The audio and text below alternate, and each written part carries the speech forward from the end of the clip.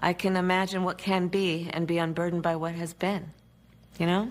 What can be unburdened by what has been. What can be unburdened by what has been. What can be unburdened by what has been. What can be unburdened by what has been. What we can see, what we believe can be unburdened by what has been. What can be unburdened by what has been. What can be unburdened by what has been. What can be unburdened by what has been. What can be unburdened by what has been. Who we can be, unburdened by who we have been. What can be unburdened by what has been. Where we can be, unburdened by where we have been, and unburdened by where we are right now. What can be unburdened by what has been. What can be unburdened by what has been. What can be unburdened by what has been. What could be unburdened by what had been. What can be unburdened by what has been. What can be unburdened by what has been. What can be unburdened by what has been. What can be unburdened by what has been. What can be unburdened by what has been. Unburdened by what has been, believing in what can be. What can be unburdened by what has been. What can be unburdened by what has been. What can be unburdened by what has been. What can be unburdened by what has been. What can be unburdened by what has been. What can be unburdened by what has been. What can be unburdened by what has been. What could be unburdened by what had been. What can be unburdened by what has been. What can be unburdened by what has been. What can be unburdened by what has been. What can be unburdened by what has been. What can be, what should be unburdened by what has been. What can be unburdened by what has been. What can be unburdened by what has been. See what can be unburdened by what has been. What can be unburdened by what has been. What can be unburdened by what has been. Unburdened by what has been and knowing what can be. Have a sense of vision about what can be unburdened by what has been. To see what can be unburdened by what has been. What can be unburdened by what has been. What can be unburdened by what has been. What could be unburdened by what had been. What can be unburdened by what has been. What can be unburdened by what has been. Where we can be unburdened by where we have been. What was possible unburdened by what has been. What can be unburdened by what has been. What can be unburdened by what has been. What can be unburdened by what has been. What can be unburdened by what has been. What can be unburdened by what has been. What can be unburdened by what has been. What can be unburdened by what has been. What can be unburdened by what has been. What can be unburdened by what has been. That can be unburdened by what has been. There are those who are unable to see what can be, but there are many more who are able to see what can be unburdened by what has been.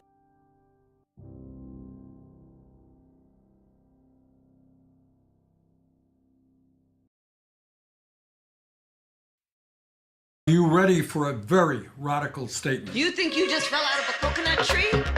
You exist in the context of all in which you live and came before you. You think you just fell out of a coconut tree?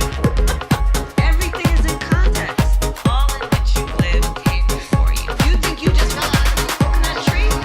I can imagine what can be and be unburdened by what has been. Of all in which you live. What can be unburdened by what has been. What can be unburdened by what has been. What can be unburdened by what has been. What can be unburdened by what has been. What can be unburdened by what has been. What can be unburdened by what has been. I can imagine what can be and be unburdened by what has been. All in which you live, what came before you. You think you just fell out of a coconut tree?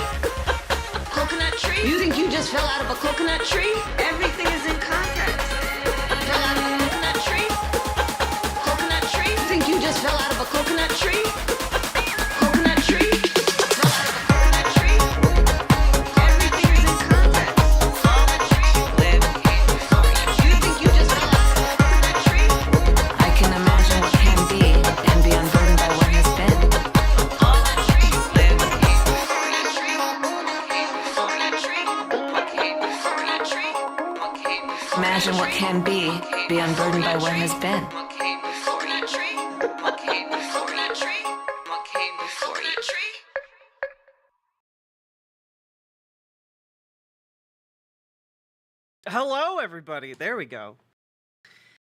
I haven't been able to tweet out that the show's happening because my phone just ran out of batteries. It's very frustrating. But, hello! Hello, Ashley. Hello, Paladin. Hello! Oh, and I have been remiss. Do you want to tank? Do you want to fight? Do you want a class that'll instill fright? Take up some plate and keep the goblins in sight, because you want to make sure they eat this paladin smite! Fuck you, gods. If you want me to play your game of ethics, you can kiss my shiny plate mail. Alright, fine. Wait a minute, what the hell is that noise?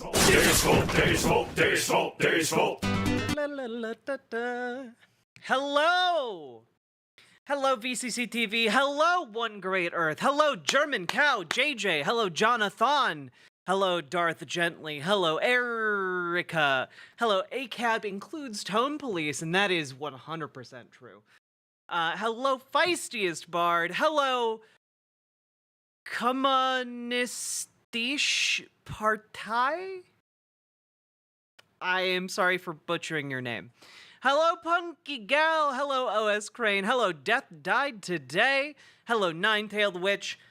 Hello, Metal Kitty Mop. Joe Cat is good. True. Hello, Nine-Tailed Witch. Hello, KBS. Hello, Quiet Kitsune. Hello, Little Morphine Annie. Hello, Gamergy. Hello. How we all doing, folks? Close enough? All right, I'll take it. Hey, Chai T-Rex. Hello. One and all, PC Schwartz, Sweet Blasphemy. We got a bunch of the all-time greatest in here. We're not going to be going... I'm going to be upfront with you guys. We're not going to be going for 14 hours straight. As much as I would love to do a stunt stream like that, I actually have to be functional tomorrow to do things. And I know I've mentioned this a bit yesterday, but I just want to say it again. I'm going to be out of town next week. So I'm going to be doing a lot of stuff to like make sure there's at least videos on the YouTube that you can watch and interact with. So we're piling up our stacks of content. That's what we're doing today. Hello, Hand of Vecna. Thank you for subscribing with Prime. I appreciate you. And I appreciate your D&D themed username. Hello, Lanzetta. Salam to you as well. Hello, Dr. Deletus.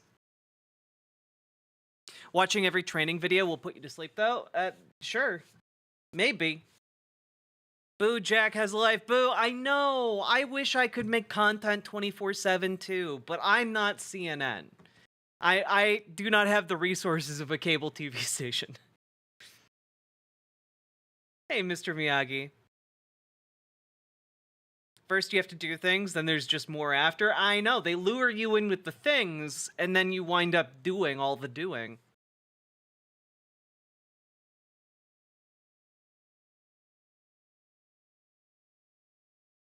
Every year, thousands of Americans are killed or injured in coconut tree-based fall injuries. Does Kamala Harris or Tim Walz care? No! They laugh in the face of those injured Americans. Donald Trump and J.D. Vance care about your coconut tree injuries. As president, Donald will name Vance as Coconut Tree Czar, and he will set up a couch to protect you from his massive collection, and you'll land stuck to protection. Jack's not I know, I'm sorry. I'm sorry.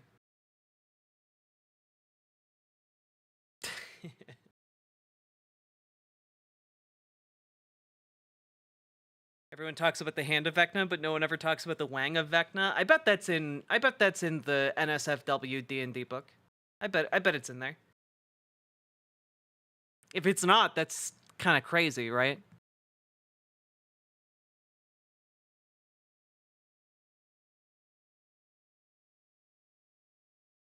Oh, Gamergy, I didn't know that actually. Hey, Ronwid.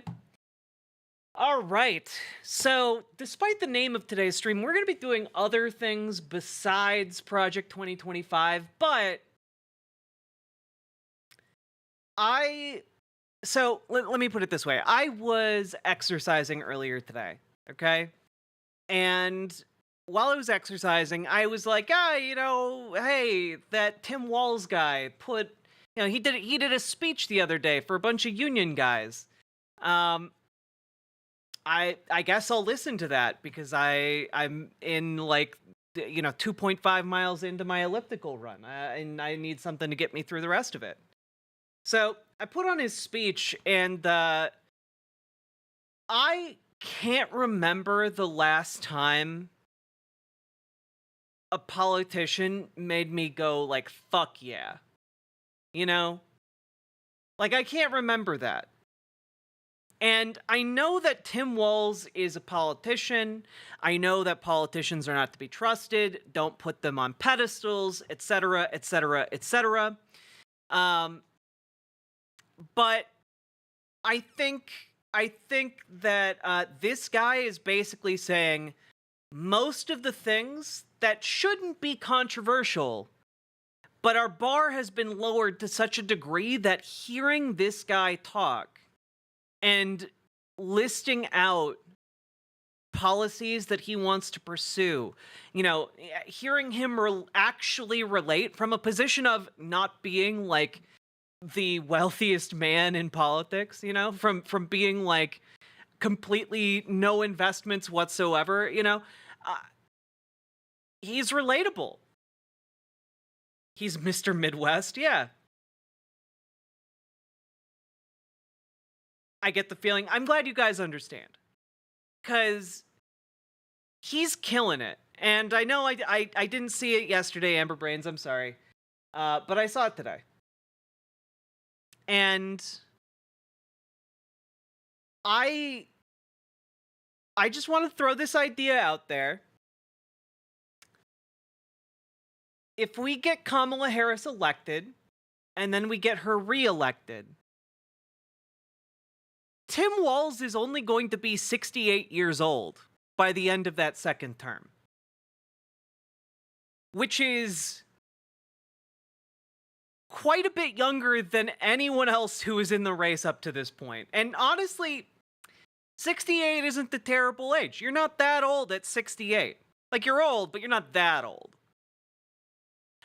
I'm just throwing out the idea that if all of this is going well, and this guy keeps talking the talk and walking the walk, I could see him being an incredible president. I can see him working with the UAW extraordinarily well.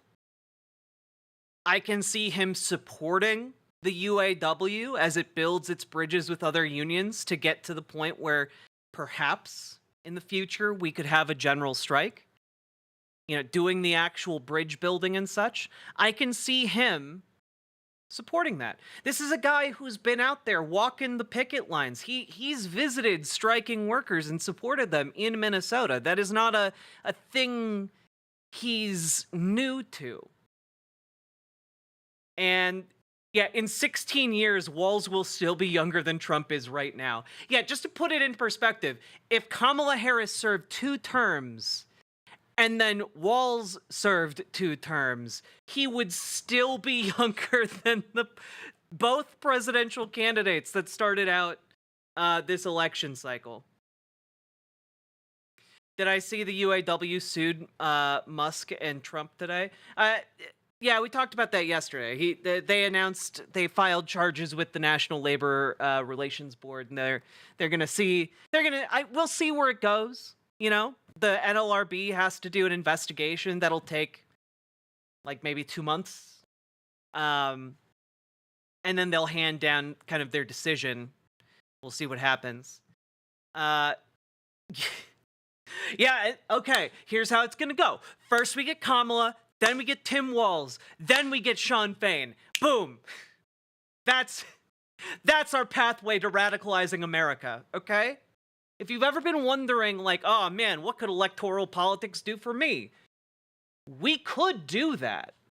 That is on the table.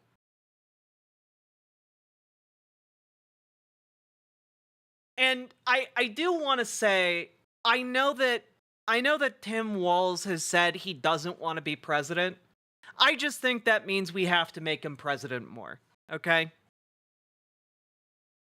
Lawsuit will take 2 months. October surprise. No, to put this in perspective, I think there was an employee complaint against Tesla in 2018 for an employee who was fired for attempting to unionize one of Musk's workplaces, and he filed a complaint, and that took until 2023 to be like adjudicated through the system. So like, also, I have to be completely honest with you, Trump hasn't still hasn't paid his contractors, still hasn't paid his venues.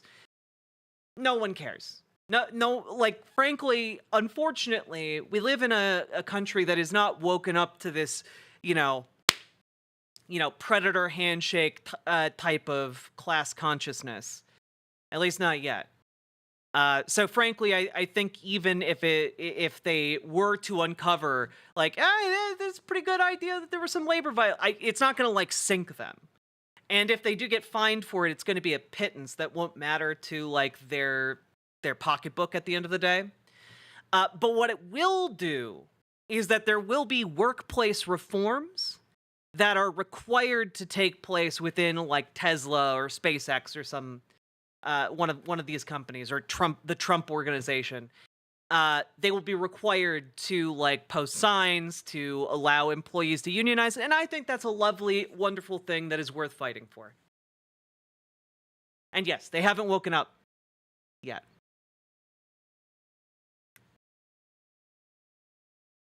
Then we will let the animals take over America, the metal animals. Have I read the GOP's platform for the election cycle? We're going to be going over Project 2025, so we're going to be getting there, okay? All right. But first, let's go over this Tim Walz union speech, huh?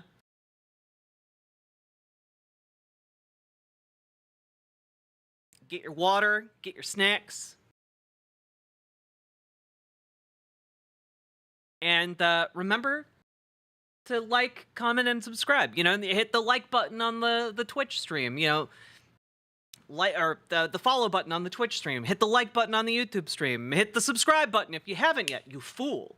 You know who you are. I didn't know Sean Fain and heard it as John Fain. Was confused where the only real result was an entry in the villains wiki. Yeah, no, it's Sean Fain. Here we go. Action underway by the Workers' Union president. No pretense. He's as comfortable in a camo hat and a t-shirt as he is in a suit and tie. He's as comfortable at the county fair as he is in a room full of politicians. He is someone who lives his values every single day. And as an elected official, he has turned those values into policy and progress. Whether it's banning private prisons to keep Minnesota communities safe. Hell yeah. Expanding paid. Yeah, like, he's done a lot of good work in Minnesota, and I think this speech really encapsulates his approach to governance in a way that I find extremely accessible and extremely appealing. Family leave for Minnesota families, or guaranteeing free school meals to every Minnesota student. And he does it all with such humility, generosity, and good humor. He truly is a stand-up guy, absolute salt of the earth. And come next January, he will bring his decency and common sense to the White House, isn't he, Absme? Yeah, like He will do that. It's somewhat Absme. telling.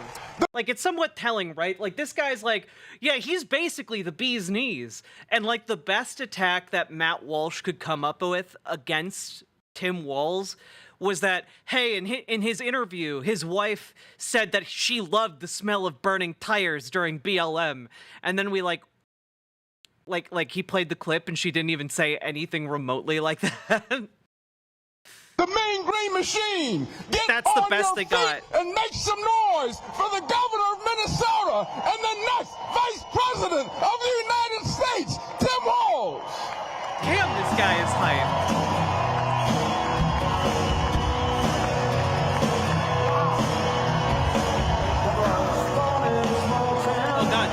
on. Nope, you're not doing this to me. Wow. There we go.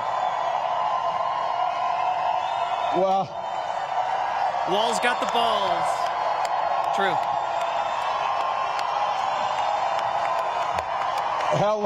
hello, Los Angeles. You know, there's something really charming about the way he tries to suppress, like he tries to suppress a smile, but utterly fails at it. You know, like he's like you can tell he's very, like, it just shines through. He can't help it. Wow. Well, sisters and brothers in AFSCME, first and foremost, to each and every one of you, thank you for the privilege of being able to stand with you, because I know that AFSCME stands with the American workers. AFSCME stands for all that's right. Let me acknowledge a few friends and the fighters who are here today with us. It goes without saying, thank you to my friend and your president, Lee Saunders. Yeah, we were just Noodles, talking I agree. earlier, we've done a few door knocks, we've done a few phone banks, we've done a few rallies, and we've worked together on a few laws to improve people's lives. I said, my friend, the important thing about this guy is, this guy's the friend to every American worker. So thank you, Mr. President.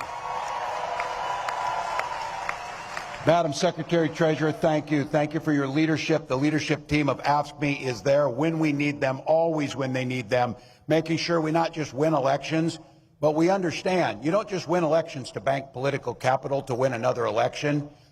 You take that political capital and you burn it as fast as you can to improve people's lives, and that's what the leadership here does. Like, this is the thing right here. Right here in his speech was where I was like, oh, this guy's literally a different breed. Like, he's a different kind of politician entirely. You know, like, I've never heard any politician, maybe outside of Bernie Sanders, say something along these lines. Because most politicians in Washington, they hoard that political capital in order to save their asses. You know, they build it up in order to, like, call in favors to win their elections. Tim Walz is out here being like, nah, you win your elections by burning the political capital and legislating. You actually pass laws. You do things to help people, and then they like you and keep you in office. You know, like, this shouldn't be a radical statement to make as a politician, and yet here he is making it, and it stands in such stark contrast to everyone else in Washington, D.C. It is one of the famous sayings Nancy Pelosi, I think it was Nancy Pelosi, made was like, oh, the Democrats need to keep their powder dry. And yet they would never do anything with that dried powder. You know, like, that's kind of what was really mind-boggling about this speech for me. I was like, okay, we're dealing with someone else. We're dealing with, like, a different, entirely different kind of politician. And that's why I started this out by saying, I watched this and I think this guy could be a president. I didn't really think that until I saw him taking to this vice presidential position like a duck to water. He's very good. He's very, very good at this. To every delegate in this room, representing 1.4 million AFSCME members, thank you. Thank you for what you do. And as a dues-paying member of my teachers union for years, let me just say thank you again for having a fellow union member here. Vice President and I are just so grateful for the support you've given us. I'm proud to be on this ticking, working with Vice President Harris, who we all know we want to call the next President of the United States. Here's a little fact that they just told me. By the way, my week has been very interesting since last Tuesday, as you might guess. But here's a fact they shared with me as I came here to make this opportunity to say thank you. I happen to be the first union member on a presidential ticket since Ronald Reagan. And I think some people were reacting to this being like, well, Donald Trump was technically in the SAG-AFTRA, so guess it's not technically accurate. But you know what? He's a union man. He's a union man in a way that Donald Trump has never been a union man. You know? Do you guys understand the distinction? I hope so. But rest assured, I won't lose my way. Yeah, see, like it's good of him to invoke Reagan, because again, keep in mind what the electoral map looked like when Reagan won, okay? It's good to invoke Reagan, but then it's also good to underline in a relatively indirect way that, you know, Reagan didn't really deliver on his promises to unions. Probably should be a few more union members in elected office, President Saunders. We might want to work at that. I think I'm looking at some. So you heard the story. You knew Vice President Harris grew up in a middle-class family, picked up shifts at that McDonald's as a student. I keep asking this to make a contrast here. Can you simply picture Donald Trump working at a McDonald's trying to make a McFlurry or something? It's, oh, he knows us. You know, and like, this is one of the things, right? Like, sometimes, like, governors in Minnesota will, like, go to the state fair and, like, work at, like, one of the booths. You know, like, they'll make some cookies at Sweet Martha's cookie stand or something. And, like, it's really wholesome. You can see this guy, like, putting on, like, an apron and making some cookies at a state fair. You can't really see Donald Trump doing that, because that would require dirtying his hands. He couldn't run that damn McFlurry machine if it cost him anything. So, but Vice President Harris took that work ethic, goes to work every single day to make sure families don't just get by, but they get ahead. She stood on the side of the American workers, and she stood up to the billionaires and fought corporate greed. She led this administration's work to eliminate the barriers to organizing. And let's not forget, she cast the tie-breaking vote on the American Rescue Plan to keep public service workers on the job during the pandemic. Just to be clear, the Vice President and I, we know exactly who built this country. It was nurses, it was teachers, and it was state and local government employees that built this nation. People in this room built the middle class. And it's not just a saying, it's a fact. When unions are strong, America's strong.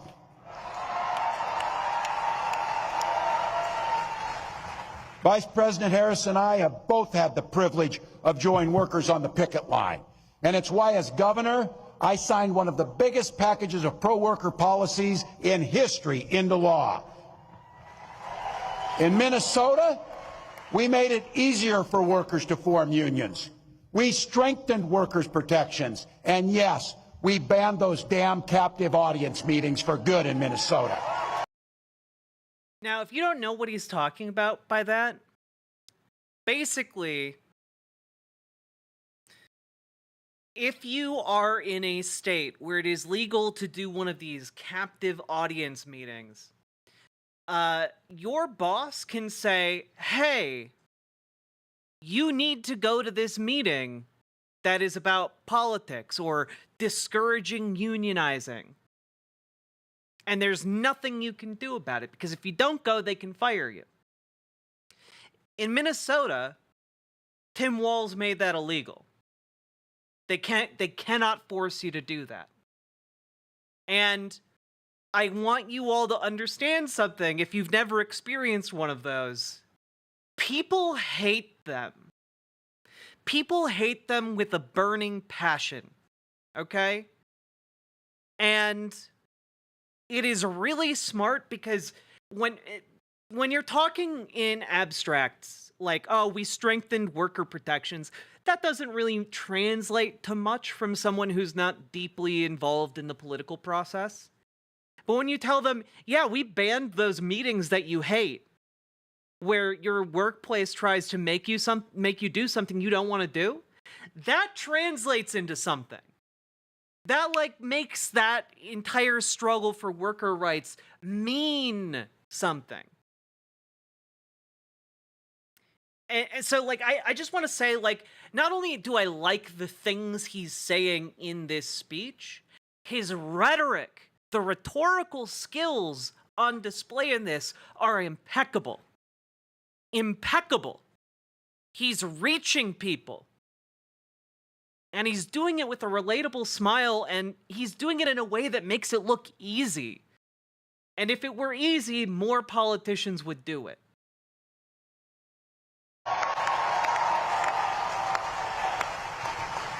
Last time I said that at a union meeting, they sued me over it. It was the best thing to get sued over I ever said. We're going to continue to ban those meetings. But we did more than that for families and AFSCME workers that are there every single day. We did things to improve people's lives in a real fundamental way. We guaranteed free breakfast and lunch to every single child in Minnesota. You know, like, this is the thing, right? Like, we did things to improve your lives. That would be where, like, a lot of politicians would just stop.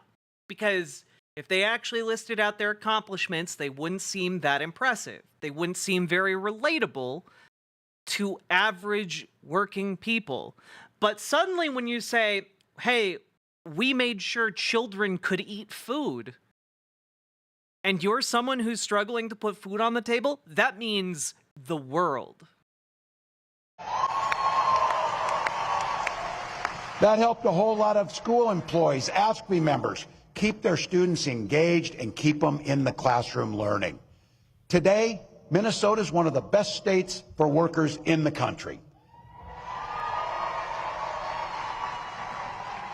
I'm surrounded by some that aren't, so the Vice President's vision is to take those worker protections to every state in the union. Hell yeah, let's go, Tim. And this is also very important. He is not talking about these things from a place of impotence. You know? He is talking about this with the express endorsement of the presidential candidate that he represents. You know? He's out there basically elaborating on what Kamala Harris's policies are going to be. This is something endorsed and signed off on by Kamala Harris. So, like, I don't know, guys. Like, this is we're in a different ball game now. They had us in the first half, you know? I keep saying this. I know you know it, but I think it keeps us focused. We all understand it in here. You've heard me say this. I know I'm preaching to the choir a little bit today, but the choir needs to sing. The choir needs to sing. And just so you know who's not in the choir, Donald Trump and J.D. Vance, they see the world very differently than we do.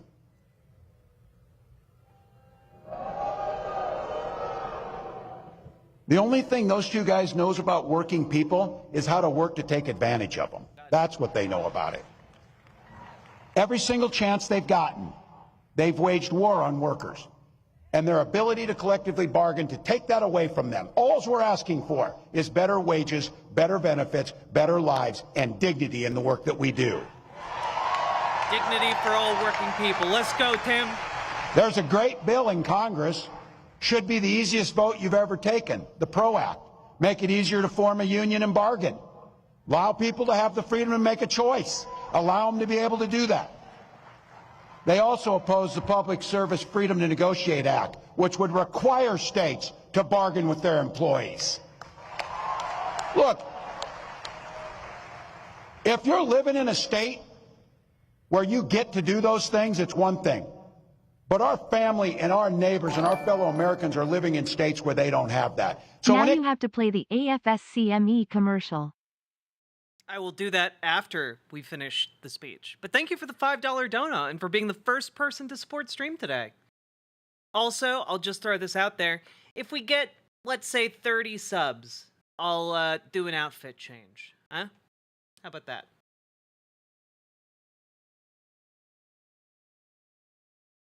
Whoop. Hey, Winby. Also, I think I saw Ms. Milena in chat. Hello to you as well. When it comes to these so-called right-to-work laws that deprive us of the right to be able to form unions, fund what we need, Trump has said he supports right to work 100%. Yeah, right to work laws are anti-worker. Just in case you haven't made that connection, it's supposed to be one of those turns of phrases that makes a bad thing sound good, but it's a bad thing. Right to work is bad. Gives all of the power to companies and corporations. I saw our friend Sean Fain at the UAW had a name for that. He called him a scab, just to be clear.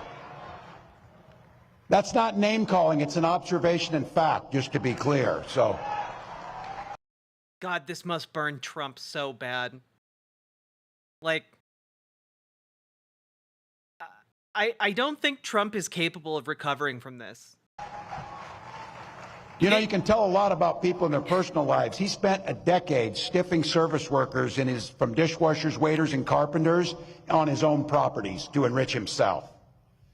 He still hasn't paid some of his contractors.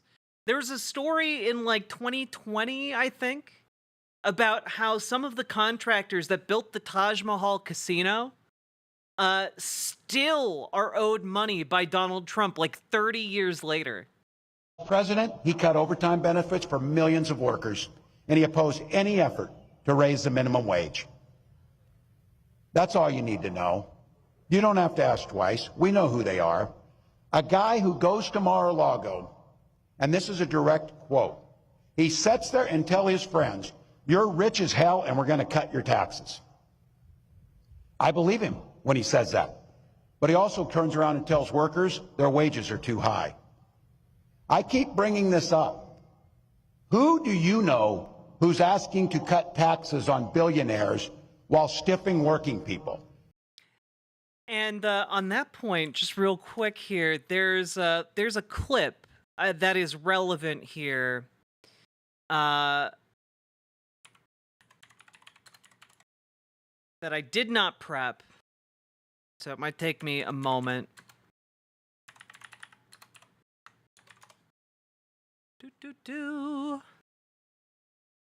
Let's see, it's from like the 90s, I believe. Y'all might have seen it. Let's throw this up.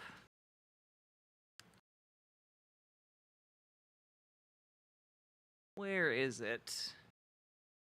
Found it. Same thing with the unions. That's right. They get their little 5%. They get another 2%. They get another 3%, 4%. Then all of a sudden they're making more money than the people that own the company. Same thing with the unions. That's right. They get their little 5%. They get another 2%. They get another 3%, 4%. Then all of a sudden they're making more money than the people that own the company. That's who Donald Trump is when it comes to worker rights. And I have to be honest, if you are a worker and you support Donald Trump, you're a sucker. You're a fool. He's taken you for a ride. And I know that that doesn't feel very good to admit. So a lot of people run away from that awareness. But he fundamentally, if you are making less than like $10 million, $100 million a year, he does not care about you or your family. He's willing to tell you anything to try and make you think that he cares, but behind closed doors, he despises you. He thinks that, frankly, you should go die somewhere where it would be convenient for him to be to have it fertilized, you know? Like you should go die in like his rose bushes so his gardener can like fertilize his roses. Like that's fundamentally the kind of attitude Donald Trump has. He only cares about you insofar as you are useful to him with your vote. Once he's elected, you can die for all he cares. And I think that's very much reflected in his economic policy. I don't know anybody. And I'll tell you what, I think there's a lot of people think that they're on his side or voting for him, that when you put it to them like that, they start thinking things differently. This is where we need to talk to our neighbors. We need to engage. And I'll tell you, his running mate, I don't know if that was a value add to this campaign or not, but he's one of 4 senators, 4, that has never cast a vote on a pro-worker bill in his life. Not once. The incredible amount of shade that this man is capable of producing is insane to me. Like, he simultaneously is able to like gut punch JD Vance. Like, I don't know what kind of value return that guy's adding, but then he's able to absolutely demolish him in front of these union workers. Like, he's got the calluses on his knuckles here. It's a knockdown, drag out fight in politics, and he's winning. A stop clock's right twice a day. This guy can't get it right once. Not once for workers. And by the way, these guys are even attacking me for my record of service. And I just want to say, I'm proud to serve my country, and I always will be.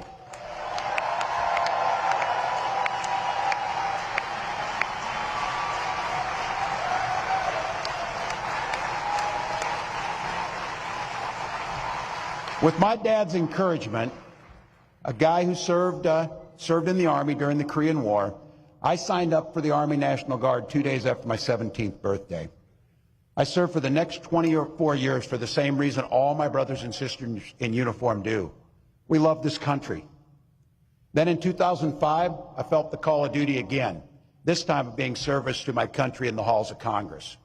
My students inspired me to run for that office, and I was proud to make it to Washington. I was a member of the Veterans Affairs Committee and a champion of our men and women in uniform.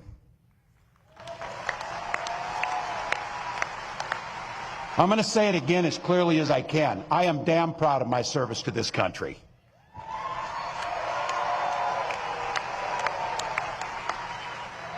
And I firmly believe you should never denigrate another person's service record. To anyone brave enough to put on that uniform for our great country, including my opponent, I just have a few simple words. Thank you for your service and sacrifice. Like, I know that kind of goes counter to the attacking instincts here, but that plays extraordinarily well with middle of the road voters. Okay? Like, I like that this guy instinctively knows, hey, this is when you punch, this is when you go high. And he does it extremely well. You know, like, I think that you could maybe I think that you could maybe criticize some people's service records. I think that's fine, but in a speech that you're giving on the campaign trail is not a time to like hem and haw in that way. You know, this type of strong statement plays extremely, extremely well. And he knows his audience, man. He knows exactly what to say.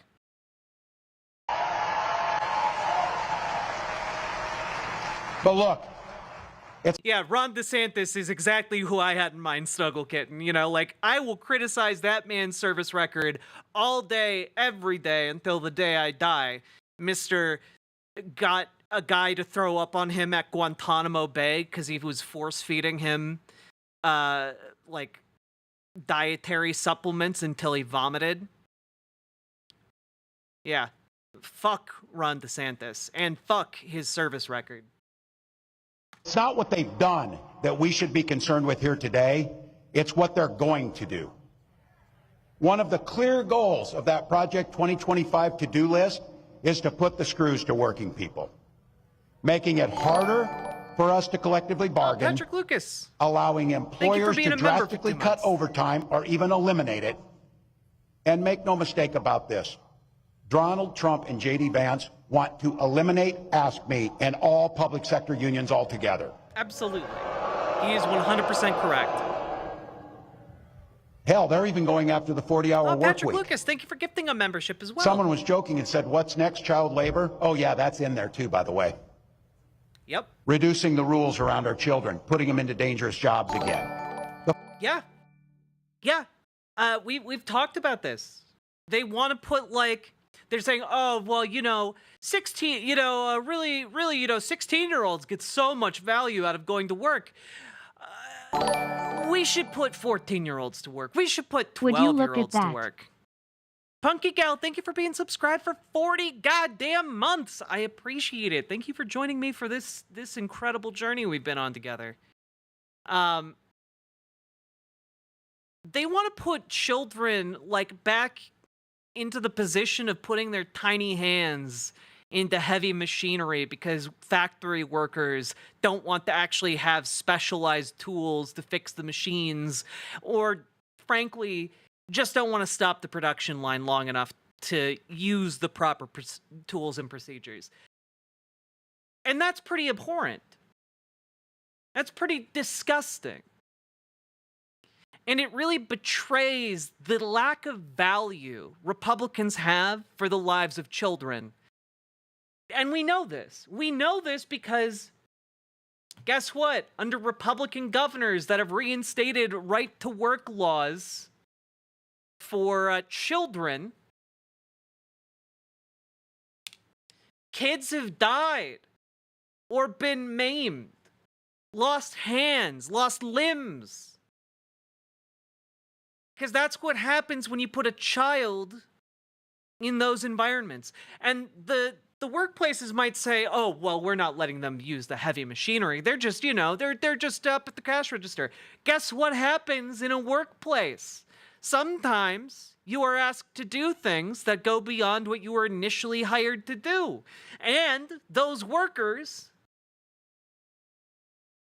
when they happen to be children, cannot be properly trained.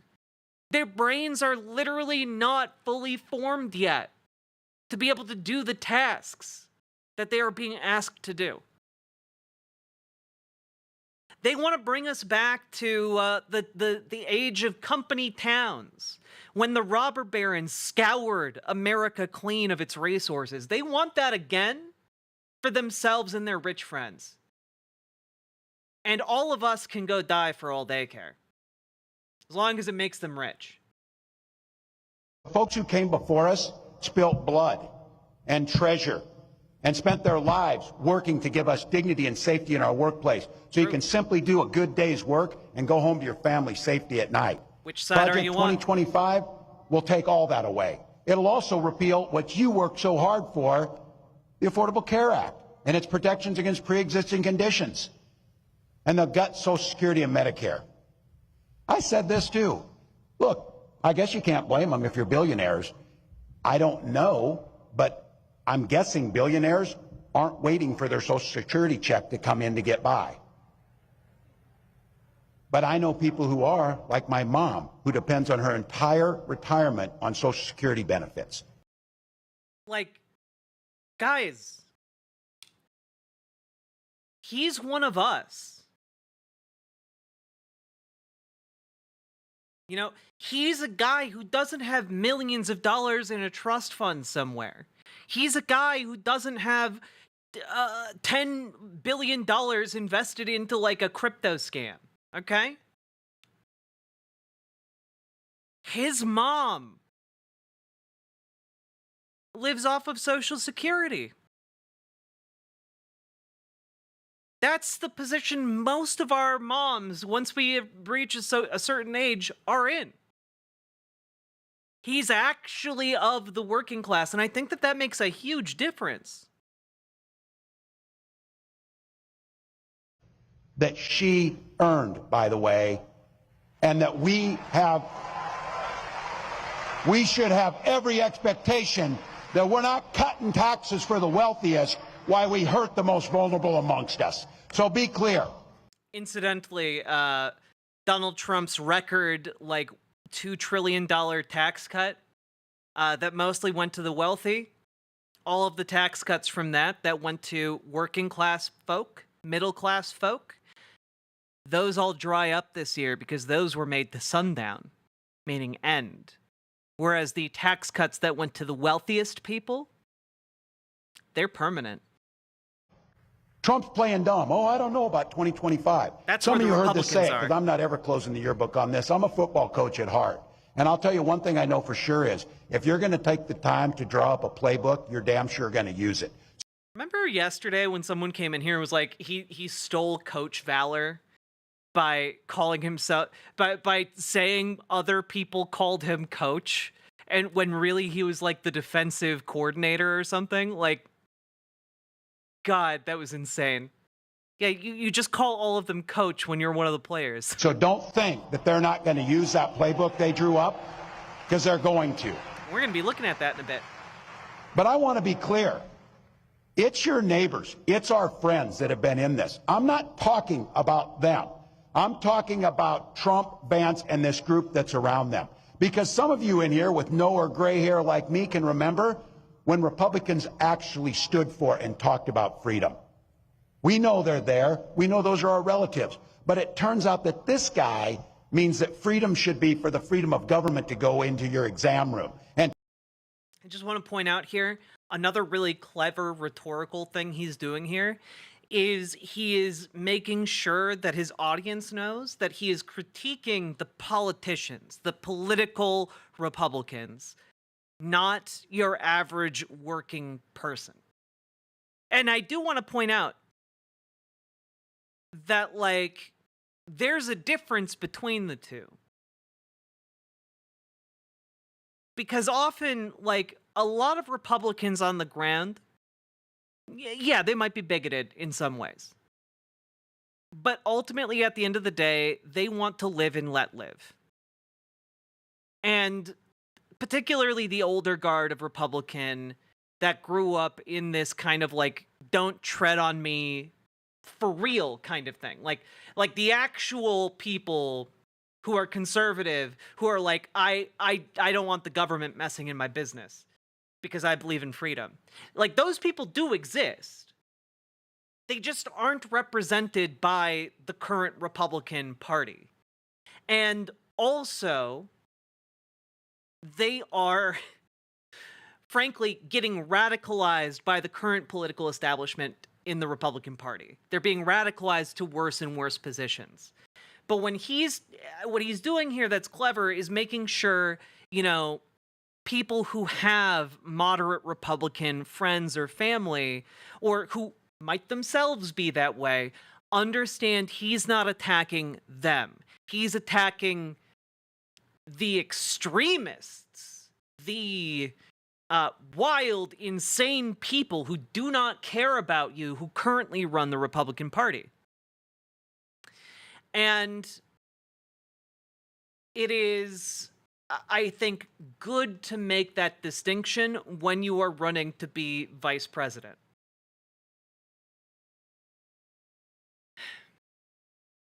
It is a good rhetorical move. Coaches even call each other coach. I watched Ted Lasso, I know. Tell you about your choices.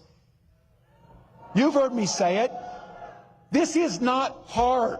In Minnesota, we respect our neighbors and we respect their personal choices. Now look, it's not difficult. I might not agree with my neighbor's choices or make the same one. But this country's great because we have a golden rule that makes things work. We mind our own damn business on those things. We mind our own damn business.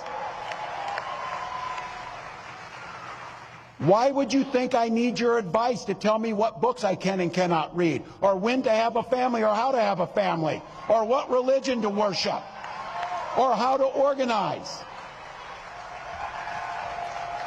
This is when he really starts to cook, chat. You Buckle stay in your lane and I'll stay in mine. That's not that difficult.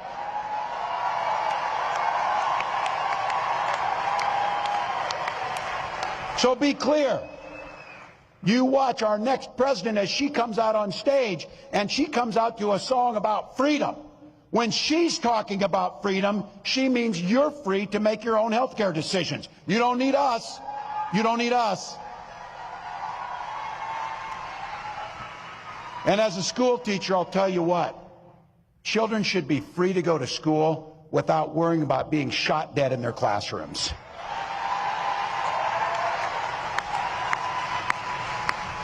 Education should be a ticket to the middle class, not crippling student loan debt.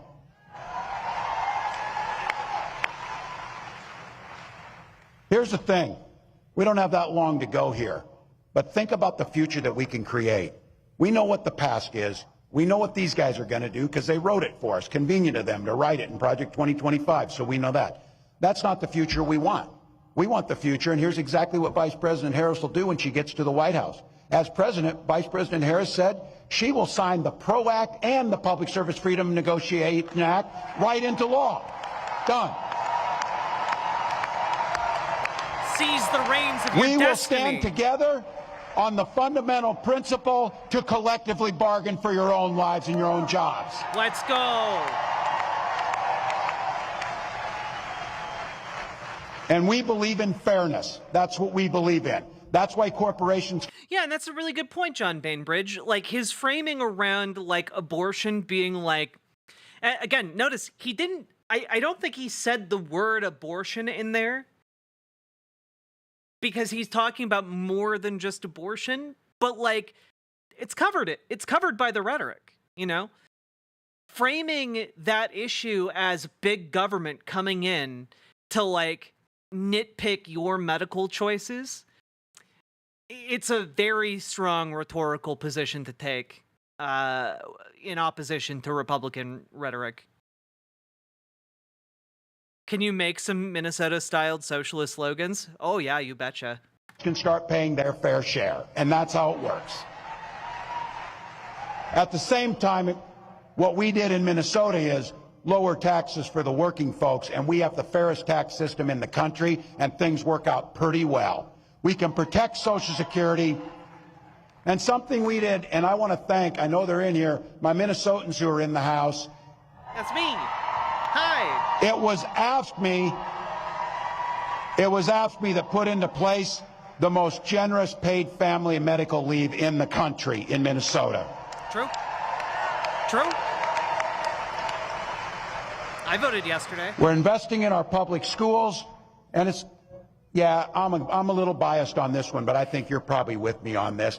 How about we give our teachers a long overdue raise for the work that they do? Let's go!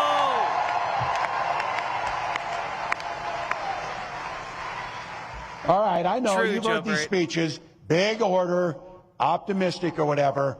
Well, I got to tell you, I will cop to being an eternal optimist. That's me. But I come by it honestly.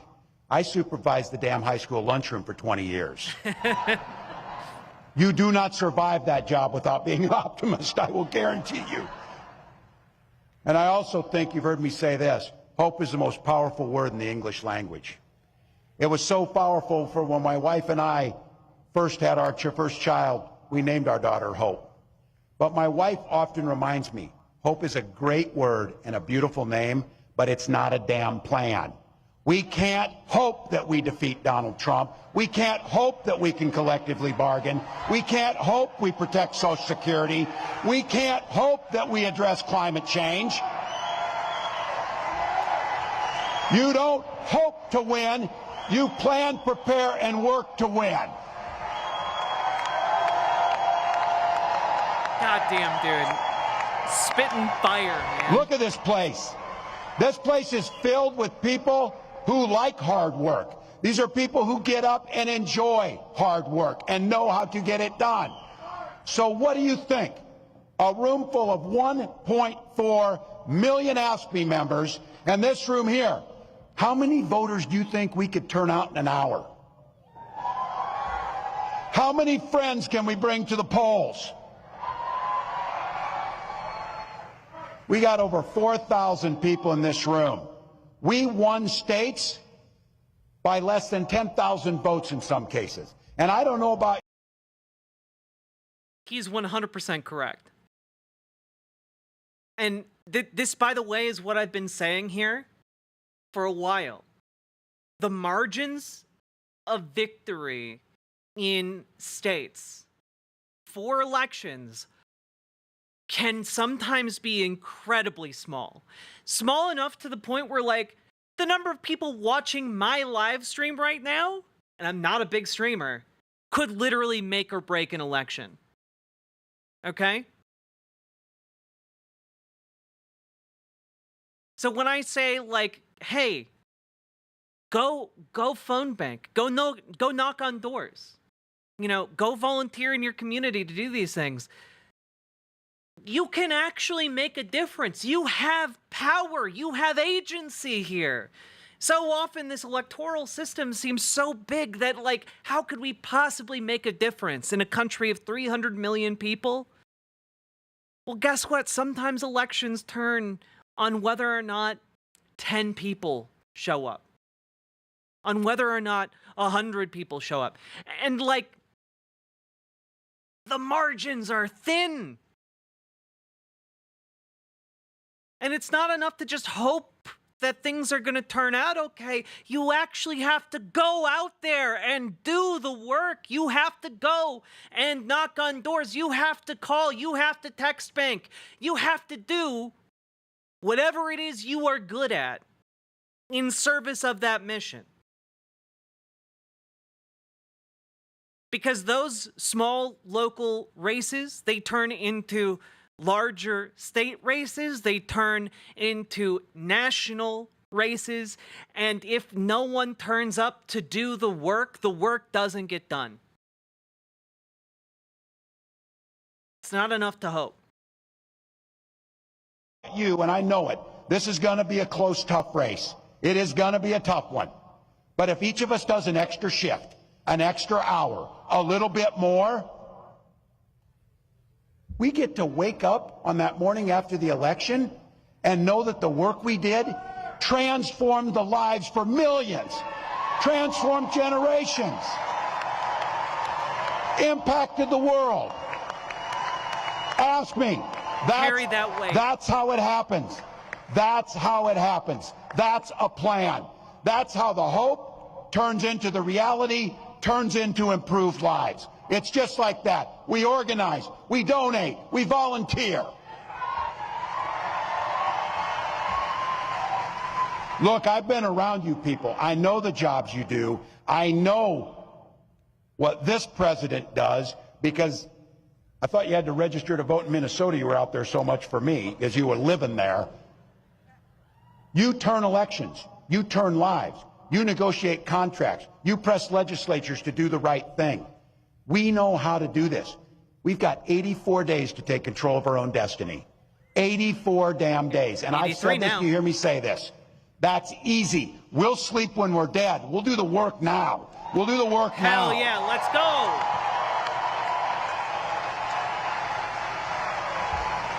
And you do it for the most beautiful and selfless reason, because you believe in the very soul of your being that you believe in the promise of what America can be.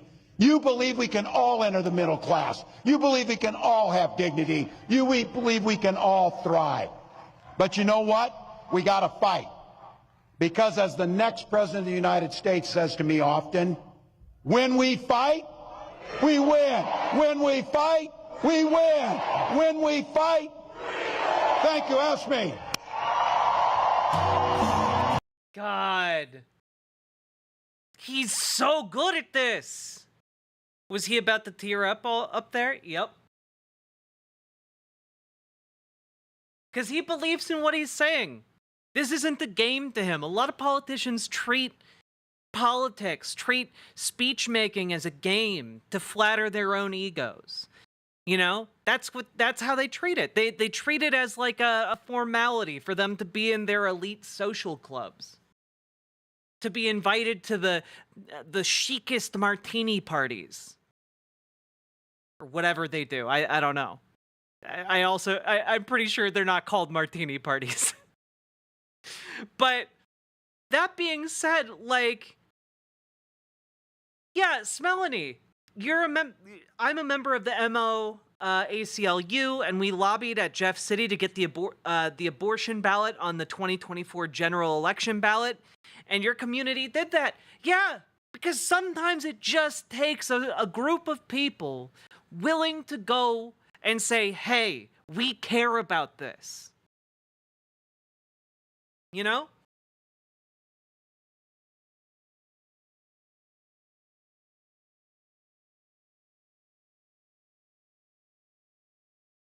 It's a new day, because we're talking about going beyond hope. And I like that. I like that because for a long time, all we had was hope that things might get better in the future. And now it finally seems like at least some people in the Democratic Party are rolling up their sleeves to actually get to work, to actually pound the pavement, to actually put on their walking shoes, walk the walk, knock doors, call people, talk, to get out there, to make a difference. And not just like in a hollow, performative sense of making a difference, but actually making sure kids get things like time to play after school instead of being forced to go to work, food in their tummies so that they can learn, you know? That isn't being gate-kept behind money. The right to negotiate with their own companies. Basic human dignity, man. And for a long time, what was sold to us by the Democratic establishment was that, no, you don't get that. You do not get concrete change. What you get is the maintenance of the status quo. What you get is the shadow of hope. What you get is, the shadow of hope with the promise of change. But now Tim Walz is on this stage, and he's saying, change is here. We need to do the work of change ourselves. That isn't some nebulous thing that is done by other people somewhere else. The change is done by us. And it's time to get to work. We need plans and we need action. And now is the time for both. And I think we are going to see some things change very soon here. I would argue we are already seeing things change quite intensely. And I, for one, am filled with a fire to see that through. So I hope some of y'all will join me.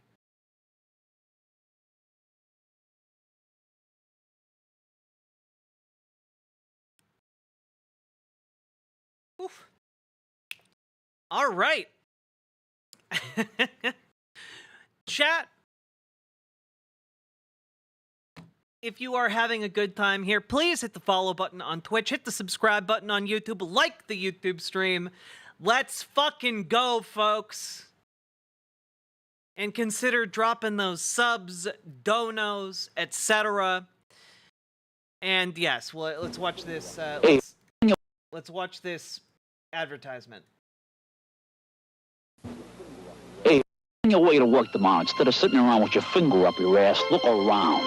There's a union out there called AFSCME, and they're busting their balls for you doing a lot of shit work you take for granted. For example, we pick up your fucking garbage. We got broads out there who keep your kids from getting run over by some hard-on. We plug up the holes in the road so you don't fuck up your car. And we push around a lot of little old ladies from Florida. We're out there zapping rats and roaches and making sure your kids don't drink piss from no fucking water fountains. We're fucking AFSCME, Amalgamated Federalization. Hey, I don't know what the fuck it means. All I know is we're hard-working, tax-paying people like you, and we don't take shit from nobody. You got that, asshole? AFSCME, the fucking union that works for you. You got that, asshole? Oh god. I don't think that was a real ad, guys. This is part of a vintage joke reel from a local television station. This never aired, of course. It was recorded after the normal track was done and passed around internally by way of VHS tape. Nice. Some classic memes. Some classic memes. I choose to believe it was real. I mean, I guess it was real. It just was never televised.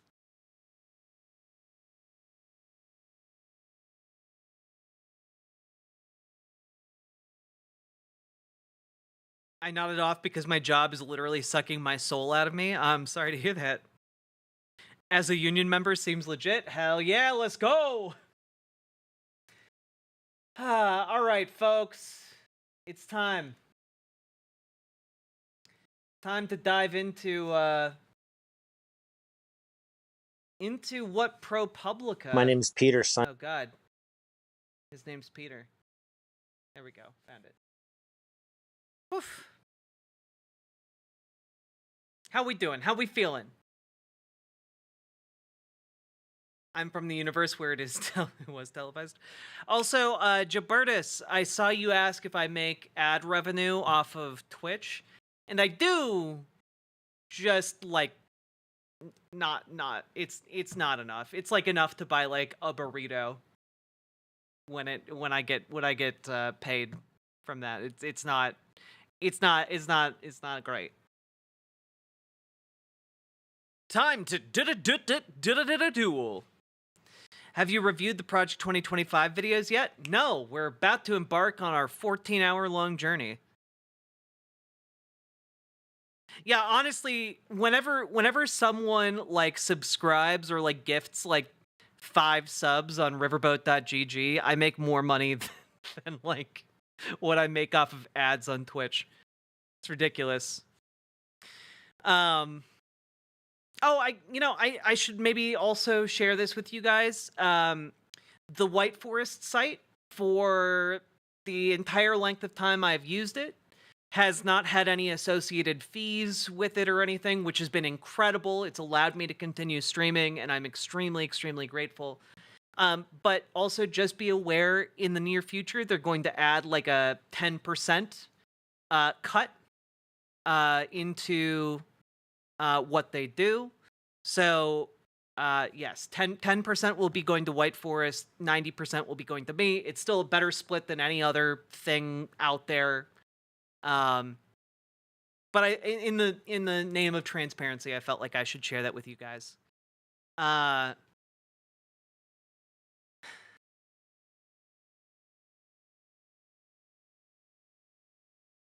Let's see. Seems fair. Yeah. 10% is a damn good deal. YouTube gets like 30%. Twitch takes 50%. 10% is very reasonable, I think. But also, I'm gonna need to work hard to make that up. But I was gonna work hard anyway. Twitch takes half. 50% of all the money I get on Twitch is taken by Twitch. Which is why I diversified the YouTube and riverboat.gg. Yeah, it's a bad deal. By the way, I'm a Twitch partner. They still take half.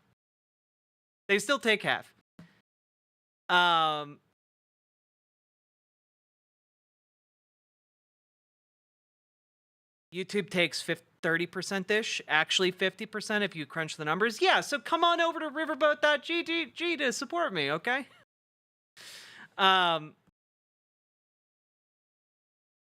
Yeah. Glad I've made all my big donos on here then. I agree. I also like that. Because it also, like part of me is like, I should say something, but also I don't want to make the person who donoed feel bad.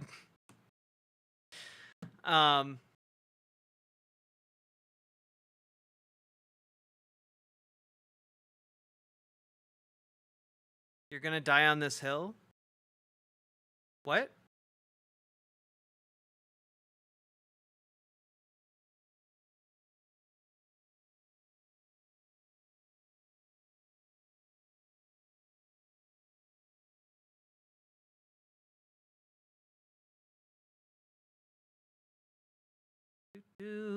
Did you hear the leftist is calling the United States government a Zionist-occupied government?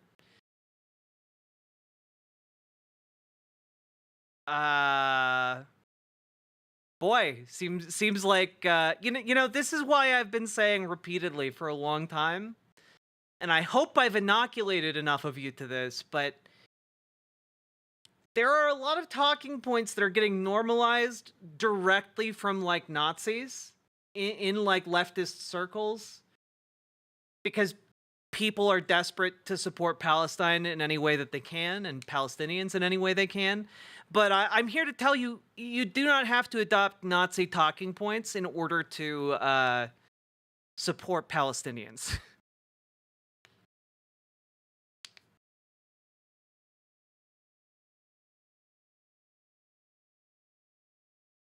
Did you see the clips showing Xi rejecting class struggle? How will the tankies spin this? They'll say it's a clever ploy by the Dengist movement in China to secretly take control of the worldwide capitalist economy so that they can overturn it and turn it socialist.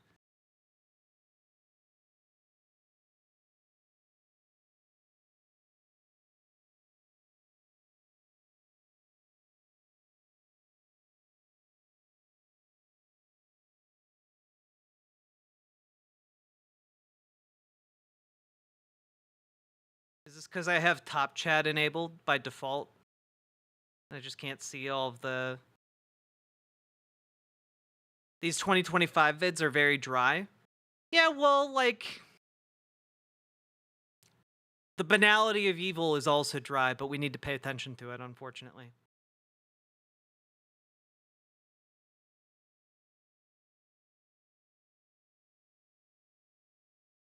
Is this a safe space to plug Strict Scrutiny's Project 2025 coverage? I don't know who that is, so yes, until I learn that they're evil or something.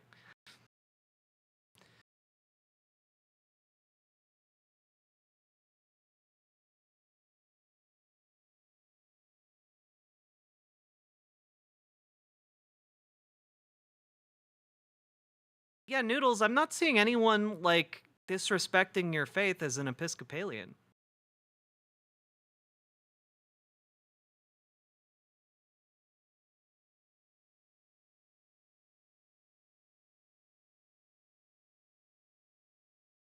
Let's see.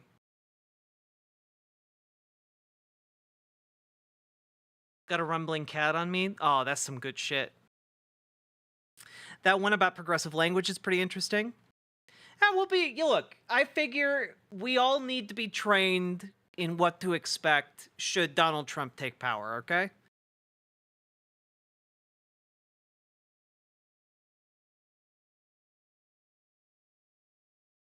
Let's see.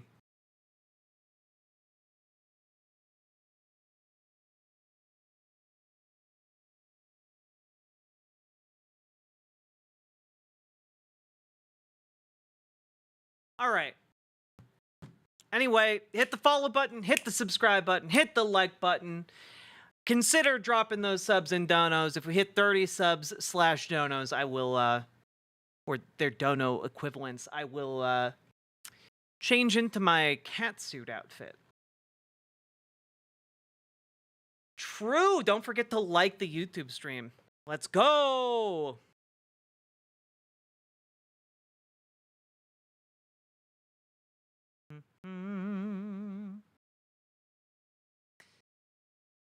A lot of these people were in Trump's first administration. Yeah. It'd be really convenient if he turned up in one of the Project 2025 videos, but he hasn't yet. But we'll see.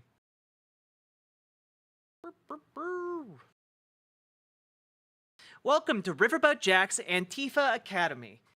So, you've decided you want to be a true Antifa super soldier. well, we have a training course on what to expect should the Donald Trump government take power. And, well, we have to be well versed in the tactics of our enemy in order to oppose them. So let's learn together, shall we? So, what we have here is roughly 24 videos. Well, we'll say 23 videos because this last one seems to be a ProPublica summary of all of them. But we're going to watch every single one of these. All right? We are going to see every single one of these. These are videos intended to train government officials in what their job is. So, for those of you who aren't aware, Project 2025 is a plan put together by basically all of the major think tanks that surround the Republican Party. And the main one being the Heritage Foundation. These are all organizations that are funded and backed by billionaires and millionaires who have special interests in things like fracking and who have ideas siding against things like climate change, transgender people. These are basically people who want to destroy the world and demonize minorities in order to make more money. And they funnel money into these think tanks where basically they pay groups of people to come up with ideas of how to popularize or attack, popularize conservative values and talking points and attack progressive ones. And the goal of Project 2025 is basically to create a stable of hyper-conservative fanatics who will do what they are told in office. And this is basically intended to be kind of a course given to these people internally to teach them and coach them on what the talking points are supposed to be when they are appointed into office by the Trump administration. So this is essentially like what their vision is for the workforce that will run America once Trump comes into power. So, we're going to take a look at these. And the first one here is called Project 2025 Private Training Video, Left-Wing Code Words and Language. All right, let's go. None of these were intended to be public. They've all been leaked by... I have no idea. Presumably someone involved in making these videos. Omega Star, thank you for being a member for 6 months. Project 2025 must not play out. This is so brazen of the right wing. Yeah, I would describe this as essentially a plan for a fascist takeover of America. That this is explicitly the goal. Their stated goal is to gut the deep state, and by the deep state, that's their language, but to gut bureaucracy in order to basically consolidate power in the executive branch, make Donald Trump a dictator. That's essentially it. His first time around, there were Republicans who disagreed with him and said no to some of his policies. The second time around, this Project 2025 is intended to weed out anyone who would tell him no. So, Ms. Milena, thank you for gifting Ron Witt a sub. I appreciate it. Thank you for supporting stream, and thank you to the folks who've supported stream today. I very, very much appreciate it. I think we're about 5 subs towards our goal, so still 25 left. Let's go. And let's begin with this.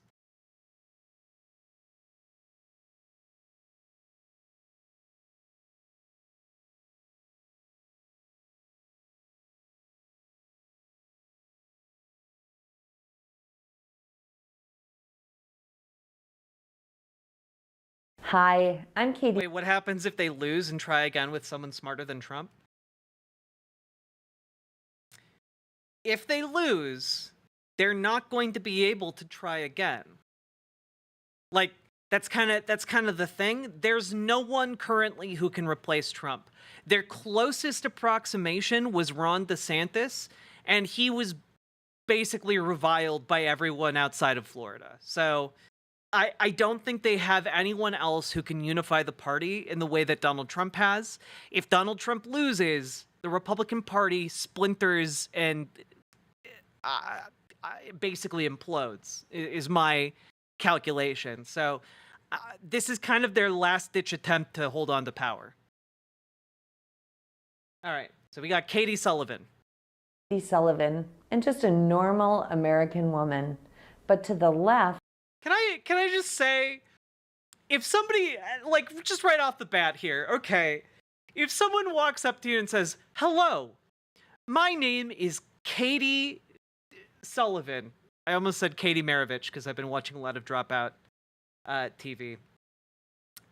Katie Sullivan, and I'm a normal person. They're not a normal person. Run.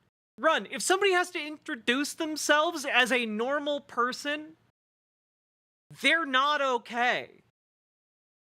Hi. My name is Thomas Smith, and I'm a normal man. Is, like, would you trust that? Would you trust that guy? My name is Jonathan Normal, and I'm normal. that makes me a cisgendered ethno-imperialist birthing person with pronouns she, her. There's nothing normal about this. There's nothing normal about this, guys. Are you animated tonight? God, I wish I lived in a cartoon, but no. Words like that are quite a mouthful, and it's one America needs to spit out before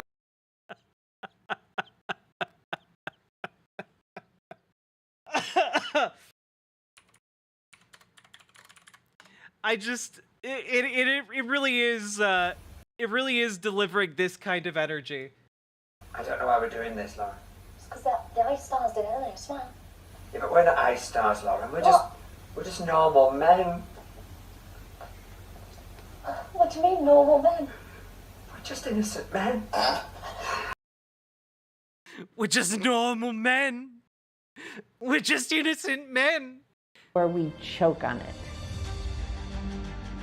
In the eyes of many in the world, this every 4-year ceremony we accept as normal is nothing less than a miracle. In America, we understand that a nation is only living as long as it is striving.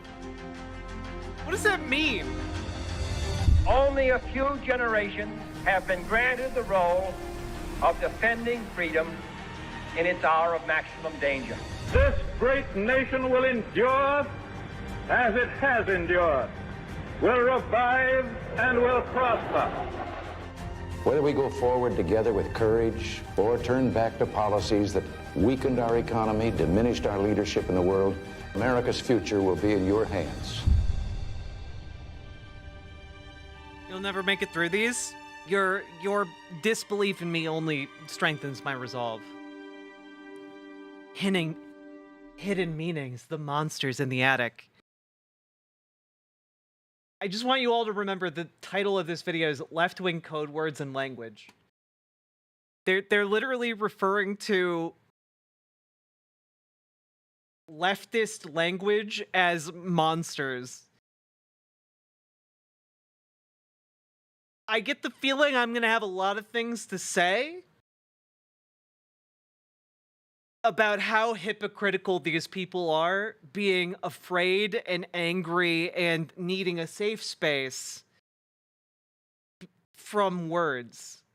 As a trans person, I feel like they're about to get extremely sensitive to language here in a way that, I'm sorry, I can't relate to.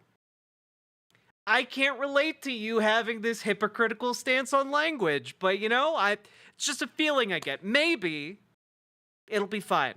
It's not gonna be fine.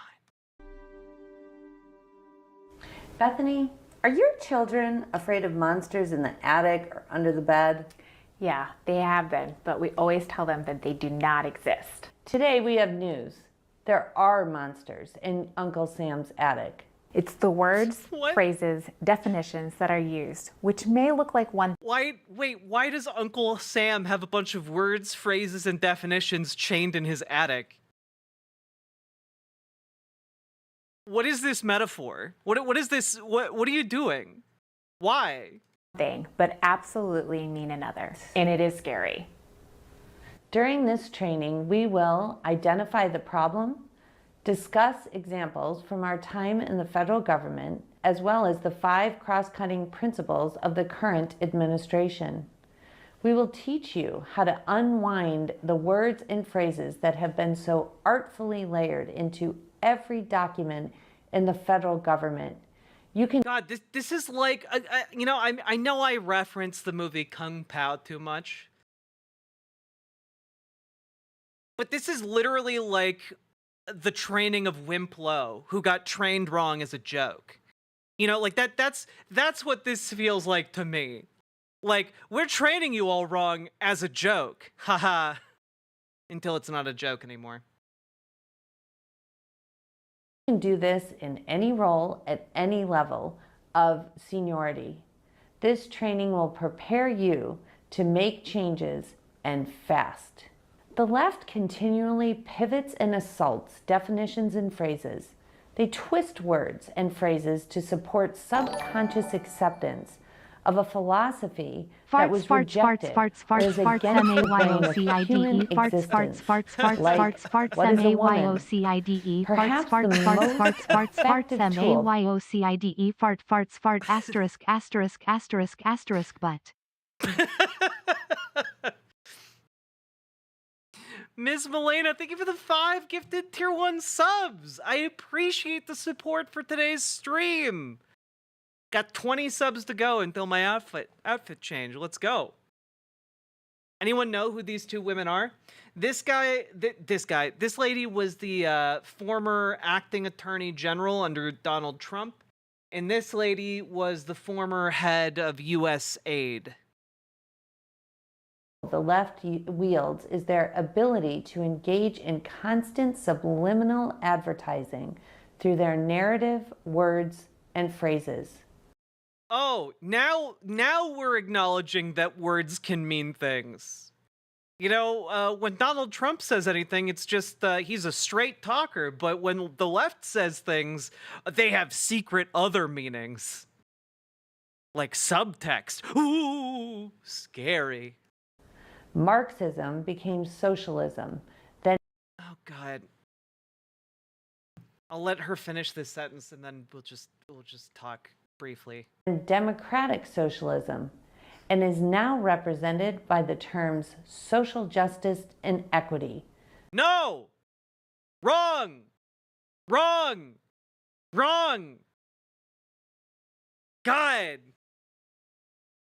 So there's this guy named Karl Marx, all right? And he had this friend named Engels. And Engels gave Karl Marx money to just, like, go around writing political theory. And Karl Marx decided that his political theory that he was going to dedicate his life to articulating was the relationship between employers and employees and where actual value comes from, okay? This is what is known as the labor theory of value, where workers are the ones who create value and bosses then skim that value off the top by paying a wage to their workers, to their employees. And the difference between the wage and the value of what was created that then is sold, that is the profit, okay? That is the essential theory that Marx articulated. There's a lot more to it. I'm skimming over a lot because I sense we're going to have to go through a lot of bullshit here. But essentially, Karl Marx articulated this economic relationship and speculated that there would be, in the future, better ways of organizing labor that would be more equitable. This then led to the creation of what's called the Communist Manifesto, which is basically articulating and outlining this idea where we could move towards and embrace a society in which people's work was not then exploited by the wage labor dynamic. And instead, people would work and would be like able to reap the benefits of that work, you know, from each according to his ability to each according to their need, et cetera, et cetera, et cetera. And this in turn led to, you know, the idea of communism or socialism. These terms were used very interchangeably for a while, but eventually diverged. And what you got was kind of this embracing of totalitarianism and authoritarianism under Stalin and Mao, which went in a very different direction that basically bastardized communist ideas into what became known as Maoism or Stalinism, and both eventually embracing state capitalism, wherein the state regulates markets and essentially takes over the role of the employer. But that doesn't fundamentally change the worker-boss dynamic that is at play that Marx originally articulated. And so you have this idea of socialism, this idea that workers should be able to effectively own what they create. And one of the ideas of this being what I advocate for, democratic worker co-ops, wherein employees collectively own their workplaces and democratically make decisions about how those workplaces are run. Okay? But there then became two branching ideas of what communism or socialism would be, right?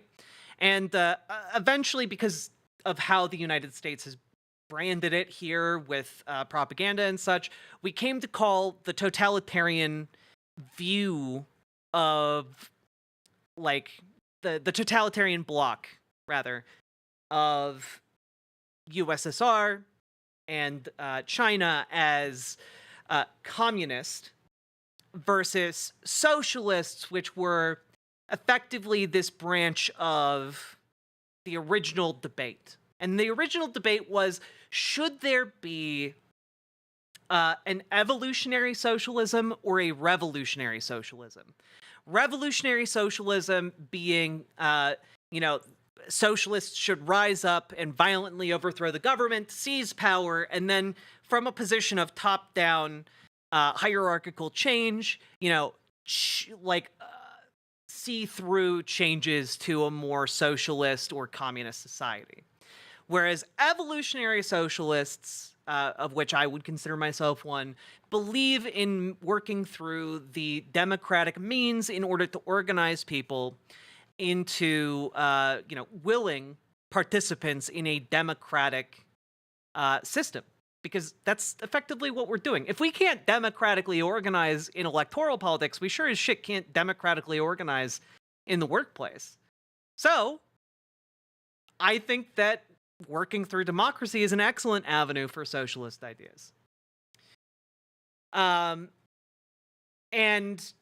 I just want to say here that what she's articulated got like, oh, Marxism became socialism, and socialism became democratic socialism, and then it became like social justice, and no. In a way, perhaps if you squint at this, you can kind of see what she's getting at, insofar as like the ideas of Marx are that every worker is valuable, every person is valuable, every individual is capable of creation and is in turn like a wonderful addition to this diverse tapestry of human life. And because workers like should support one another, like we should value that uniqueness. We should value the differences between us. and incorporate that into our broader lives. And in turn, that kind of ethos that originated, mind you, from that economic theory was integrated into certain social movements. Now, I doubt that she's going to say this, but in the United States, what played a huge role in kind of popularizing these ideas in the modern era was the civil rights movement. Martin Luther King Jr. If a lot of you may remember, he was killed while essentially doing his second phase. You know, the first phase of the civil rights movement was to, protect, was to end Jim Crow, protect voting rights for African Americans. A lot of us know that. The end part, before he was assassinated, was to protect working people in America. It was the People's Campaign. It was, intended to promote the well-being of workers across the United States. And so when she's talking about, and that from that directly, social justice comes about. The idea of an equitable society became rooted in the American kind of zeitgeist, the spirit of the times. And so when she's saying, yeah, secretly it's all Marxism, it's not secretly Marxism. Social justice is a different thing than what Karl Marx articulated. Karl Marx was a political and economic theorist. Okay? He wasn't talking about social justice. He was talking about economies. He's talking about labor relations. Now, do some of those ideas then, like if you extrapolate them into wider society, lead to certain conclusions? Absolutely. But I think it hits a lot different when you actually know the sequence of events and what is actually being talked about here outside of like the scary use of buzzwords. Because I know a lot of conservatives got really, really scared about terms like Marxism, communism, socialism. Okay? They got scared of those terms. And now that same fear is trying to be applied to, conservatives are trying to apply that same fear to social justice and equity and DEI, you know? And at the end of the day, what this means and what scares conservatives the most is a united working class. A united working class standing arm in arm, black and white, united against this capitalist class of oligarchs who would seek to rob you and your family of all things that are good and just. The kind of people who, in order to line their pockets, would see you and your family die and used as asphalt to like recover the roads. All right? And that's who Donald Trump represents. The people who want to grind up your corpses to make their lawns just that much more green. That's who these people work for. So just so we're clear, who's the scary, out of touch weirdo here? This is perhaps the most scary of all. Katie, what brings to mind is the quote, "He who controls the language rules the world." It's attributed to Joseph Stalin and other tyrants. And George Orwell stated, "He who controls language controls culture." Just as an FYI, George Orwell, a socialist. Even more, Hitler and others lived by the creed. If you repeat a lie often enough, people will believe it. Without doubt, it's true. Anyway, Donald Trump definitely won the 2020 election. He definitely won it. He won the election. He did that. He won the election. Don't read anything into me saying that many, many times. He won the election. Language is a powerful and often controlling tool. Career bureaucrats and the left are also using language to change culture and gain more and more authority, thereby upsetting the balance. Can I just say, no individual, no group of people is like, we're setting out to change culture. No one does that. Okay, culture just changes. That's how time works. We live in a linear time, okay? Time, one thing happens followed by another, okay? You flick a domino, they all start falling over, all right? It's linear time. No one has to set out to change culture for culture to change. That just happens because people live and die by virtue of us living within linear time. Of power envisioned by our founding fathers. This, in essence, weaponized language against the American people. This training is vital to you as a political appointee. If there's one thing you take from this, it's you should probably do better work at coloring your eyebrows. Because when you have very white, aggressively white, alabaster skin, it's very easy for your blonde hair to just kind of blend into your skin and make it look like you have no eyebrows whatsoever. This training, it is to know when you start your job as a political appointee. Oh God, Mr. Anderson, thank you for the 10 gifted memberships. I very much appreciate that. Thank you so goddamn much. Also, Ms. Milena, thank you for the 2 gifted subs earlier. I very much appreciated those as well. We're doing some serious stuff at the moment, so let's go. The notification sounds are being turned off. I apologize. Every single word, phrase, and acronym must be vetted, and you must determine what implications every word has before publishing or... Man, what's crazy to me, and I know I'm being real pause champion here, and I'm just going to be doing that because, frankly, if we listen to too much of this, your brain's just going to slowly smooth like a Zamboni on an ice rink, okay?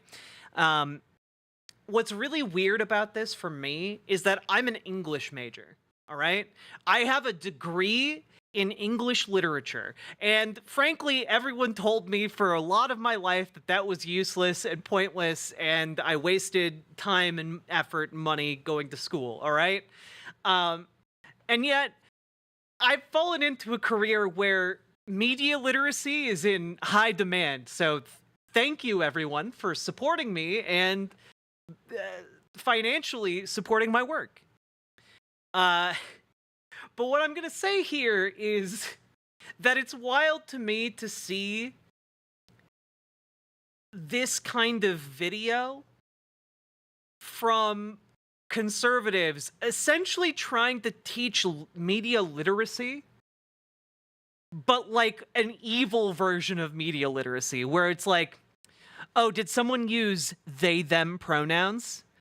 That means that piece of legislation is evil and tainted by gender ideology. Like that's essentially what they're trying to do. They're trying to teach people that the dog whistles that they use for like trans people or Jewish people or whatever need to be like applied to law. And it's a cartoonishly evil, frankly.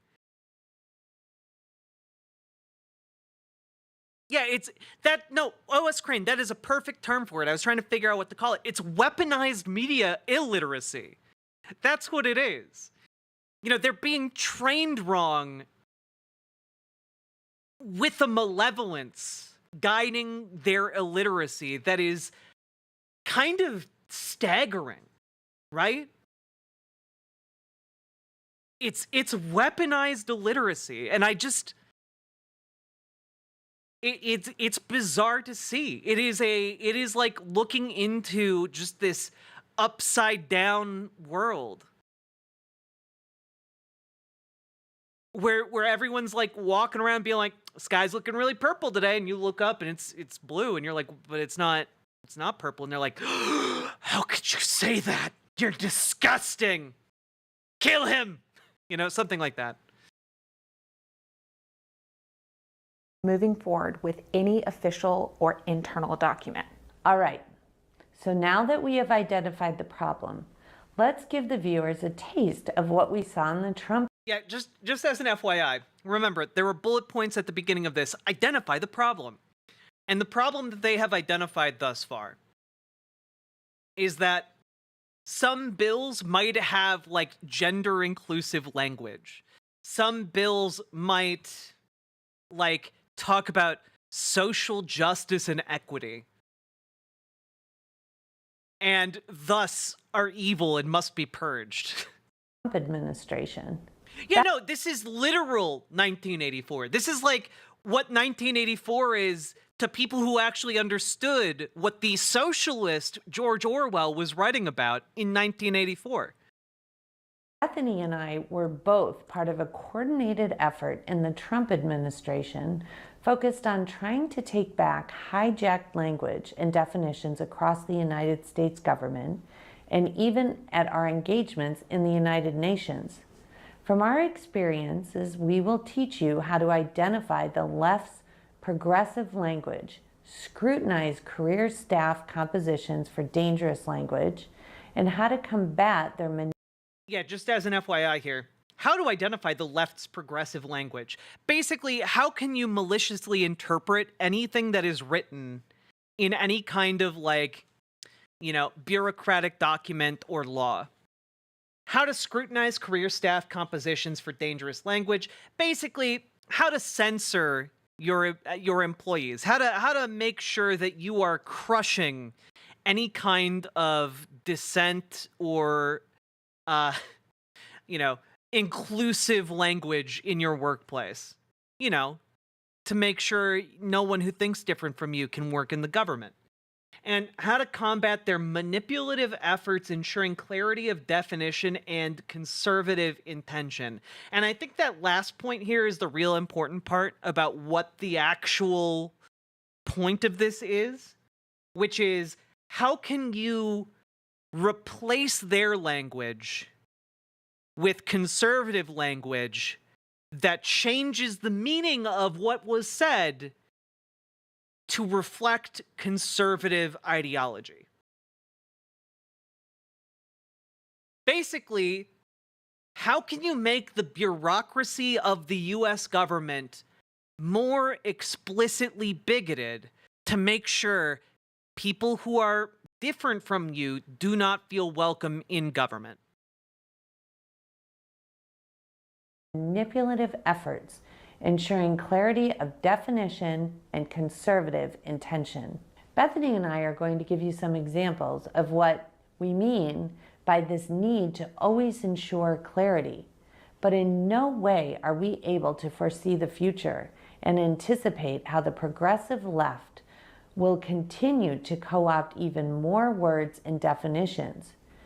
We can tell you the words and phrases being used today, but by the time you enter the administration, these examples may be obsolete. This will help you spot crucial issue areas to pay close attention to. Oh yeah, of course she's reading her lines. Like, this is a 50-minute long video.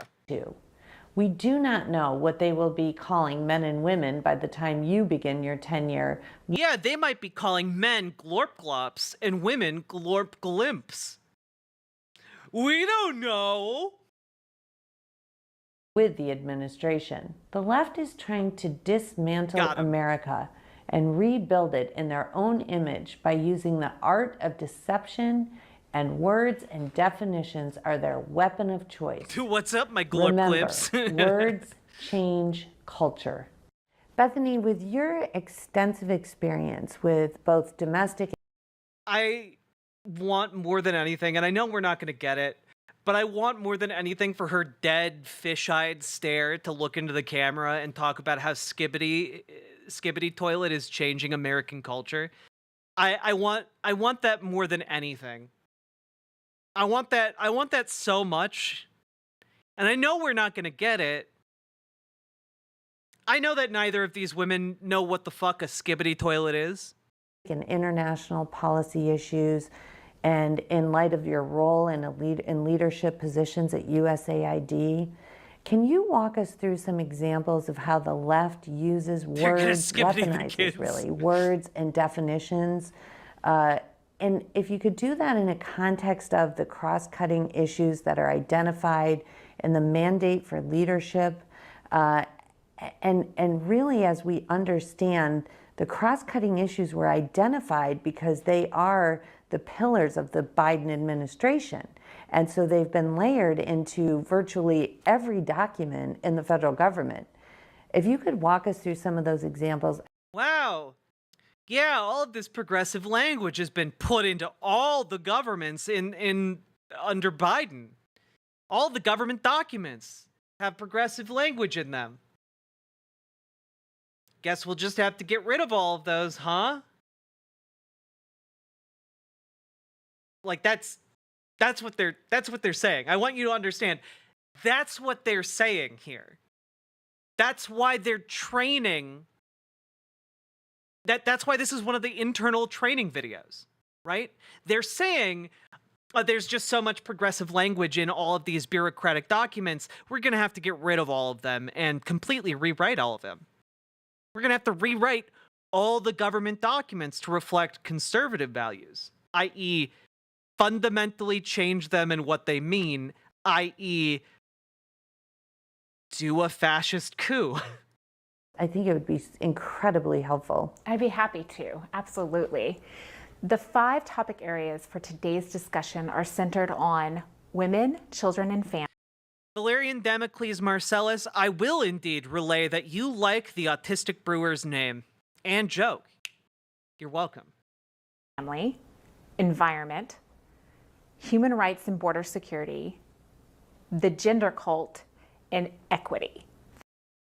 Okay. Can we stop and can we make some guesses here? Okay. So, number 1, they're obviously going to be talking about like how you need to use more heavy-handed language, like instead of talking about like abortion, they're going to be like you need to call it child murder. You need to call it child homicide. That's what we need to call it. Environment?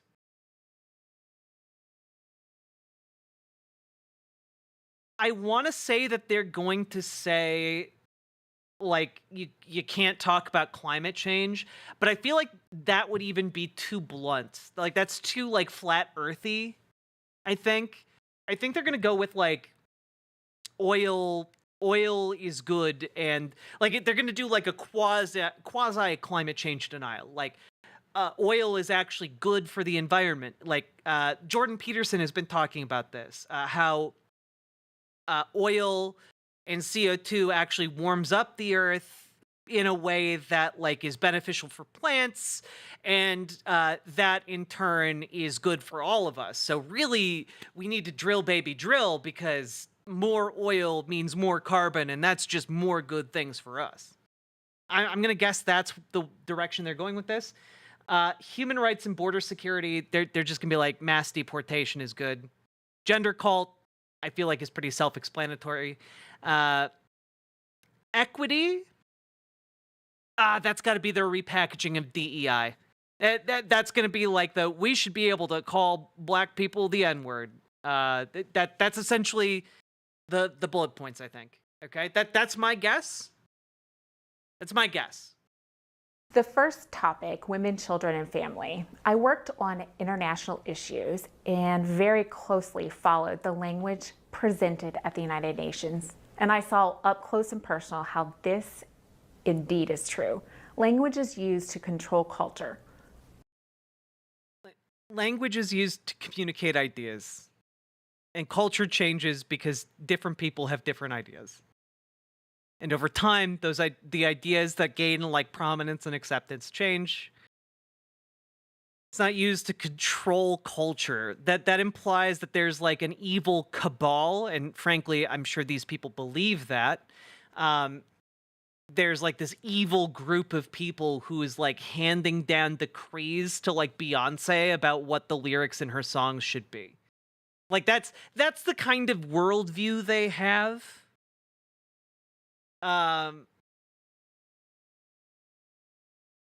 But yeah. I'll never forget a conversation I had with the chief of staff at USAID. We are trying to provide alternative language for the highly controversial phrase. Well, guys, you can tell she ain't right, okay? Because she completely forgot to draw on her eyebrows. Remember to do that before you go on stream, folks. I had to learn that the hard way. Comprehensive Sexuality Education, or CSE, which at the United Nations had come to mean not just typical sex education, but instead had been morphed into teaching and normalizing sex at very early ages, even Yeah. as young as preschool. Okay. As somebody who is familiar with a lot of teachers, like I know a lot of teachers personally, and my partner is a teacher and taught for like 10 years, like, they aren't teaching preschoolers how to have sex. Okay? The form sex ed takes when you're in preschool is at most stranger danger. This is the no-no zone. Okay? That's like the extent of it in preschool. When they're talking about sex ed in like elementary school, they're talking about this is what different parts of your body are called. And that's specifically so that, like, if someone, if a kid is sexually abused, they can articulate what happened to them. Which, in turn, helps to catch more, like, sexual predators. All right? If you can't articulate what happened, then it's a lot harder to tell someone what happened. And on top of that, at most, at the tail end of elementary school, you might get a class that tells kids what sex is, like how babies are made. It might not go into sexual safety, but it will talk about, like, this is where babies come from. They're not delivered by a stork. Then you get into middle school, and in middle school, that's when, like, the sex ed safety classes start. Because kids start having sex in middle school. They start experimenting. And frankly, just letting you all know this, in case you don't know, there have been studies about this. If you do not teach your kids about sex, if you do not teach kids about safe sex, they will teach each other what they think sex is. So you have to ask yourself, who do you want educating your child about safe sexual practices? Do you want an adult who has, like, a curriculum about the subject that is based on science and facts?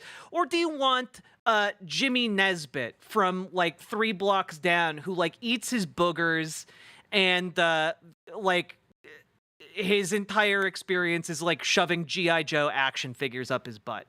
Like, who do you want teaching your kid about how to safely, like, handle their body?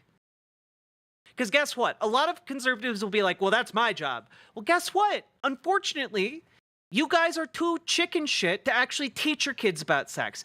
Too many of you are too scared to have those conversations with your own kids.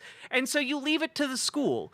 But you don't want the school to teach that because you think it's your duty, and you think that you should wait until they're 18 years old to have that conversation about sex. Except here's the problem. A lot of kids, if they don't learn it from you, they don't learn it from their teacher, they're going to learn it from each other. They aren't going to know how to be safe. So, I know that I don't want other kids teaching children about how to have sex. I know I can't trust parents to teach their kids about sex, because too many of you conservatives out there, you think it's like evil to teach your kid about their own body. So, the best solution here is just let the schools do it. Have a school do it with age-appropriate sex ed for each level, for each grade level. That's it. That's all you got to do. It's not hard, not rocket science. It's not hard to understand why it's a good idea.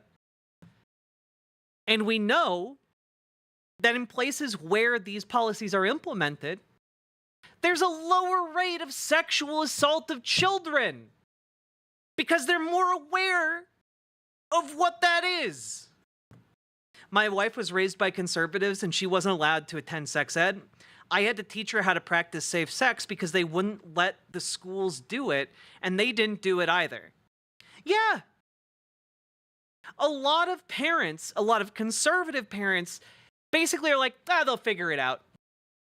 And then that's how you get, like, people who are in their 20s that are like, women can't have orgasms.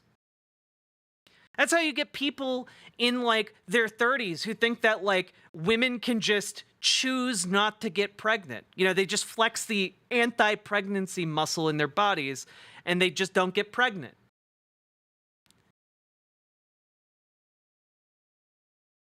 That's what these people do, okay? That's how you get sitting politicians who don't know how women's bodies work or how reproduction works. That's how you get like these dipshits in office.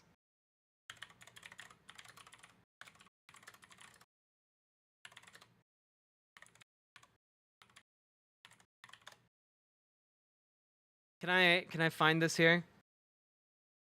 Yeah, here. Just watch this. This is from the Idaho legislature. They start talking about colonoscopies, and things just go downhill from there. I swear we did not edit this. This really happened today, because this is what today is like in the news. This is from 2015. You mentioned the risk of colonoscopy. Can that be done by drugs? Mr. Chairman, Representative Barbieri, it can not be done by drugs. It can, however, be done remotely, where you swallow a pill, and this pill has a little camera, and it makes its way through your intestines, and those images are uploaded to a doctor who's often thousands of miles away, who then interprets that. Follow up, Mr. Chairman. Barbieri. Can this same procedure then be done in a pregnancy? Swallowing a camera and helping the doctor determine what the situation is with the... Mr. Chairman and Representative, it cannot be done in pregnancy simply because when you swallow a pill, it would not end up in the vagina. Fascinating. That certainly makes sense, doctor. That's a guy in a position to make laws about women's bodies, about what should and should not be done between you and your doctor. And that is the kind of world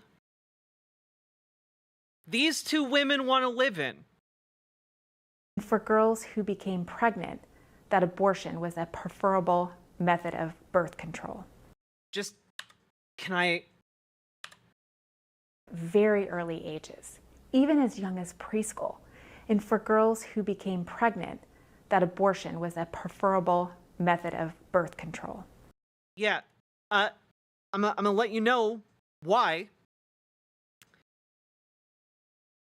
When a young girl who is 10 years old, say, gets pregnant, the reason why abortion is a preferable form of birth control is because often a 10-year-old, thanks to people like yourselves, isn't aware of how pregnancy works and isn't aware that they're pregnant in time to do something like, say, take Plan B or something, which, by the way, they also want to make illegal.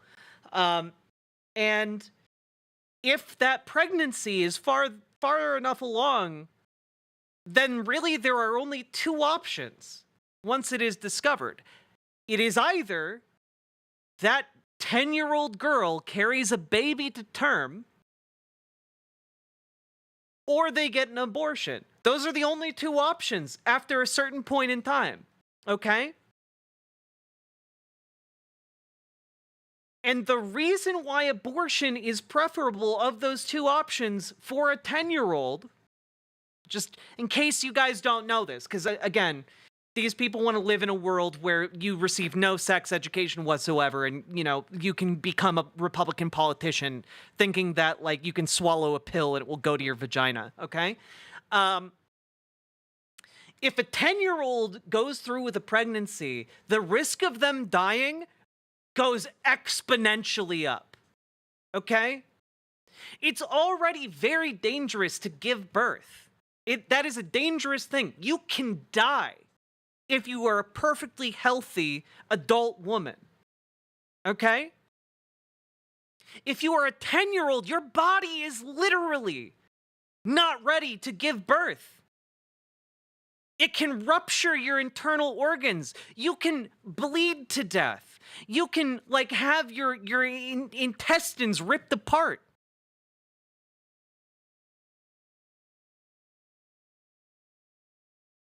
Very, very high chance. Happened to a childhood friend of my dad, says Shabriri's Woe. Yeah.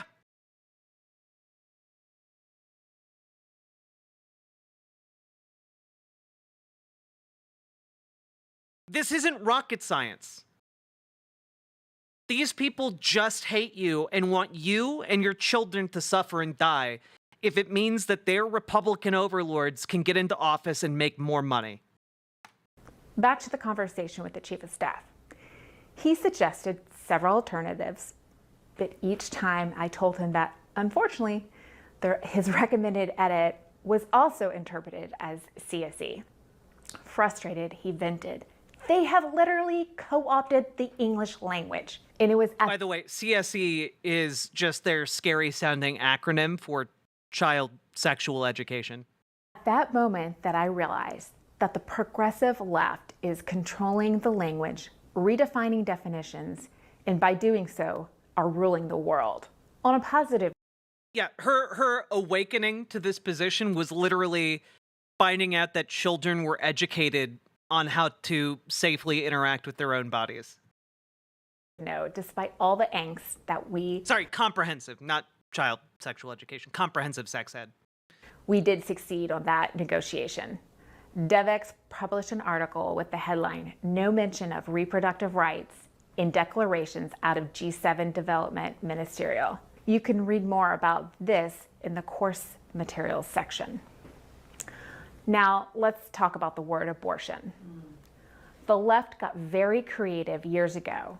Oh, hey! Nailed it. Let's talk about abortion. They throw up the women, children, and family. Started using different words to make abortion sound a little less like murder. For example, I just want to clear this before we go on.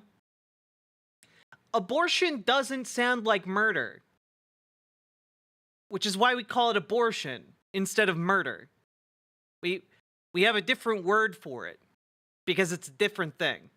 The left doesn't need to come up with, you know, kinder ways of saying it because we already have a word for it. It's abortion.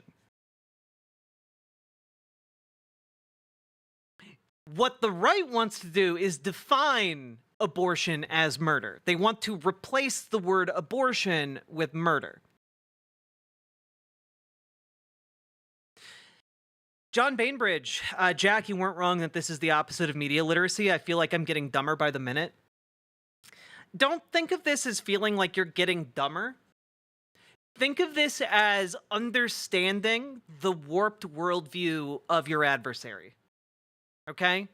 We need to understand what these people want to do in order to articulate it to other people, in order to be able to have a conversation and tell someone, yeah, it's actually this bad. This is actually how bad Project 2025 is.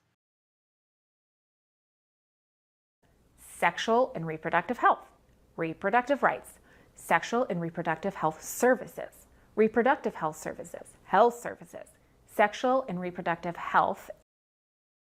Just want to throw out there, the reason these things are called sexual and reproductive health, reproductive rights, sexual and reproductive health services, health services, sexual and reproductive health and reproductive rights, the reason all of those things are called that is because they are different things than abortion. They are about, hey, how to use a condom. Hey, I've got weird things on my genitals. Do I need to go to the hospital? Hey, I need information about diabetes. Hey, like these are services and ideas that are not limited to abortion. Hence why there is an umbrella term under which abortion exists. This is not like a scheme to make people think like it's not murder, because it's just not murder. That's why, again, we have a different word called abortion. This isn't, again, not rocket science. Different words mean different things. And reproductive rights, sexual and reproductive health and rights. All of these include abortion. For years, we knew that the terms above that I just mentioned had been used and that they were code for abortion. The left... They're not code for abortion. They just include abortion in them. Like, again, this is like saying, yes, when someone's talking about crime, they're talking about murder. It's like, no. Actually, that's an umbrella term. Crime is a large term that incorporates a lot of different activities, not just murder, not just jaywalking. It's come on now. Left and the career bureaucrats at state and USAID told us, "Oh no." Yes, the Mayo handmaiden is being disingenuous. When I was negotiating with Canada for the G7 Development Ministerial. Yeah, I just want to point out. I just want to ask you guys. Does this lady seem like a normal person? Does this lady seem normal to you guys?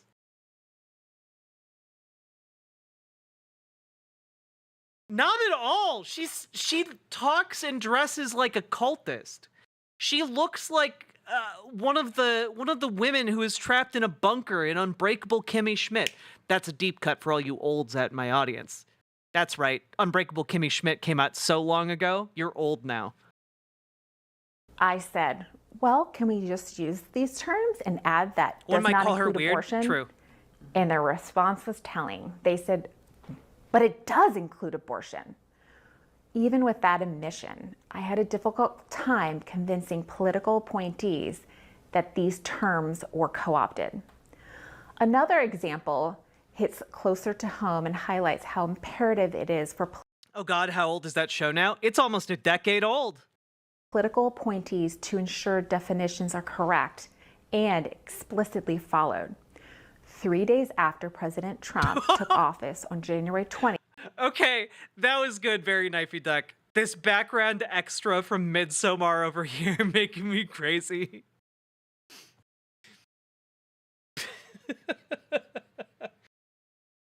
2017, he issued a presidential memorandum regarding the Mexico City policy. This became known as the Protecting Life and Global Health Assistance Policy, or the expanded Mexico City policy. When I arrived at USAID in June 2017, I was the first political appointee in a bureau outside the front office and the 6th political appointee in the building. Despite President Trump issuing a presidential memorandum at the very onset of his administration to immediately change course and to protect life, even months later, his guidance was ignored. I remember hearing careers refer to this policy and even seeing documents that referred to it as the global gag order. I immediately told the career staff that we do not refer to it as the global gag order, but instead appropriately as the Protecting Life and Global Health Assistance policy. To some, it may seem inconsequential, but it actually was completely undermining the president and the American people who had elected President Trump.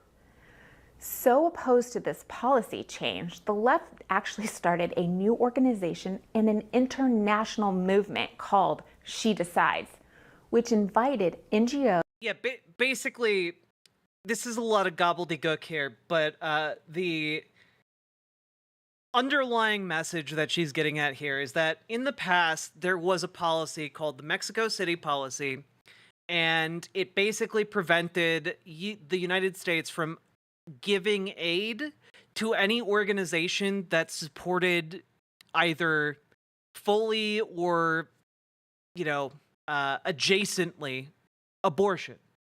Any kind of abortion counseling or services, anything like that. If it was at all related to abortion, the USAID could not fund it.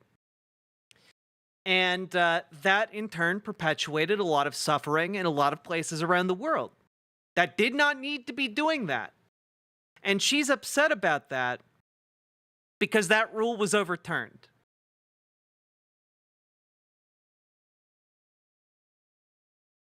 Yeah, by the way, I'm just going to read this off here.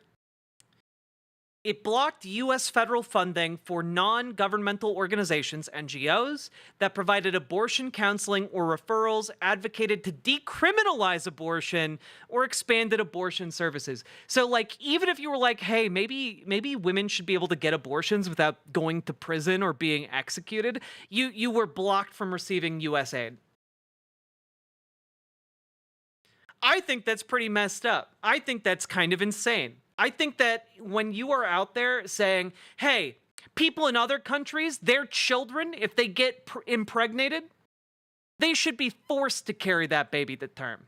If a 6-year-old in another country gets pregnant, they should have to have that baby. That's fucked up. That's almost, I can't think of anything more evil than that, frankly. These people are in it for the suffering. And other foreign governments to join and actively promote abortion services and advocacy, essentially joining together to try to counter. Yeah, because other people might make different decisions than you would. At the end of the day, they want to have the right to tell you that you can't do. You cannot do something with your body. All right? They want to be there and be like, actually, if you don't want to give birth, that's too bad. We're gonna strap you down to this table and force you to give birth in 9 months. All right? I don't think there's any justification for that. You might say, oh, well, they're not strapping them down to a table. They might as well. What difference does it make to you? The suffering is the point here. You think at the end of the day, the state should be empowered by any and all means, up to and including strapping down 10-year-old impregnated girls to a table and forcing them to give birth. You think that that is something the state should be able to do if it means it prevents abortion. And I think that's deeply weird. I think it's deeply evil. So how about you mind your own goddamn business and make the choices you want to make for your own body, while acknowledging that it doesn't give you the right to make choices for other people's bodies.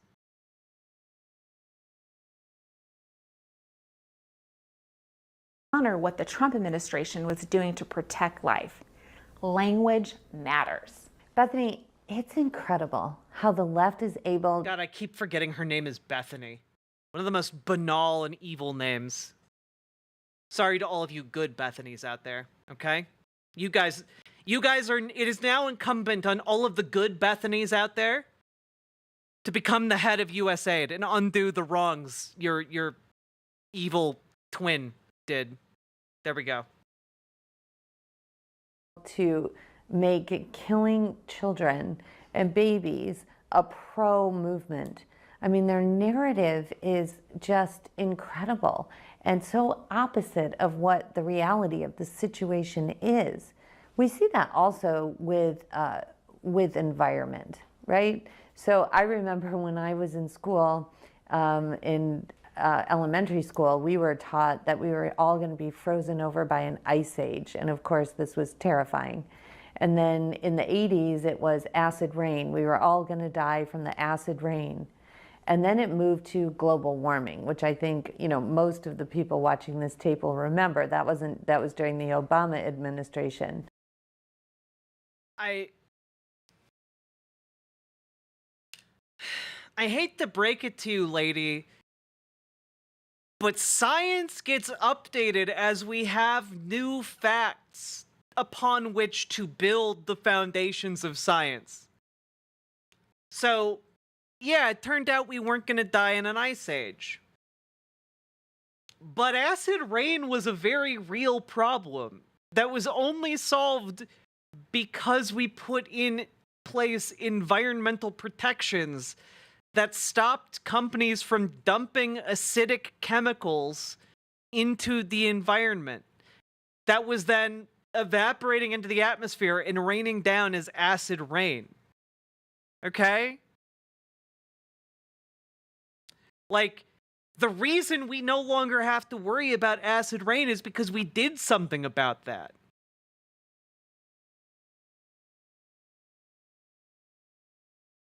They literally think the greatest strength of science is a weakness of it. Well, that's because, again, guys, these are fascists. These are fascists, all right? Like, that's what they do. They are anti-empiricist. Part of the nature of their ideology is an inability to make scientific claims because they are anti-empiricist. They are against the very foundation of science. Yes. And then science comes along and disproves the global warming theory in large part, and we have one of the most... Oh. Okay, so I was wrong. I gave them too much credit. I gave them too much credit. I didn't think they were going to go full climate change denial.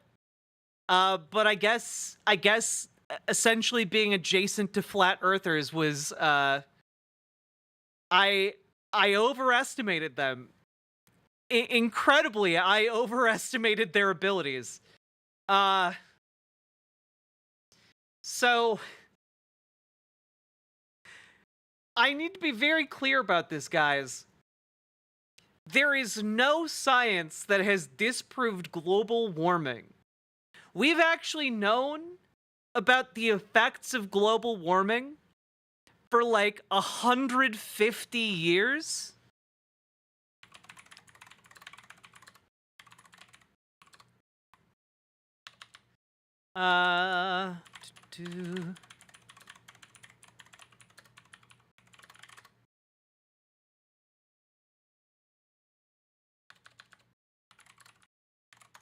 Can I? Yeah. All right. So, in 1859, John Tyndall discovered that carbon dioxide was a greenhouse gas. Okay? 1859. Since 1859, we have known that carbon dioxide is something that, if put into a certain atmosphere at enough quantities, can produce a warming effect. That's why we call them greenhouse gases. And even at the time,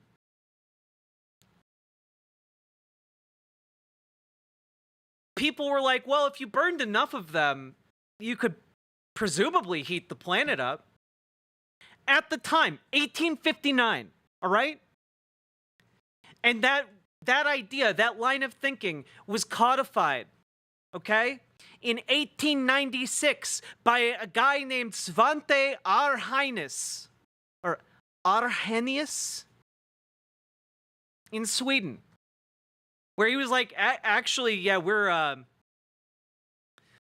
we're burning a lot of wood and oil and coal, and that's going to add up.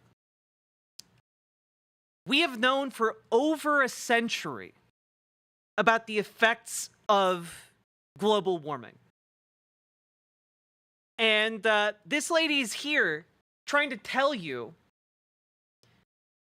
that Obama made up global warming.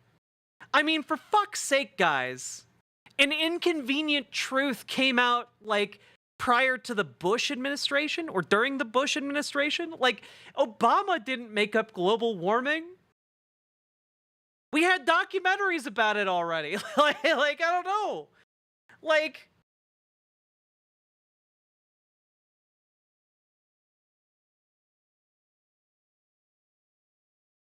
during? Thanks. So it's like, we have had an idea here of what's going on for a very long time. Oil and gas companies had research on warming effects being done in like the 1940s and 50s. Like, this is some inherit the wind shit, okay? This is some, like, you can't teach evolution in the classroom because that would mean we came from monkeys, and that's gross. That's what this is. This is reactionary, anti-science, anti-empiricist hogwash. But it is being fueled into power by a fascist movement that is in part fueled by its science denialism. Most frigid winters ever known. And then the next thing you know, they're calling it climate change. Now, I always understand. We did not have one of the most frigid winters you've ever known. Like, I know I don't have to spend a ton of time debunking this, but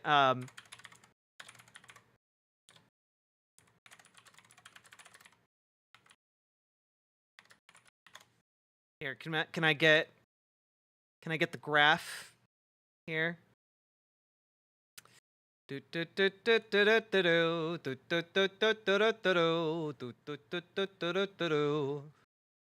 All right. Here, that's not a graph. God, why? Why are you doing this to me? There we go. Just gonna throw this out there, guys. Really? Why? Okay. Just gonna throw this out there. This isn't even an updated graph.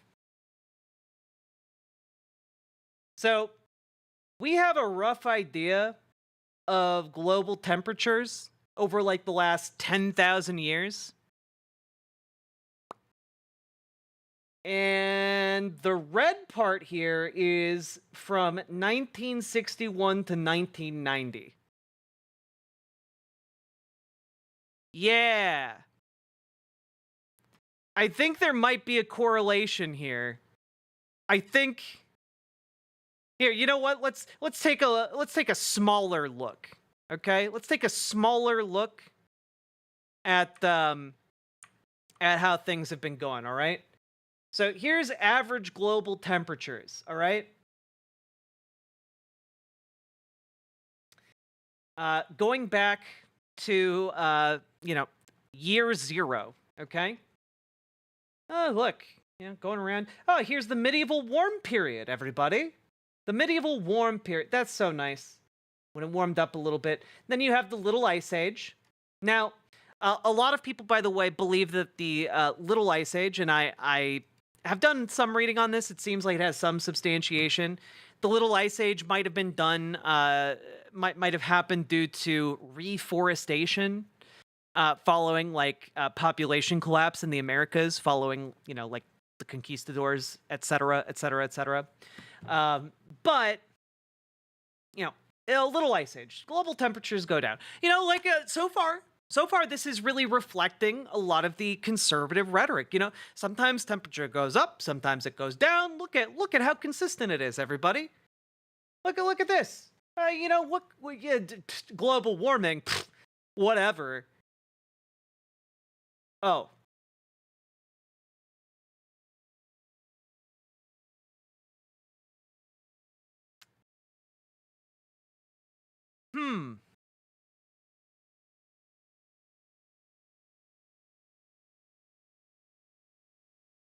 Yeah, it seems the Industrial Revolution really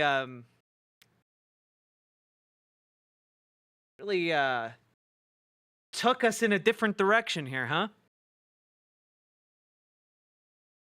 Now I know I don't have to spend a ton of time talking about the science of this with you guys, because I basically gave you a brief explanation of how this all works. I welcome you to go through all of it yourselves. Fascinating studies. It's really cool how they like get the ice cores, like figure out what the temperature was back in the day. Very cool stuff.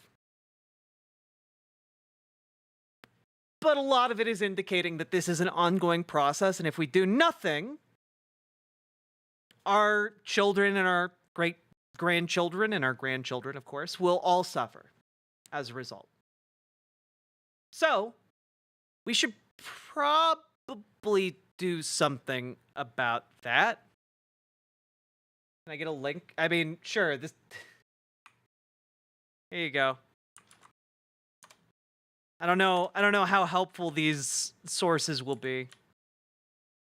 Oh, actually, I can't post a link that long into YouTube chat.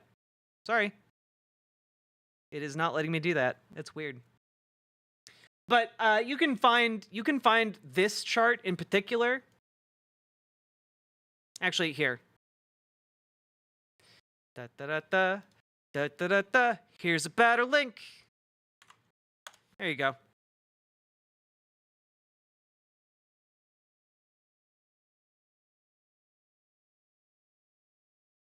That climate change meant seasons. Our climate does change all the time, but no, I never want to use a URL shortener that can be used. Guys, if you ever see a shortened URL in my chat, don't click it, okay? I do not trust them because people hide malicious shit in URL shorteners in chat. I would much rather the transparency. Of course, that's not what's meant by the left. There you go. What do you think about all of about the left's words and definitions in the environment? It's a great point, Katie. They don't stop. Climate change allegedly is everywhere, and if yes, that is what. Yes, it is. It is a global phenomenon. It's talking about the average temperature of the planet. That would definitionally be everywhere.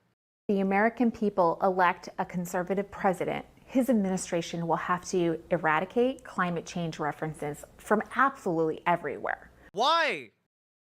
The science backs it up. This is like saying... this is like saying we need to stop doing crop rotation in the fields because there's no science to back it. It's backed up by science, man. I don't know what to tell you. I don't know what to tell you here.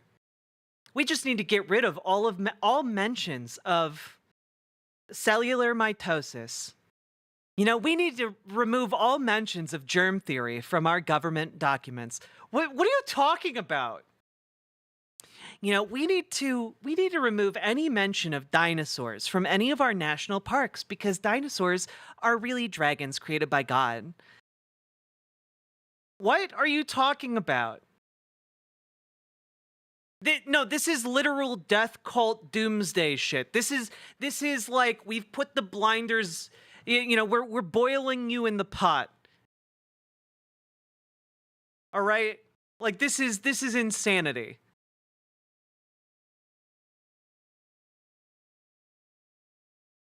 By the way, in case any of you thought I was pulling anything out of my ass with that you know, dinosaur bit I was doing, I should just let you know that people like this genuinely, truly believe that the world is only 6,000 years old and that the bones of dinosaurs are actually the bones of giants that they call the Nephilim, all right?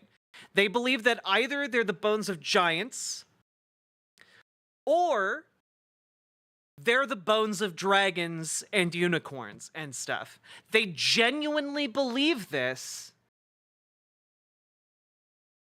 And they want you to be forced to believe it too. Yeah, they go to dinosaur museums and show humans walking around. Yeah, it's insane. It's insane.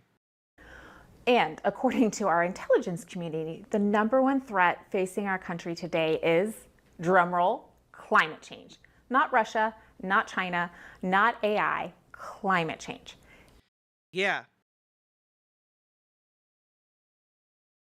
What is difficult about this to understand? This shows how the federal government is all in on this issue. And climate change activists wield a lot of power. This is an issue to pay. But you haven't shown that they're wrong. You're like relying on your facial expression to convey that they're wrong, but you haven't said how they're wrong. Like, yeah, they're all focused on climate change issues because things like climate change are going to raise sea levels. Because I don't know if these people know this, but when it gets hotter out, ice melts. And when more ice melts, that means there's more water. And when enough ice melts, and that all goes into the ocean, guess what? The water levels go up. And I don't know if you guys know this.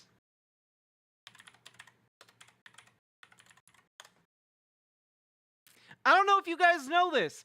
Miami is 6 feet above sea level. 6.5 feet. All right? How high will the oceans rise if the ice caps melt? 230 feet. Just FYI. That's why they're talking about how it's an existential threat. If all of the Earth's ice caps melt because, you know, it's climate change on a global scale, the oceans will rise by 230 feet.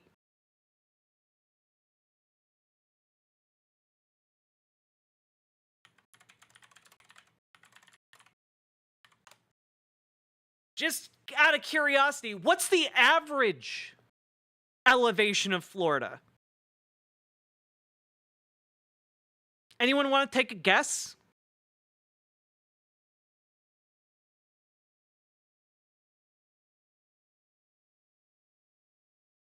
It's 100 feet above sea level.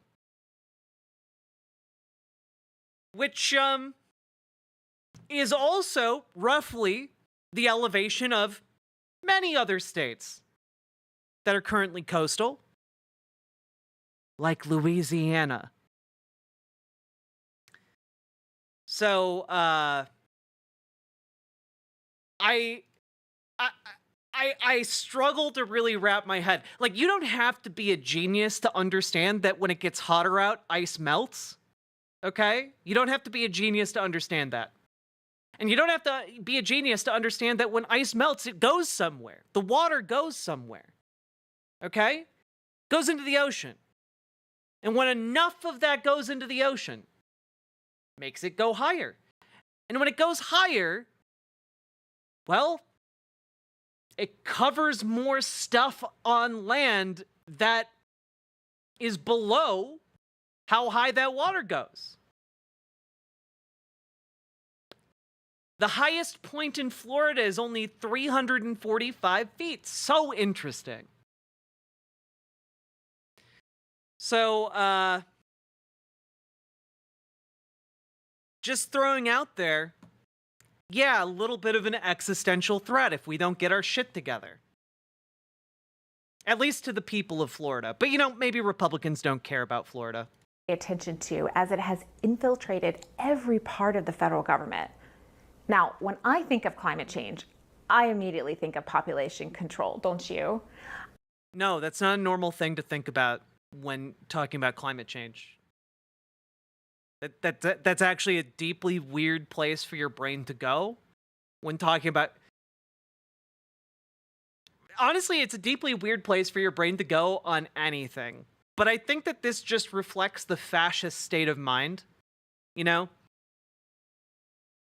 The fascist state of mind is effectively, oh, well, things change, time to control the population. That's where their brains go.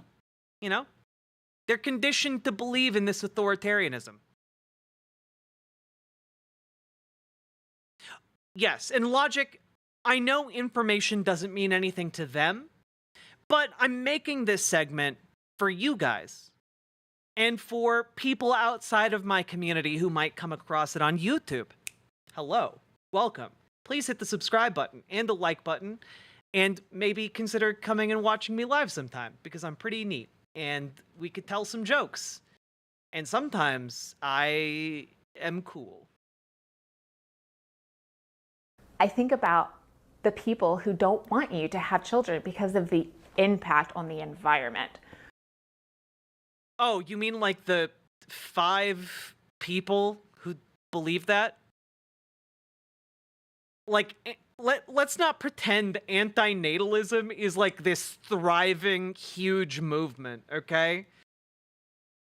Do they even have like a convention? Anti-natalist convention. Is there one? Oh my god, there is. There's an Anti-Natalism International. Amazing. It featured only 9 speakers. Okay, yeah. What a thriving movement. Perhaps not everyone will make that connection, but after spending time in the international space trying to protect life, I can tell you that this is part of their ultimate goal, to control people. Let me share a personal... Bro, you can't judgmentally say that after you've spent like the last 15, God, we're only 15 minutes in. 15 minutes talking about how you want to get between like women and their doctors, okay? You can't take the moral high ground on controlling people here when you've done nothing but talk about how you want to control people. Personal example of how the left seeks to permeate every dimension of life through their skewed terminology and definition. When I arrived at USAID... Yeah, how dare the left have words for things? I had a career employee ask me how many children I had. I thought it was a bit odd of a question, but to be kind, I answered. And I said I had 3 children. And he actually said to me, "Oh, wow, 1.5 too many for the environment." I smiled and I said very politely, if I could have 10 more children, I would. My bullshit sensors are going off, chat. I don't think this happened. And if it did happen, it's possibly the most malicious interpretation of what was said. Because I can't imagine someone seriously looking at someone and being like, oh, sounds like you had 1.5 children too many. How would you have half a child? Like, if this did happen, and I feel like that is granting a lot here. If this did happen, and someone said, oh, sounds like you had 1.5 too many children, and your interpretation of that is that that person genuinely thought that you had 1.5 too many children, it sounds like you just don't understand a joke. It's one of those two things. Either she's lying or absolutely did not understand the joke.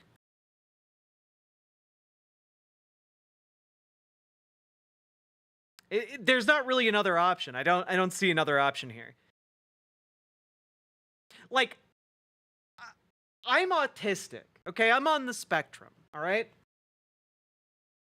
And my brain is just really stuck on the fact that he said, allegedly, you had 1.5 too many children.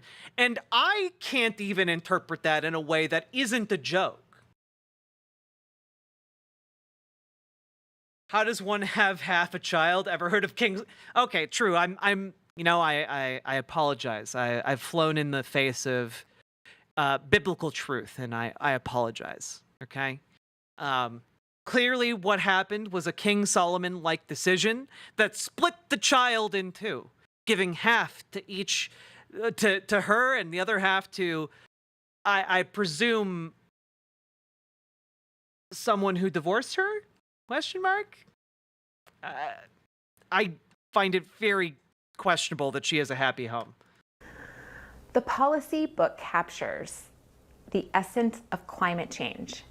And I quote, "In the name of combating climate change, policies have been used to create an artificial energy scarcity that will require trillions."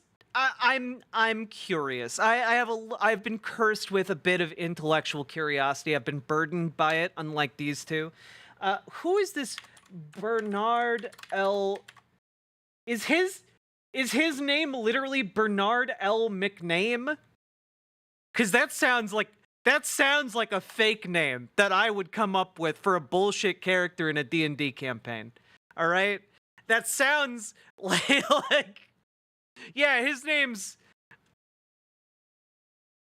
Bernard McName.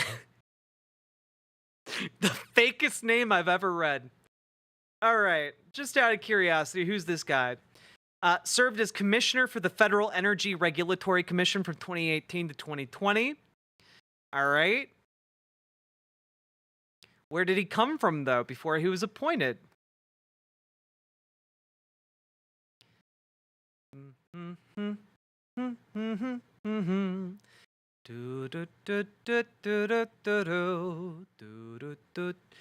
He's been a member of the Federalist Society since 1990. And, let's see.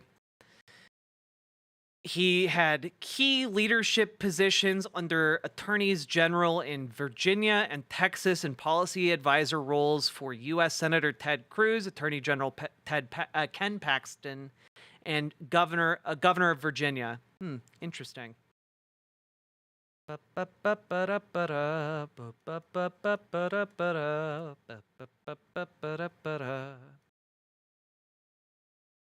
Okay.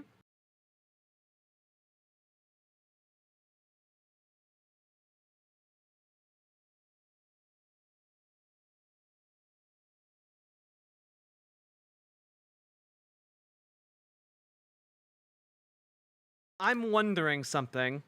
Climate change denial. All right.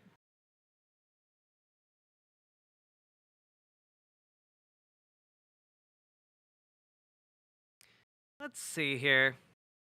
Oh. Well, this is interesting. This is written in 2018 by the Union of Concerned Scientists. The Senate should reject Bernard McName's, it's probably nomination to serve as the Federal Energy Regulatory Commission. According to the Union of Concerned Scientists, the vote is expected at noon today. Mr. I'm just going to call him McName. McName's bias, so clearly in favor of fossil fuels and against renewables, should disqualify him for this position. What we need is an impartial regulator who will vote in proceedings fairly. Okay. The only winner here is the coal industry. States with large renewable energy industries, such as Kansas and Iowa, have a lot to lose. His pro-coal stance. Imagine being pro-coal in 2018. My God. A lot to lose from a public health standpoint. Look, he was paid off by Big Black Lung, okay?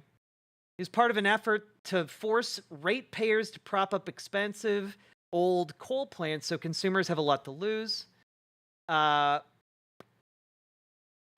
most of all, the climate losses. We have about 10 years to aggressively reduce carbon emissions, or we're going to destroy the planet. And the Senate just confirmed a pro-fossil fuel, anti-renewables political operative with a massive conflict of interest. The partisanship is really striking. Interesting. Tell me more.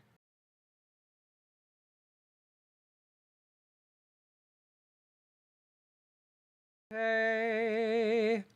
Yeah, basically, as far as I can tell about this guy, he was in charge of basically pricing renewable rates of energy higher than like coal or oil or natural gas, because he was essentially a lobbyist in the form of an advisor for these big energy markets. Billions of dollars in new investment, supported with taxpayer subsidies to address a problem that government and special interests themselves have created. Page 364, end of quote. Population growth, environmental changes, and weather patterns have all been intertwined by the left. They take or even make up a term and create, extend, and alter the definition to validate whatever ideology or position they want to ingrain. I have to be honest, it's really weird to make this kind of statement after talking about the term climate change. I feel like it's pretty self-explanatory because the climate is changing. So I feel like this is a particularly weak time to introduce this argument on her part.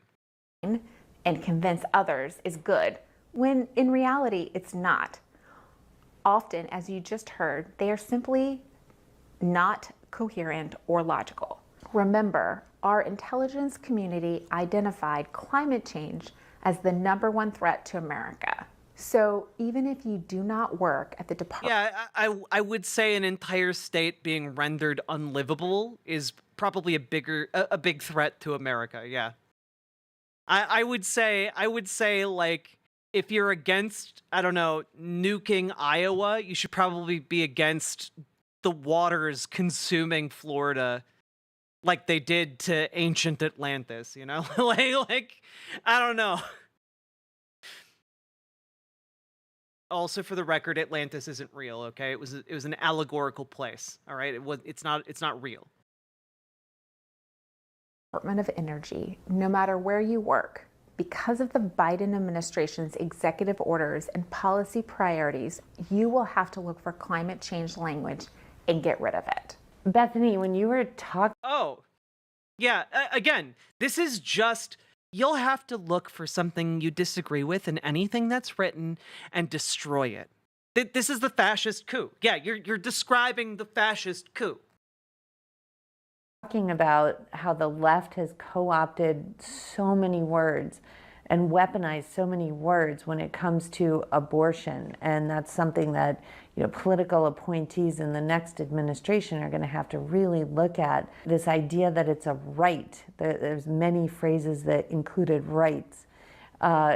Is there other places where rights are used as a catch-all and it means something else? Katie, that's... Yeah, leftists believe in things called rights. You know, they want everyone to have rights. Like, what are you doing, man? Like,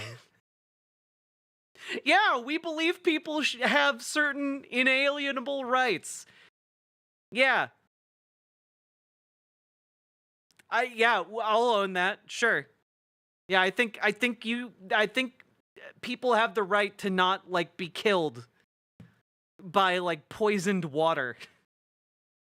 What a radical idea. That's a great question. And in fact, number 3 is human rights. Human rights in border security. So rights... Oh God. Oh God, they're going to talk about how you shouldn't have human rights. Rights. The left is always coming up with new rights. In the Trump administration, Yeah, because, you know, we tend to believe that things should get better and you should, like, have more rights as time goes on. As we improve our society collectively, we should have more rights and defend more rights. We countered human rights with unalienable rights. The careers went... Yeah. Human rights should be inalienable rights. That's what the argument we're making. Absolutely crazy at USAID. But thankfully, President Trump had established a commission on unalienable rights at the State Department, and we would just point back to the commission. Sadly, our founding documents were not sufficient, but thankfully the commission was. The Department of State's Commission on Unalienable Rights. I'm sorry, what? Just point back to the commission. Sadly, our founding documents were not sufficient, but thankfully the commission was. That's actually kind of shocking. Right? She's saying the Constitution wasn't sufficient. That is interesting. Like, she's so far lost in the sauce that she's like, our founding fathers have failed us and not given us perfect founding documents. Yeah, this is some like RoboCop level like conservatism. The Department not complimentary. of State's Commission on Unalienable Rights was charged with providing the U.S. government with advice on human rights grounded in our nation's founding principles and the principles of the 1948 Universal Declaration of Human Rights. Now, I'm going to turn over border security to you, Katie, as it deals with legalese. And we all know that border security is a major issue, and they both sound like they've had like 2 or 3 glasses of wine. differences between a conservative presidency and administration and the current administration couldn't be more stark than in this area. So getting the words very precise and correct is crucial. The left has co-opted language and definitions as it relates to immigration. Illegal immigration is one of the most devastating challenges America faces today, particularly when you factor in all of the secondary costs and effects of illegal. Yeah, I'm not gonna lie. This just sounds like a lady who's really upset that she can't use the name of the 1960s operation to deport immigrants to Mexico. Okay, she just sounds like she's upset that she can't use that term anymore. Illegal immigration, including illicit drug and human trafficking. The left knows the most illicit drugs and human trafficking come into our country via legal means, via aircraft, via cars crossing the border, driven by citizens. American people oppose illegal immigration and understands its effects. So they have spent years using language designed to both conflate illegal immigration and legal immigration, the latter of which most Americans support, and soften the idea that illegal immigration is, in fact, illegal. It is a good bet. Yeah, except that we know that that's illegal, but also, to what degree is it illegal? I'm just gonna ask this question. To what degree is it illegal? Super illegal? Is it ultra illegal? Like, if illegality was a spectrum, okay? And on one end you have like jaywalking, and on the other hand you have, you know, quintuple homicide, okay? How illegal is undocumented immigration? I actually have an answer for this. It's over here on the jaywalking side of the spectrum. It is a misdemeanor. It is less serious than if you were caught speeding. And I have to tell you something. I've seen how a lot of conservatives drive in rural areas. I know you motherfuckers aren't driving the speed limit, okay? I know that. I've seen you every single day on the roads. And I know you guys aren't speeding. So, just to be clear, for a crime that is less severe than speeding, you want to launch a multi-billion-dollar operation to ethnically cleanse America. That doesn't make sense to me. It doesn't make sense to me that you want to deport people who came here to work. That doesn't make sense to me.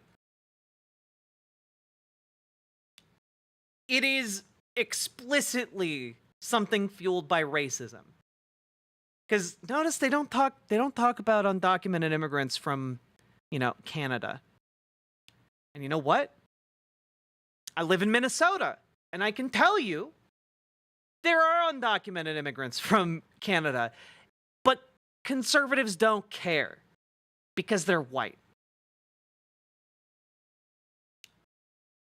Yeah, honestly, Chai T-Rex. Also, there are a lot of undocumented immigrants from Europe as well. Conservatives also don't care about that. And I need to point this out. One of those undocumented immigrants from Europe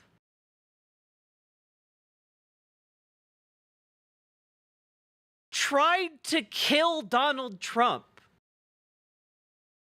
Like, I know a lot of people forget this. When Donald Trump was running for president the first time, he had a guy from the UK go to one of his rallies and then try to steal a gun from a cop to try and shoot Donald Trump.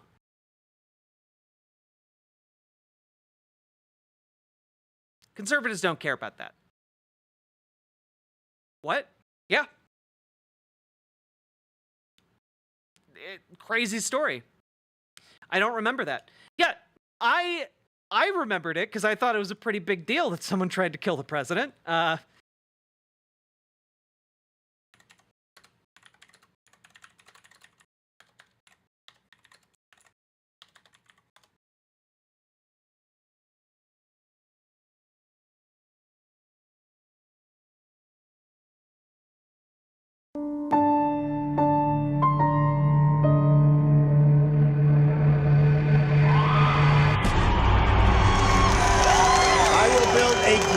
Great wall.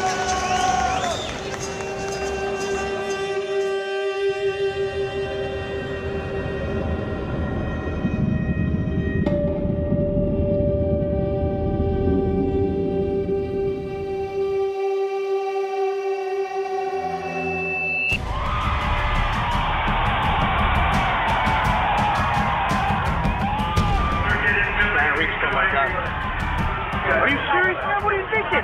Michael Sanford could have altered the course of American history. Anyway, yeah, that happened. Also, don't do that. It's a very dumb thing to do. Yeah. Again, when British people, when Canadians, overstay their visas, they become, undocumented immigrants. They become illegally in America. But you know what? Weirdly, conservatives don't lose their minds over that. It's about Hispanic people. They just hate non-white people, essentially.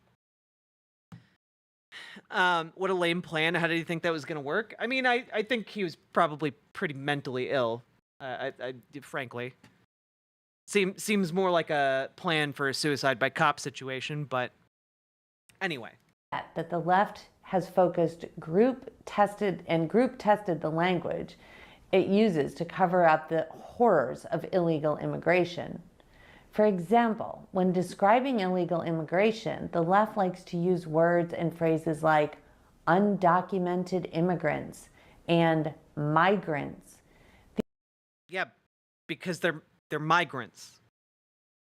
And sometimes migrants are documented. Also, an undocumented immigrant entering America isn't necessarily here illegally. I know that conservatives might be news to some people, but we have a process called asylum. If somebody crosses the border to begin the asylum process, they can cross at any point along our border. It does not have to be the legal point of entry. If they cross across one of our borders and then go and make themselves known to the local authorities, that is actually them following the legal process. They lack the documentation, but they are here legally, because it is legal to be here while applying for asylum. It's almost like different words and different phrases mean different things. These terms are designed to sound softer and take the edge off the fact that these people are illegally in the United States. It is important to note that they specifically avoid using the word alien, which is the terminology used in federal law. To be clear, alien is not a negative or pejorative term. It is. I don't know, lady. I think if, let me put it this way, lady. I think if somebody walked up and said, "You look like an alien," I think you would take it in a pretty negative or pejorative way. I think that it's pretty clear that it has those connotations. It simply means that an individual is not a citizen of a particular country. Language matters here for a lot of reasons, but primarily because citizens of the United States have rights that others, including foreign nationals. She looks human to you? I have to be honest here. She looks very weird to me. Who are illegally on our soil do not. If I had to guess, I would say that the left's attempt to wash away the term alien stems from their disdain of actual law, since they want to avoid discussion of what federal immigration law actually requires. Man, I have to say that's pretty rich coming from someone who doesn't accept the outcome of like 100+ trials against Donald Trump, who is who's supporting a guy who's a felon 34 times over. I think we know who is disdain for law, okay? Which is everything they refuse to do, and their interest in washing away the overall value of citizenship. Remember, citizenship places a focus on nationality and sovereignty. The left has bought into the globalist vision of a borderless world, and their language choices reflect that. The left loves to say that illegal aliens are undocumented. Not only is that terminology not used anywhere in federal law, but it is clearly designed to soften the concept of illegality by making it seem like it's just a technicality. In other words, if you are undocumented... Hey, so just quick question. If you're a conservative and you buy into this type of logic, I want you to ask yourself, honestly, like have some introspection here. Have you ever sped? Like, have you ever driven faster than the stated speed limit?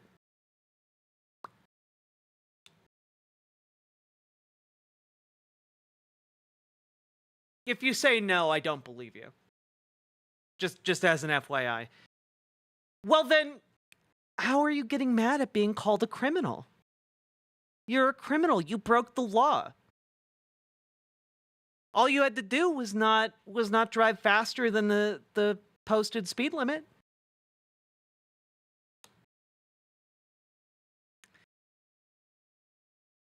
You're a criminal. You're just a criminal, and you have disdain for the law. If you had any respect for the law at all, you'd go and turn yourself in for speeding. Oh, wait. This is a rules for thee and not for me type situation. Oh, gotcha. Yeah, I bet this lady is jaywalked all over the place. Documented. It makes it sound like you can be here legally, but you're missing a few pieces of bureaucratic paperwork. That is simply not the case. If an alien has not... That is actually the case, though.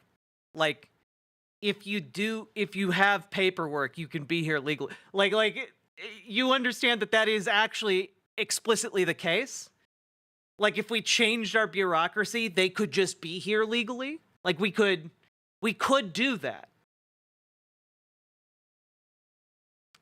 Not gone through the appropriate process for obtaining a visa to enter the United States or otherwise followed United States law. By the way, these are the people who are like, we don't want or need big daddy government. We don't need a nanny state.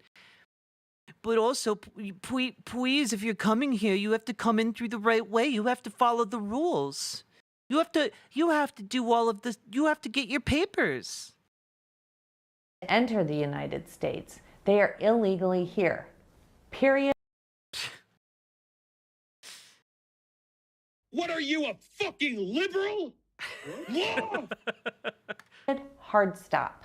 Calling illegal aliens undocumented immigrants is the intellectual equivalent of calling someone who breaks into your house in the middle of the night an undocumented homeowner.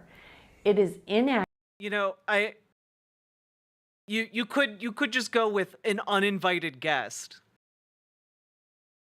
Which, by the way, you know, if you went with like a term people use for people who break in, and like when people use when they're telling stories about break-ins, you know, it might make it too relatable. You had to like go with like weird terminology here. No, if somebody breaks into your house, you could call them an uninvited guest. I'm pretty sure I've seen that happen in like all kinds of action movies. Like Die Hard. I think it happens in the Die Hard movies a lot. Like, come on.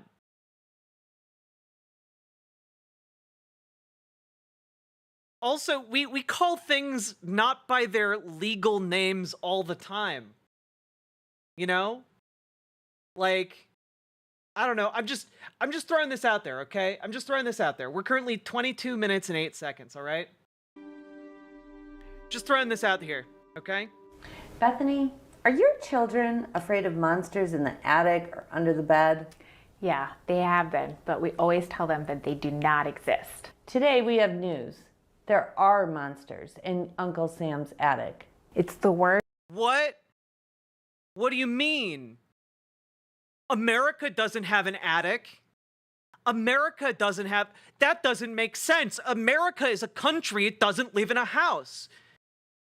Like, that's what they're doing. That's what they're doing right now, okay? They're like, you have to call it an alien. You have to call, like, an undocumented immigrant an alien because that's what it says in the law. Oh, well then why are you talking about monsters in America's attic? America doesn't have one of those. Why are you talking about imaginary things that don't exist over here? So strange. Almost like it's a turn of phrase in a more colloquial sense outside of a courtroom. I don't know if you guys know this, but people typically don't like lawyers that much who rely on speaking in legalese in social situations. People don't tend to like that, actually. They tend to hate them when that happens. Okay? Just real quick. Words, phrases, definitions that are used, which may look during this training, but today your hand. Sorry. Imperialist. Oh, wait, I'm sorry. Your name is your legal name Katie Sullivan? Katie? Or is it Catherine, you bitch? We're in the courtroom now, okay? You're the one telling me I gotta call people aliens. Well, then I'm here to tell you I gotta call you Catherine. Asshole.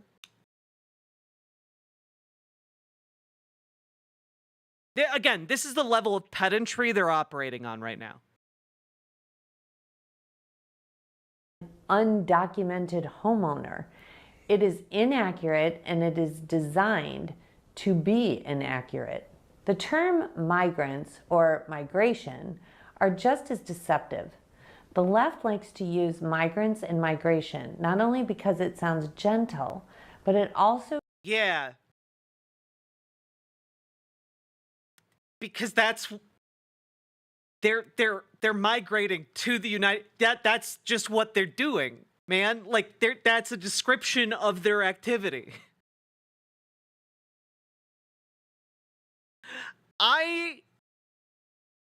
Like, it's like they just learned how language works. These people are children.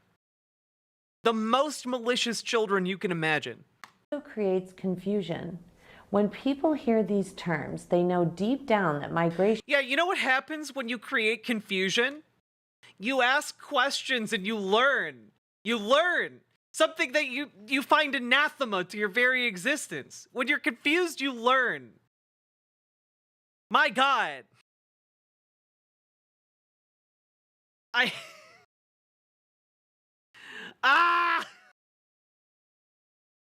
Oh, God.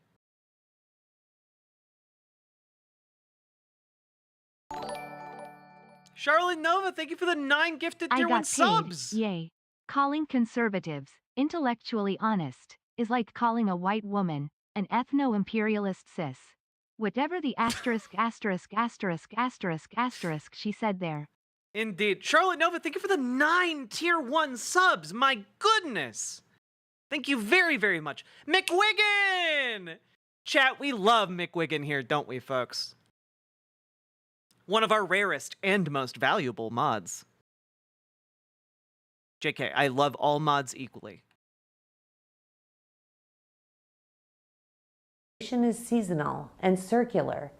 They think of birds or butterflies. They fly south, they fly north, and... Yeah, because...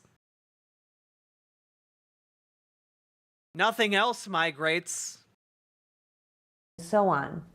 And historically, we have had foreign nationals come into the United States for seasonal or agricultural work and then return to their home countries. It would be reasonable and accurate to refer to those individuals as migrant workers because they... Yeah, or, you know, by like some shorter term, like, I don't know, migrant. Because they're migrants. That's what the first word means there. And they're workers, so they're migrant workers. I know that's very difficult. I know that's difficult to do, okay? I know putting 2 words together is a more complex thing than just having one word by itself, but you gotta stay with me here, okay? Ultimately return home. But make no mistake, the current mass illegal immigration we are seeing as a result of the Biden administration's intentional actions is not migration, and these people are not migrants. It is an orchestrated invasion being led by the Biden administration. You know, it's very rich hearing this person talk about how words mean things. And actually, we need to insist on a very real and legal definition for undocumented immigrants. And then she just goes on to throw out, and that's why we're facing an invasion, a coordinated invasion. Are you kidding me? BWABWABWABWABWA less than 3 Jack BWABWABWABWABWA. You're good people. BWABWABWA hug. Mistress Lynn, thank you for the 5 gifted tier 1 subs. Let's go. Thank you so much. But yeah, no, it's very rich hearing them go from we need very specific legal definitions to we're being invaded by migrants. Now, I wonder,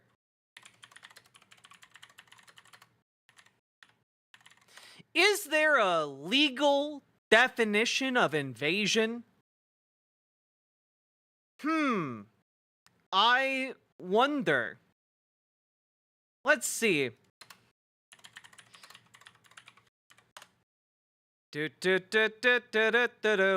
Do-do-do-do-do-do-do.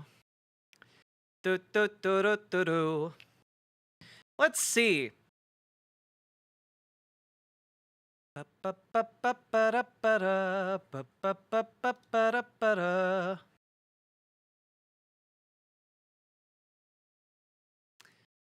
Oh, weird.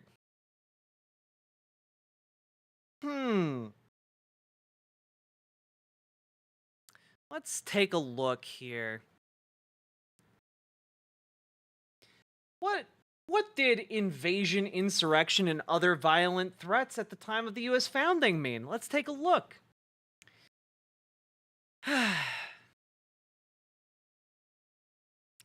In 1777, the colonies, which had the previous year declared themselves free and independent states, were perilously engaged in a shooting war against their former colonial overlord, Great Britain. Although by the time of the Philadelphia Constitutional Convention of 1787, independence had technically been won, the new United States were surrounded by territory occupied or claimed by acquisitive European imperial powers. British Canada on the north and Spain's vast possessions to the south and west, with the French threatening reassertion of their prior claims to Louisiana and the Mississippi Valley. Moreover, U.S. coastwise and transatlantic sea trade were vulnerable to vastly larger European navies. In addition, the newly independent states and their outlying western settlements warred intermittently with Native American tribes, justifiably hostile to increasing European encroachment on their tribal territories. Let's see here. The founding generation was also worried about two other kinds of military threat: armed insurrection against state governments from within, or, strange though it may seem to us now, invasions of one state by another state or confederation of states. Accordingly, they wanted to ensure that the military resources of the entire Union could be employed to suppress local insurrection or interstate aggression. At the Constitutional Convention, multiple framers repeatedly expressed the view that the Articles of Confederation required replacement because they provided the national government insufficient powers to defend the nation or individual states militarily against foreign invasion or domestic insurrections. All right. Throughout the Constitutional Convention and the state ratification debates that followed, delegates and commentators used the term invasion over and over, with a handful of exceptions where invasion is used metaphorically, as when referring to an invasion of rights. The word invariably refers to a hostile armed incursion into or against the territory of the states or the nation, an incursion that must be met with a military response. Interesting. So, it doesn't appear that legally, when the framers made the Constitution, it doesn't seem like they were working on that. I wonder, let's take a look at the text. What's the text of the United States Constitution say? The United States shall guarantee to every state in this union a republican form of government and shall protect each of them against invasion and on application of the legislature or of the executive when the legislature cannot be convened against domestic violence. Violence capitalized. All right. This is basically about defending from outside threats, from outside armed threats, i.e., a foreign nation state invading the United States. Weird.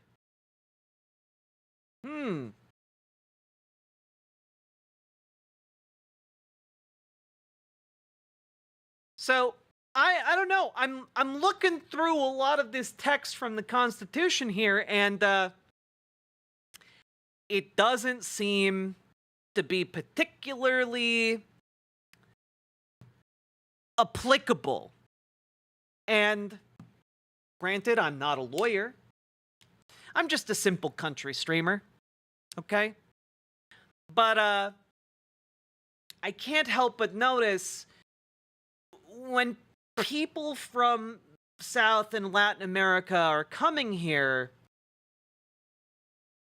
they're coming here to work in our country not to overthrow our government, not to organize violence against the people who live here. I think that someone who just spent a large degree of time arguing for a very a legalese definition of a foreign national is throwing around the legal term like invasion like it's nothing. It's very strange.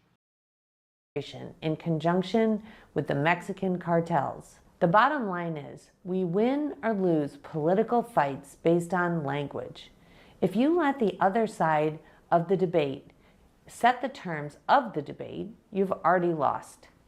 In the context of immigration specifically, we have to start using more accurate language to describe what is going on and pegging... Yeah, those dang undocumented immigrants working and paying their taxes while not reaping any benefits of the state.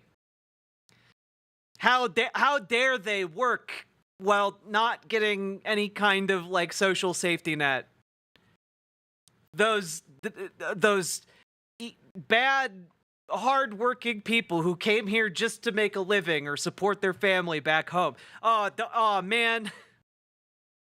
Our language to existing law. If we you can't pause it, pegging.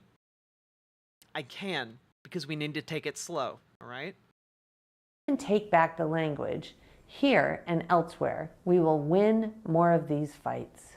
So Bethany, I mean, these are some great examples. And another one that comes to my mind that has been completely co-opted by the left is gender.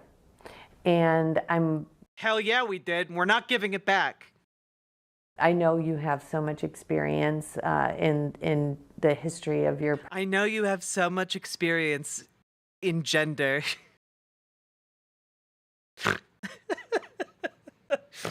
Oh man, this is gonna be rough, guys. Professional life in dealing with this. Where are we today on this issue and the language and the words and the definitions?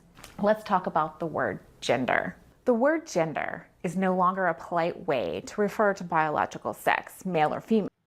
I want to say this is the weirdest possible person you could get to try and make this argument. Like, my main problem with the gender ideology movement of the left is that they took the word gender that used to be a shorthand for talking about people's genitals, and they turned it into something else.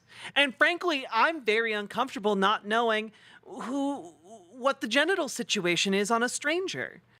I mean, I really should have just I should just know, okay?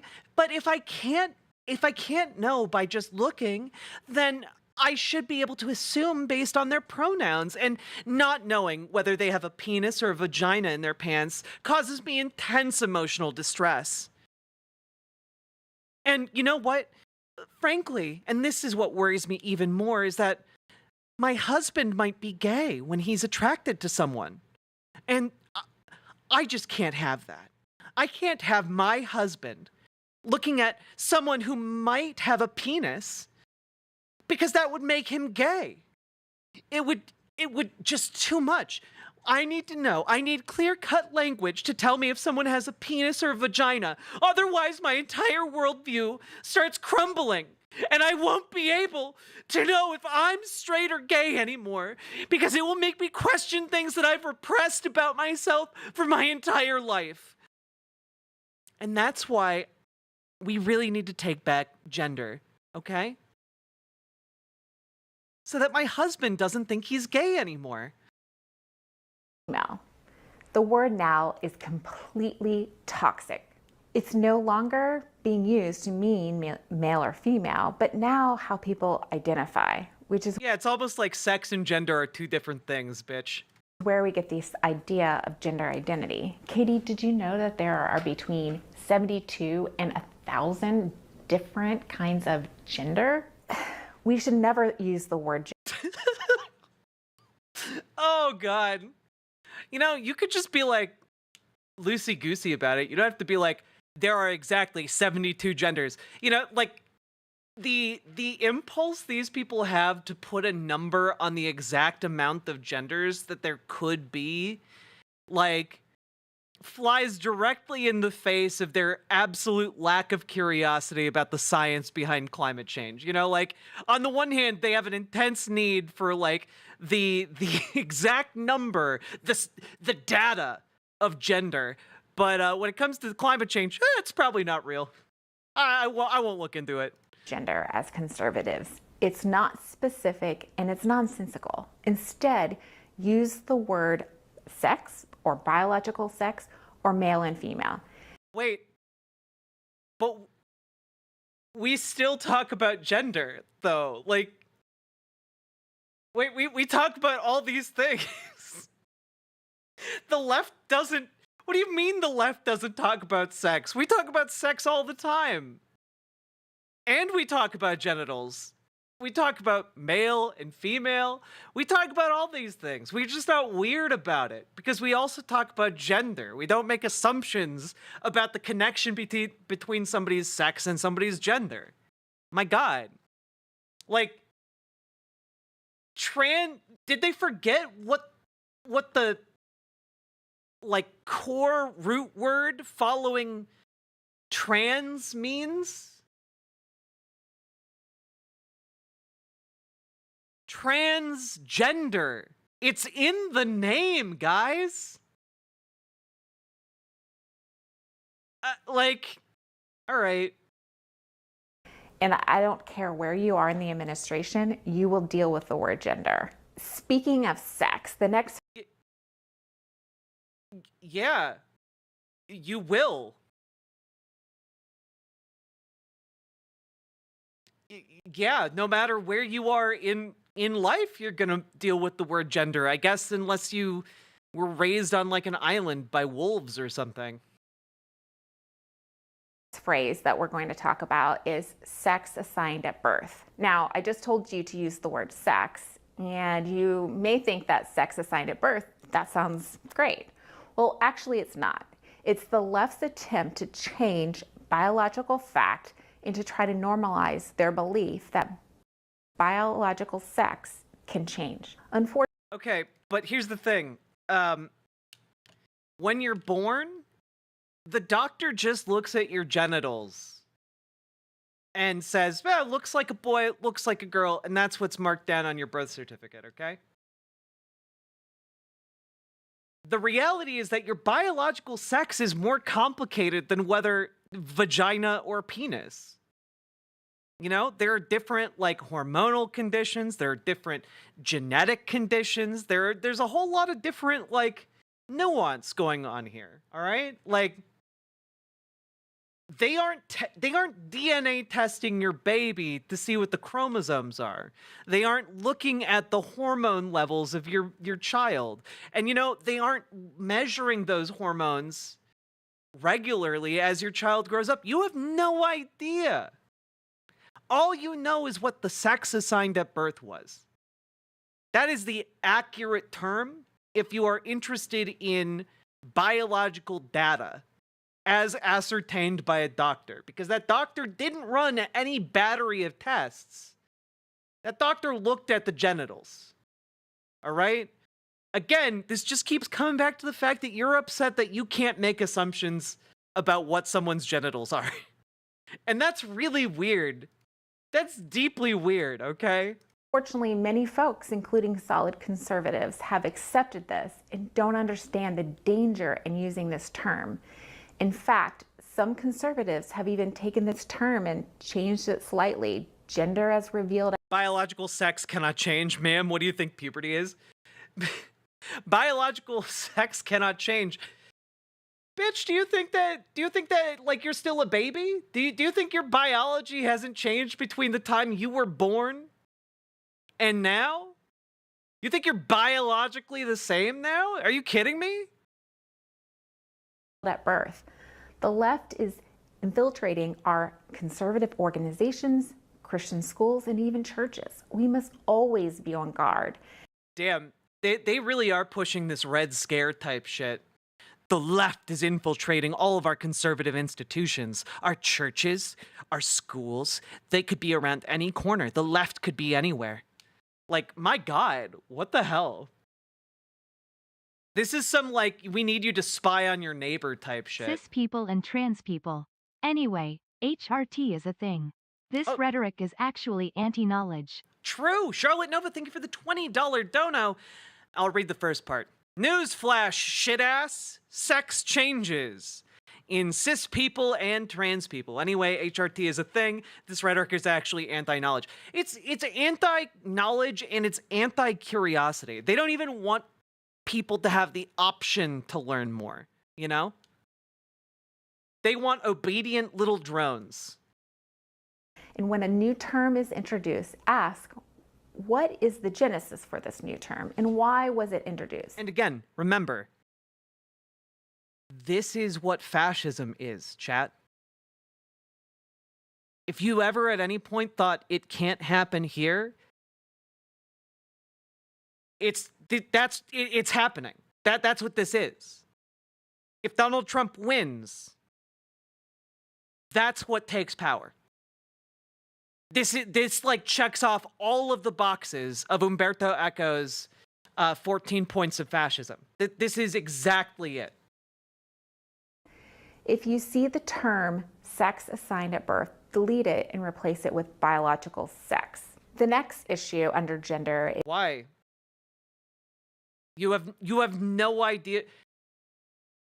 Can I just say something? Like, we have no idea what this lady's biological sex is. Frankly, we don't know what her biological sex is. I don't know. Did any of you see her vagina in this video? Did any of you see her vagina? Did any of you see her chromosomes at any point in this video? Her hormone levels? Any of the things that conservatives talk about when they talk about biological sex? No? None of you? Then how do we know what your biological sex is, barring some kind of huge battery of tests? You know, some people have what's called genetic chimerism, where they have different different parts of their body have XY chromosomes or XX chromosomes. People have different kinds of intersex conditions. Like, there's all kinds of stuff that can happen in a human body. It's a fascinating and weird place. That's why we have people who've dedicated their entire lives to understanding like one tiny portion of it. But she's over here trying to tell you it's as simple as penis and vagina. And she completely lacks any kind of intellectual curiosity about that, or any kind of like knowledge that might not be the full spectrum of what is possible, because she's locked in by her ideology into being anti-intellectual, anti-curiosity, anti-questioning authority.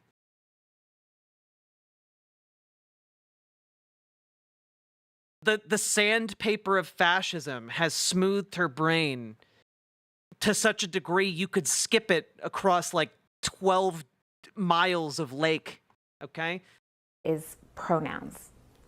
Don't fall into the progressive left's trap in regard to pronouns. Okay. Don't use them in email signature blocks, on LinkedIn, and absolutely do not ask people what their pronouns are on your first day on the job. When I was Why? Fucking pronouns! Like literally, it's just coming down to like, I'm upset that like social pleasantries have slightly changed. I'm upset that I can no longer assume whether someone has a dick or a vagina. at USAID, managers were giving training and were told that when they have new staff or have a staff meeting, they should go around the room and ask everyone what their pronouns are. Yeah, to make people feel like welcome and comfortable. Yeah. Katie, if that happened to you, what would you do? I think political appointees. I feel like we're about to get the most unhinged answer you've ever heard in your life. Bethany, great question. Need to expect that they are going to be tested by career staff the day they walk in. So that question, every political appointee should be prepared to deal with and answer, whether it's in a political staff. I'm sorry. Need to expect political appointees, Bethany, great question, need to expect that they are going to be tested by career staff the day they walk in. So you're not being tested. People are asking you how you would like to be referred to. Like,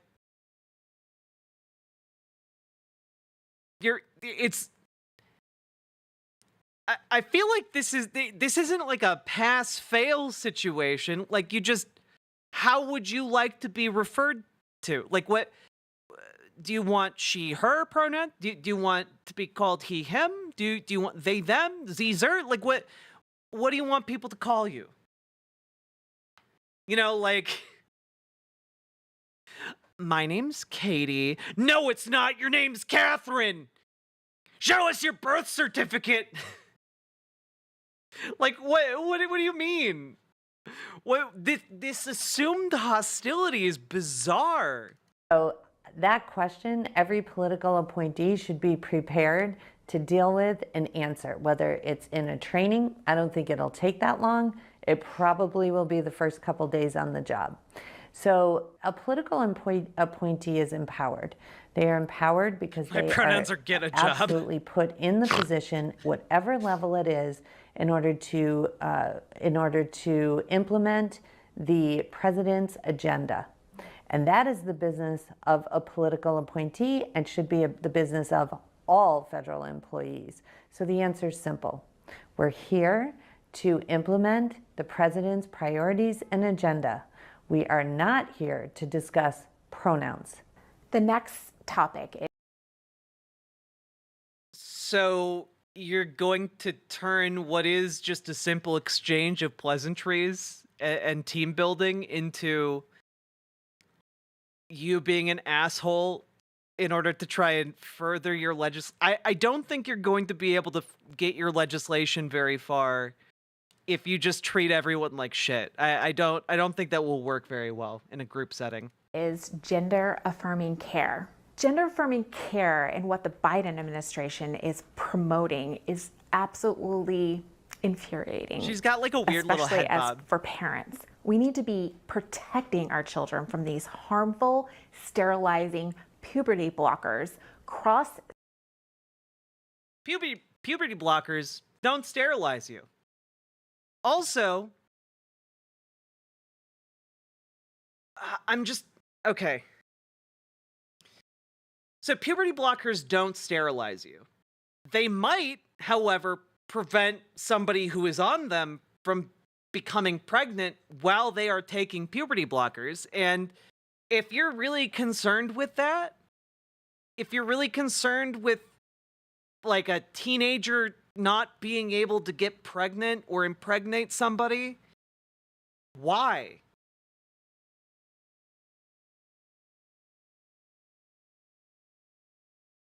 Because you don't take puberty blockers your entire life. You block puberty until you're ready to go through puberty. So like while you're on them, yeah, you might not be able to get pregnant. Okay? After you've stopped them, you might be able to get pregnant again. We know that this is not a problem because puberty blockers were tested out.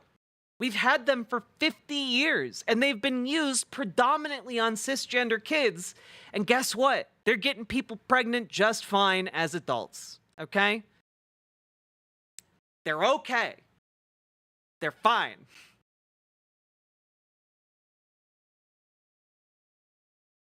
Sex hormones and permanent genital mutilation. Okay, just we got to take it one at a time. I'm sorry, lady. Protecting our children from these harmful, sterilizing puberty blockers, cross-sex hormones. Okay. When you start hormones, you start them at the age everyone starts puberty at. Okay? You start taking HRT if you are getting affirming care as a teenager. You start HRT roughly in the window of time during which all kids go through puberty. If you're really worried about the dangers of like a child being flooded with hormones, I've got bad news for you. That happens to every kid. Asterisk, with a few exceptions of people who simply just don't produce puberty hormones in their bodies. But you know what? We have HRT for them too. Like that, you could still. Luckily, we have a thing for that. It's called hormone replacement therapy. So,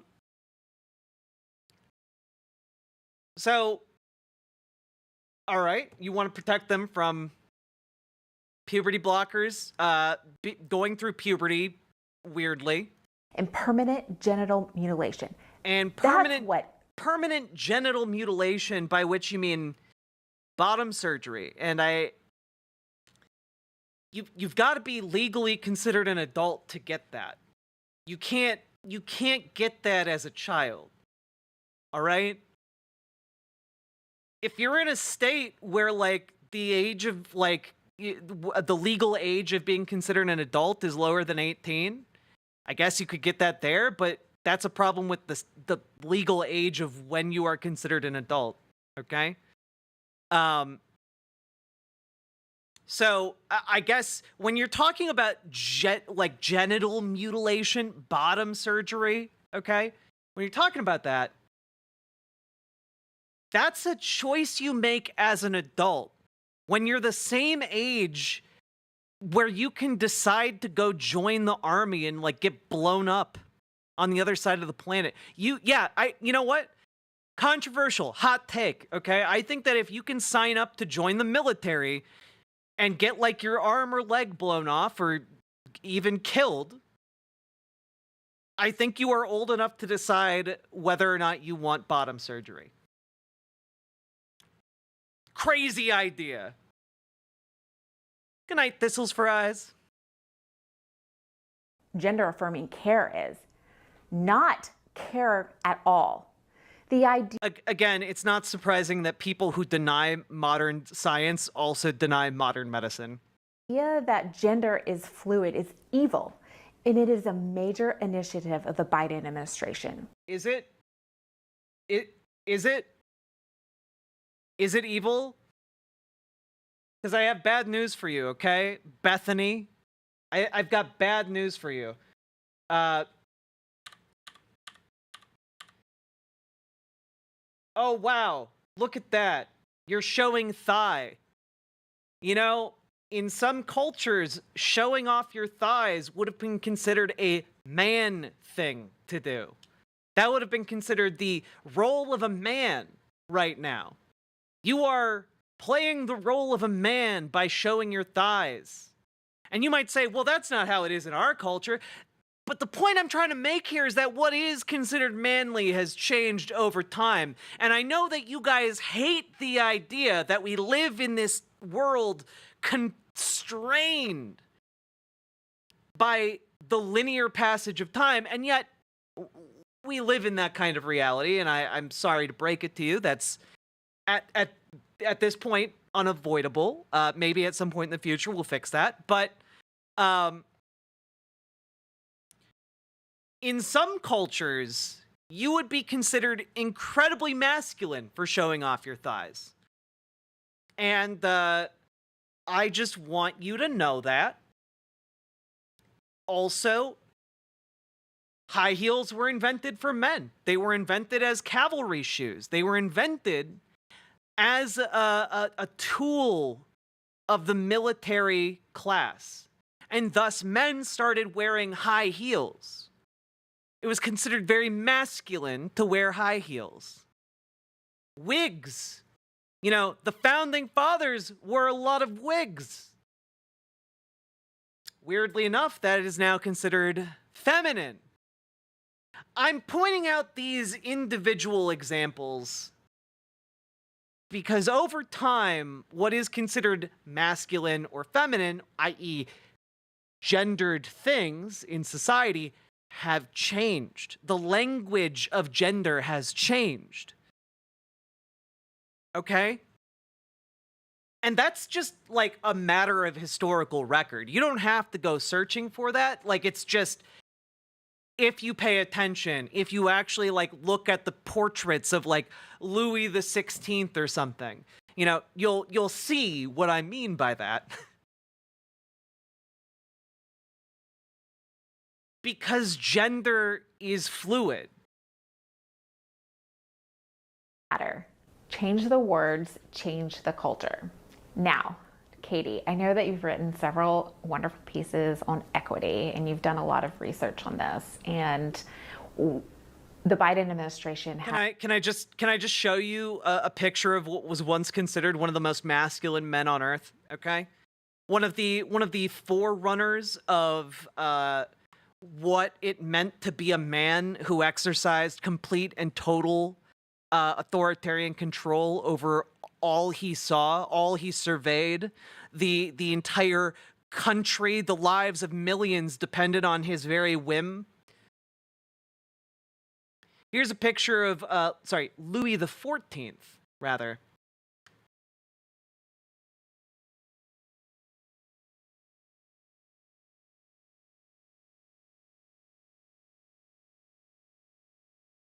This sassy little cunt.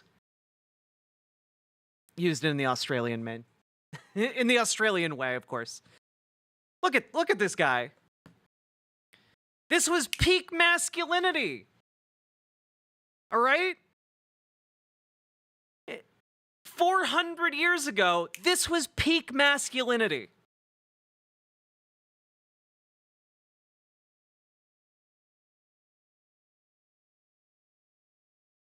Now, if these same women saw this guy walking down the street, they would scream about gender ideology and like call for him to be arrested by the police for like, I don't know, grooming the children just by walking down the sidewalk. He is serving cunt as well. That's what I mean. You know, like, guy's kind of cunty. You know, complimentary.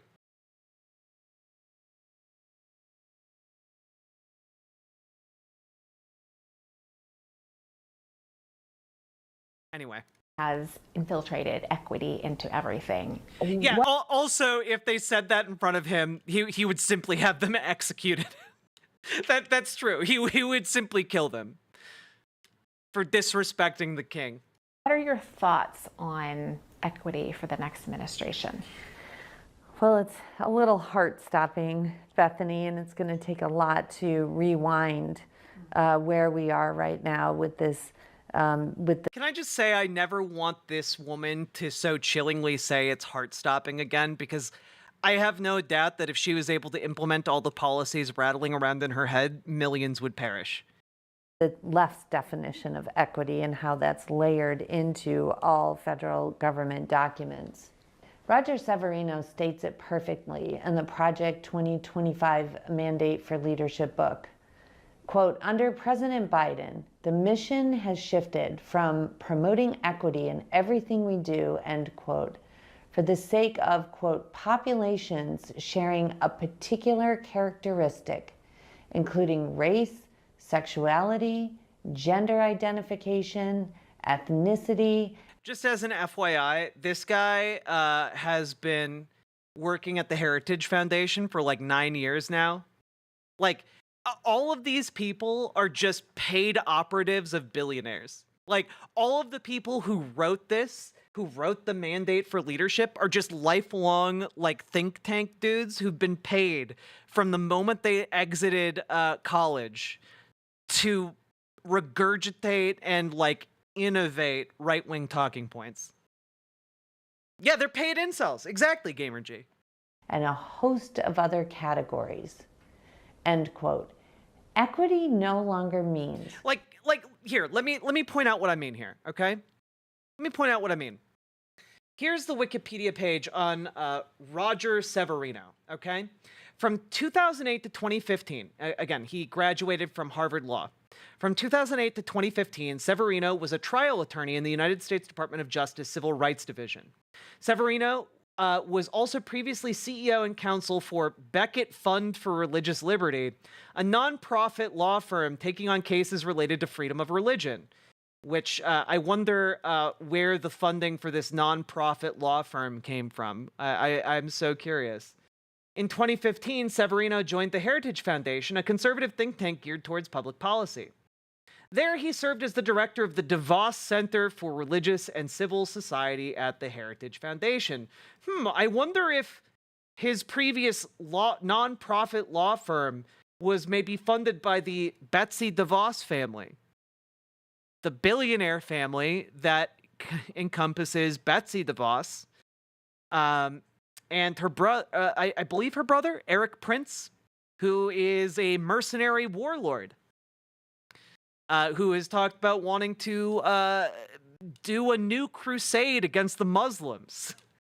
Unironically, in the modern day. Severino has written several opinion columns for the Daily Signal, which I believe is Tucker Carlson's outlet, I think. Severino has also written for Public Discourse, Ethics, Law, and the Common Good, a journal published by the Witherspoon Institute, a conservative think tank. Like, this guy's entire career is being paid by billionaires. She's related to Eric Prince? Yeah. Eric Prince, Betsy DeVos. There we go. What is their exact relation? Yeah, she's the, let's see. Eric Prince is the son of engineer and businessman Edgar Prince and the brother of Betsy DeVos. Yes, they are related. Yep.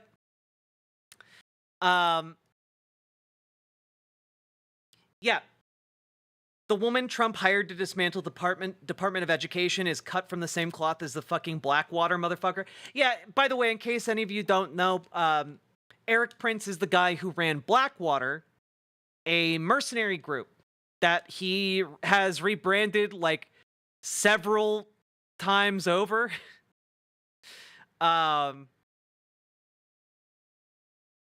Yeah. I really want to do a long deep dive into Eric Prince. He's one of the worst people on the planet in my estimation, but you know.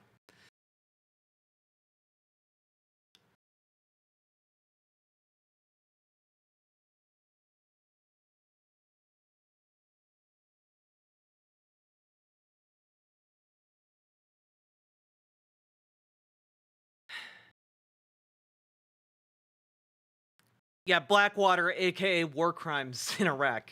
Yeah, that company. Yeah. Anyway, all of these people are paid conservative ghouls for billionaires.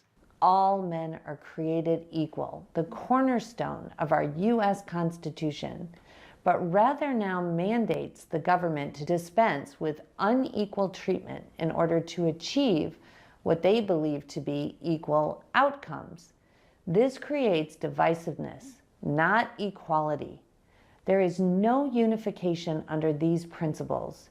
It is more of a competition of what class is more of a victim, so that particular class citation needed can receive the preferential treatment being handed out and mandated by the Biden administration.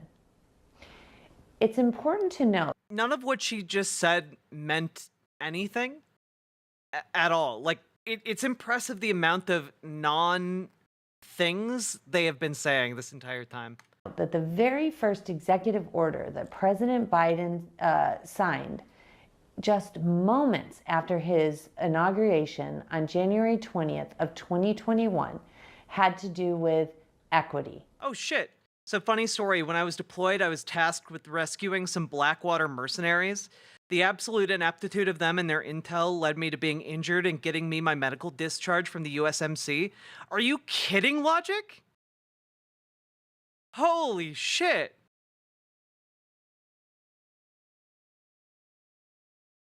So I'm sorry you got injured because of fucking Eric Prince. The left applauded as Biden announced his #1 priority, which is advancing racial equity and support for underserved communities throughout the federal government. Yeah. As part of that executive order, within 90 days, every single agency had to file an equity action plan with the White House. Okay. If you want to see or view what you will be up against, take a look at those plans. They're okay, so you're mad that the government came up with more comprehensive plans to help more people? What? Why do I feel like I've done something wrong? I don't think you've done anything wrong. You've been great. all online under the Office of Management and Budget. Since that time, 9 more executive orders have been executed by the Biden administration about equity. The latest to date is to further advance. Okay, so basically they're just saying if you see the word equity, it's evil, and we're not going to elaborate on that or expand it. We're just going to tell you where it shows up, and that's how you know it's bad. Gotcha. Gotcha. Racial equity. This entails new positions and responsibilities to be embedded into every single agency and office in the federal government. Screaming at the radio. Thank you for subscribing. And there's also a directive that all funding that is given out by the federal government prioritize unequal treatment of the American people. The noxious tenets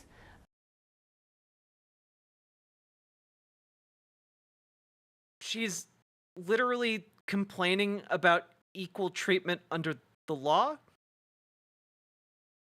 of critical race theory and gender ideology should be excised from curriculum in every single public school in this country.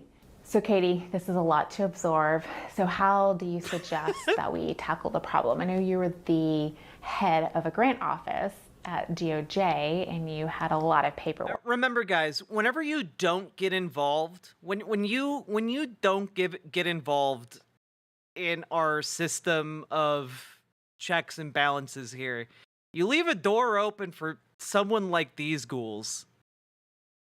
What are your suggestions? Well, I found that developing a process for each type of document was crucial to reversing the words and definitions from the Obama administration. Here's an overall strategy to implement.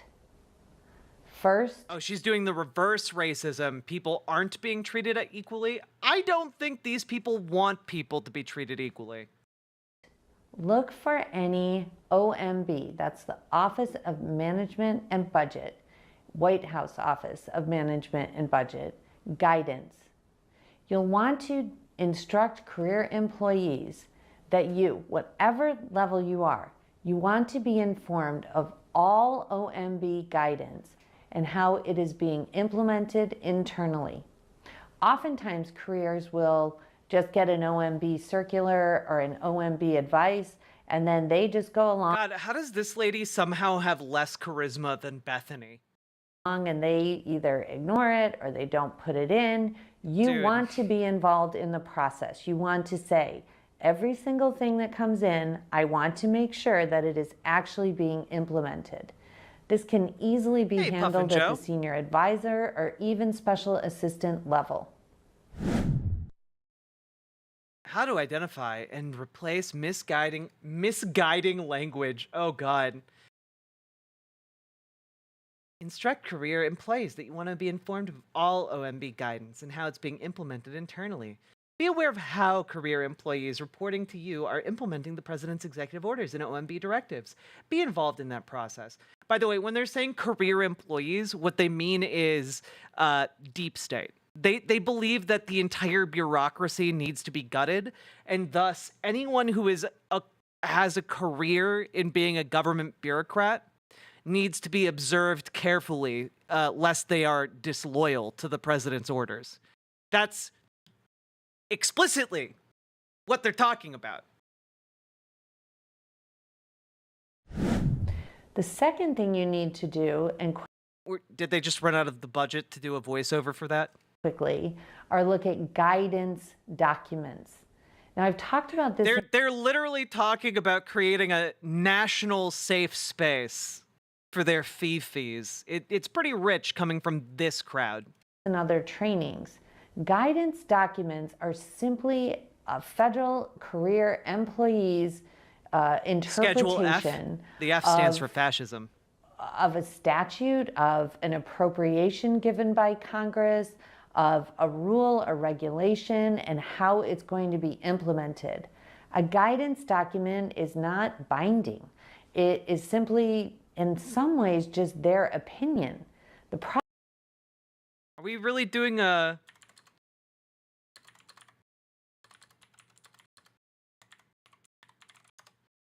Are we really doing... Really? Very well, you hand it over and we'll put your town to our rudder and ne'er return. We're really doing this right now?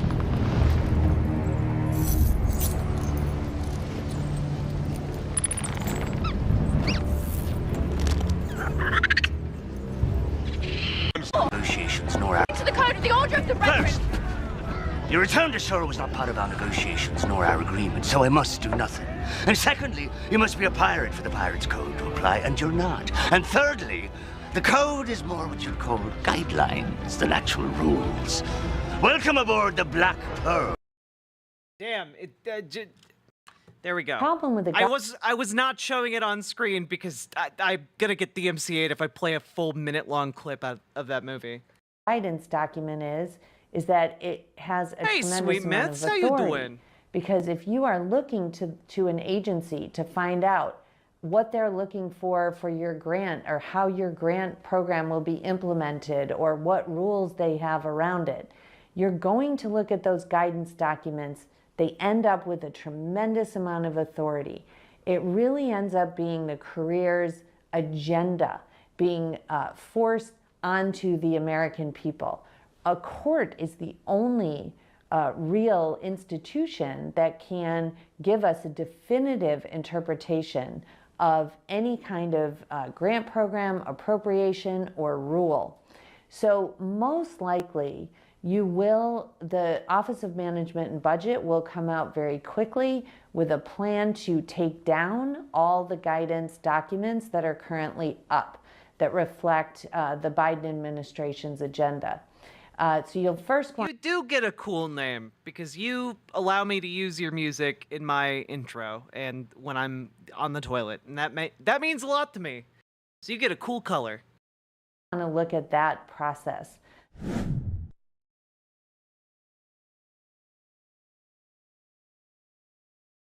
A guidance document is not binding. The second thing you're going to want to do, sort of the second layer, is to absolutely... Yeah, she's just describing, hey, don't listen to what anyone tells you. Just, do your own thing. Whatever the president says goes. Look at things that may not appear to be guidance documents, but are. For instance, one of the documents on our website was supposedly done by a Rutgers, professor, and so it looked like it wasn't actually career guidance, but when you really dug into the document, it was not part of any kind of grant program, and it really was just a career who asked a whole bunch of questions, and a Rutgers professor said yes. So it really, in the end, was a guidance document, and we brought it down. Another really frightening example, when I was running the Office on Violence Against Women. Frightening example. Was a provision in the Violence Against Women Act that about gender identity. And if you identified as a woman and you showed up at a woman's domestic violence shelter, you had to be accommodated. There were lawsuits, of course, about this as predators used that in order to gain entry. Citation needed. Citation needed for that statement. Where have predators lied about being women to get into a women's shelter and then abused women? Where? When? Is your source that you imagined it to be true and thus you just said it was true? Is your source your own imagination? Into a place where there were vulnerable women seemed to me to be exactly opposite of... You know, Bill Casey, that is a logical question to immediately follow that. Where are battered trans women supposed to go? And in answer to that, these people believe if you're a battered trans woman, you should just die and go straight to hell. That's what they believe. Unironically, they believe that. They do not think trans women are worth sheltering from abuse because they believe in abusing trans women. You know, the intention. Yeah, the intention of the Violence Against Women Act. In any event, it was... Yeah, we all know that the real truth of the Violence Against Women Act was really the Violence Against People with Vaginas Act. You know, like that's how they treat it, right? Like, this act is not actually about women, it's about vaginas. Like, they're the ones, like, shrinking their own existence and their own, like, basis for protections down to their vaginas. And it's really weird and really disconcerting to see these two women be like, yes, the only thing that matters about me is my vagina. Like, that's kind of crazy, right? Like, it's really belittling of themselves. Trans men also don't count to them, yeah. Directed toward just the Office on Violence Against Women programs. It was in the Violence Against Women Act. But do they have in kids? the Obama Probably. Administration, the entire grant-making component of the Office of Justice programs, which I later went on to run, the head of that office actually wrote a guidance document that said that the provision in the Violence Against Women Act regarding to gender identity was intended to apply to every single DOJ grant program, that it wasn't limited to the Office on Violence Against Women. There was absolutely no indication that this was true, but you can see that just by getting that particular also legislation passed and the way that the careers then interpreted it created a complete change in culture across the Department of Justice. The next step will be to read every single executive order. I would suggest that, you know, starting with an assistant, a special assistant, a senior advisor, that you get every single executive order and put it in a binder and have that binder for the principal and make sure that it's flagged for them. There will be a lot of executive orders that come out, and some of them actually, and know this, repeal other executive orders. So you need to then pull the executive orders that are being repealed so you are very clear about what needs to be redacted. Now let's go back to that OMB tip that I gave, and just like... Again, this is just like a step-by-step instruction on how to censor and destroy the American government. It's actually, like, really chilling in a way, right? Like, She's effectively saying you need to go through the history of, like, American bureaucracy and destroy anything that conflicts with our ideological viewpoints. That this is I know that what they are saying and how they are presenting this makes it sound boring and kind of normal. But if you like dig under that kind of like boring layer, this is fundamentally about how to destroy America and make it a fascist state. You need to be part of the process that the careers are using to implement executive orders.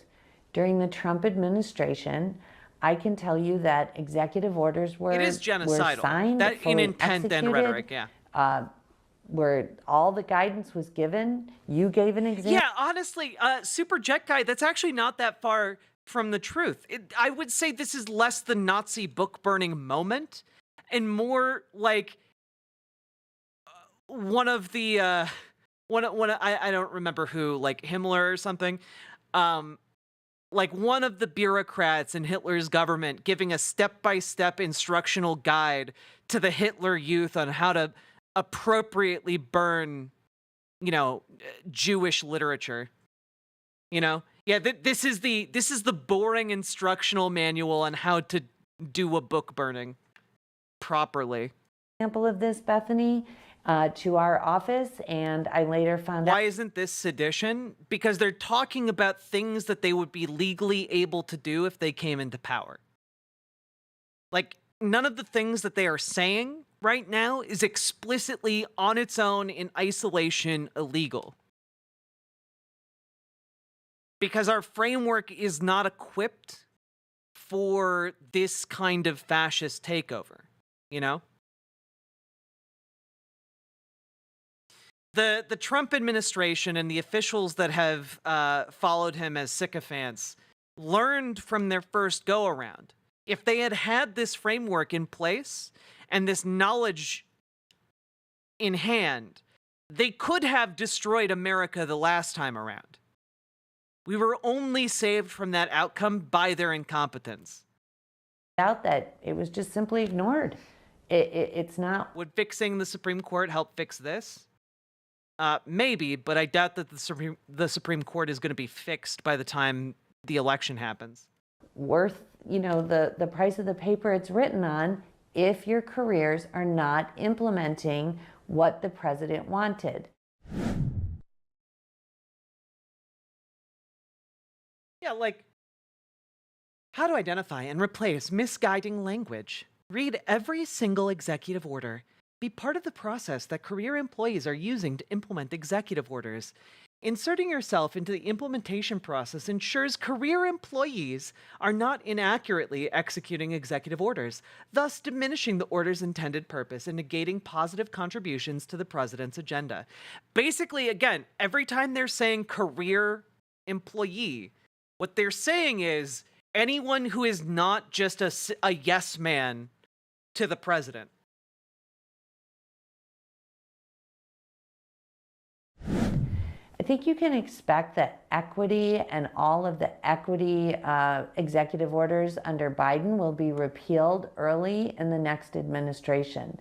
This is going to require a very detailed plan to execute the eradication of the dictates in the equity orders. For instance, there's a gender advisor position created by one of these executive orders. Yeah, exactly, Gila Monster. The careers refer to any government employee not in the in-group of those appointed by the Führer. They're talking about coming in and taking over anyone in government who isn't us is the enemy. Exactly.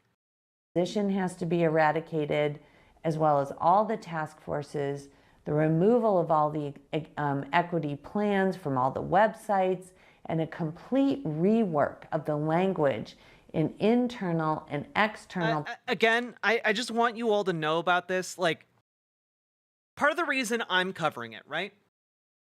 Part of the reason I'm covering this and dedicating what is sure to be a huge portion of my time to talking about this is that a lot of people know that Project 2025 is bad in some kind of nebulous way. But it's more than bad in a nebulous way. You know? This is like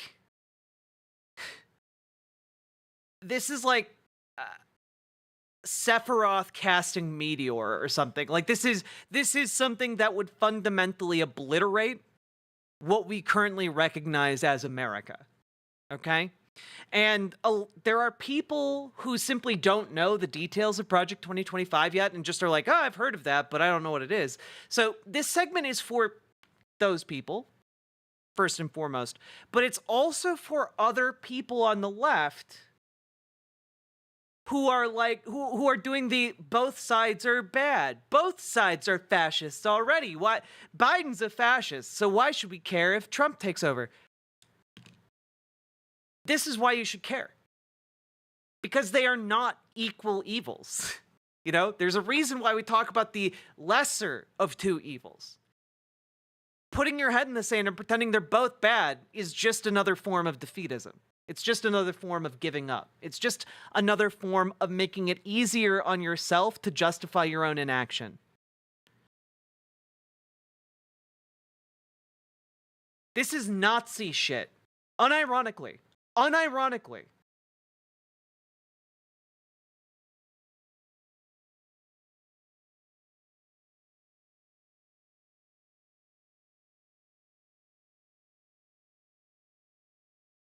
Like, these people are basically running like a Goebbels campaign.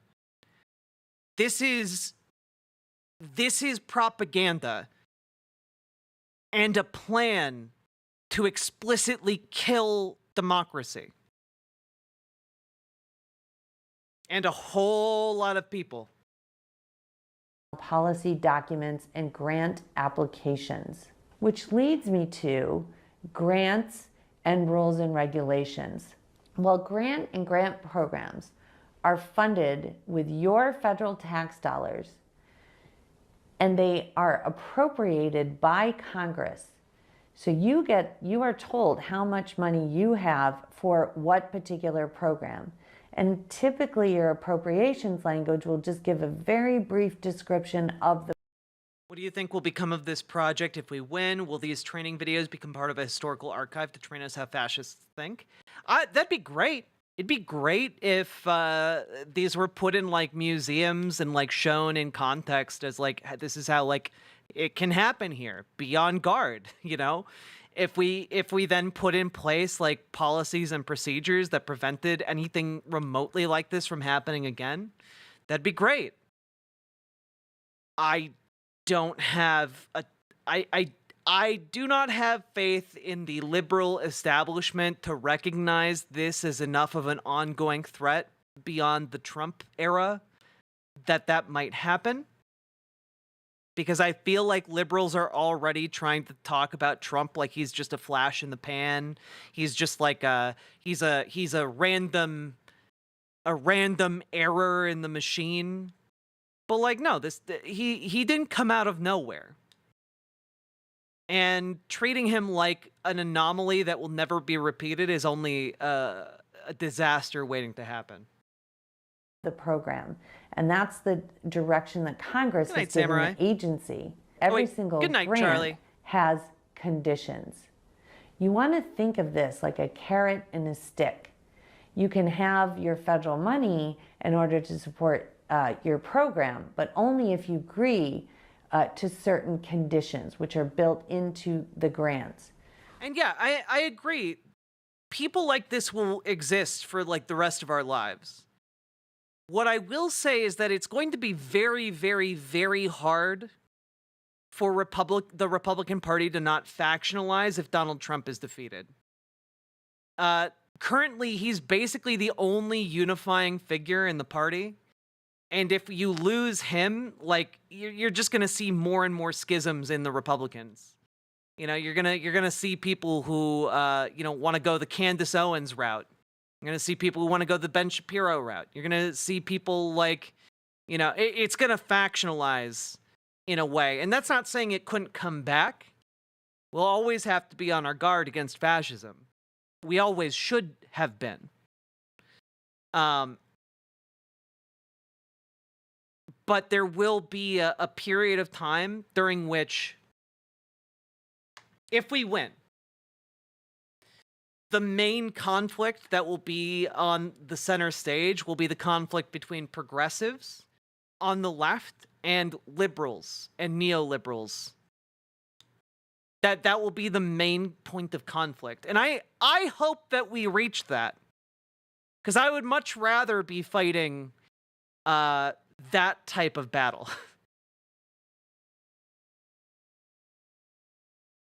When I began at the Office on Violence Against Women, our grant applications were 75 to 110 pages long.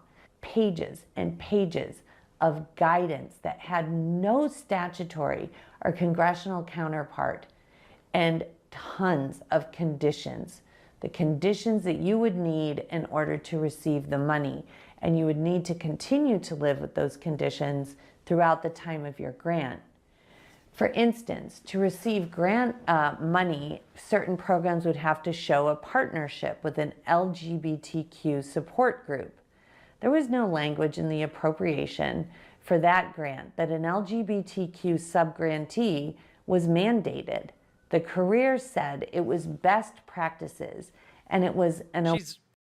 Is she really complaining right now about a time when an LGBTQ subcommittee, like, got grant? Are you kidding me?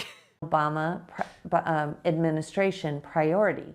This condition on many grants funded a lot of LGBTQ organizations. So we Oh no! Organizations that provide community support for queer people? The horror. We can't have that. We need to have them miserable and trying to kill themselves, I guess. Yeah, we have to make sure all those gay people are alone, so they're vulnerable. Removed that Apparently. language, and we removed those conditions as we wrote the grants moving forward. I love how, like, they're like, yeah, this is an example of how you identify and remove unnecessary conditions for grants. Like, again, because she's straight and cis, she doesn't view it as necessary to include gay people, you know? Rules and regulations also need ultimate political sign-off and a tremendous amount of political involvement. Your careers may draft the initial documents, the rules and regulations, but there should be multiple political edits on the any final proposed rule or regulation. The left is excellent about holding up process. So you want to expect and prepare for thousands of comments coming from tons of left-supported groups on any rule that you put up. So expect that and have a plan to deal with those thousands, tens of thousands of comments in order to move the president's agenda. If you are prepared to deal with the comments that are coming in, then you aren't going to let them delay the rule because they have to be responded to, each one of the comments. The careers will want to follow the system that's... I love how they, like, invented a new slur in these instructional videos to create that us versus them mentality. You know, the careers. Those evil, vile careers. They might not take very kindly to your dislike of gay people. That's because they're not with us. They're careers. Currently in place for handling comments or conditions or how grants are written. You are empowered as a political appointee to adjust these processes as long as you are meeting all legal requirements. So you may have to deal with pushback, but really look at your process and change it.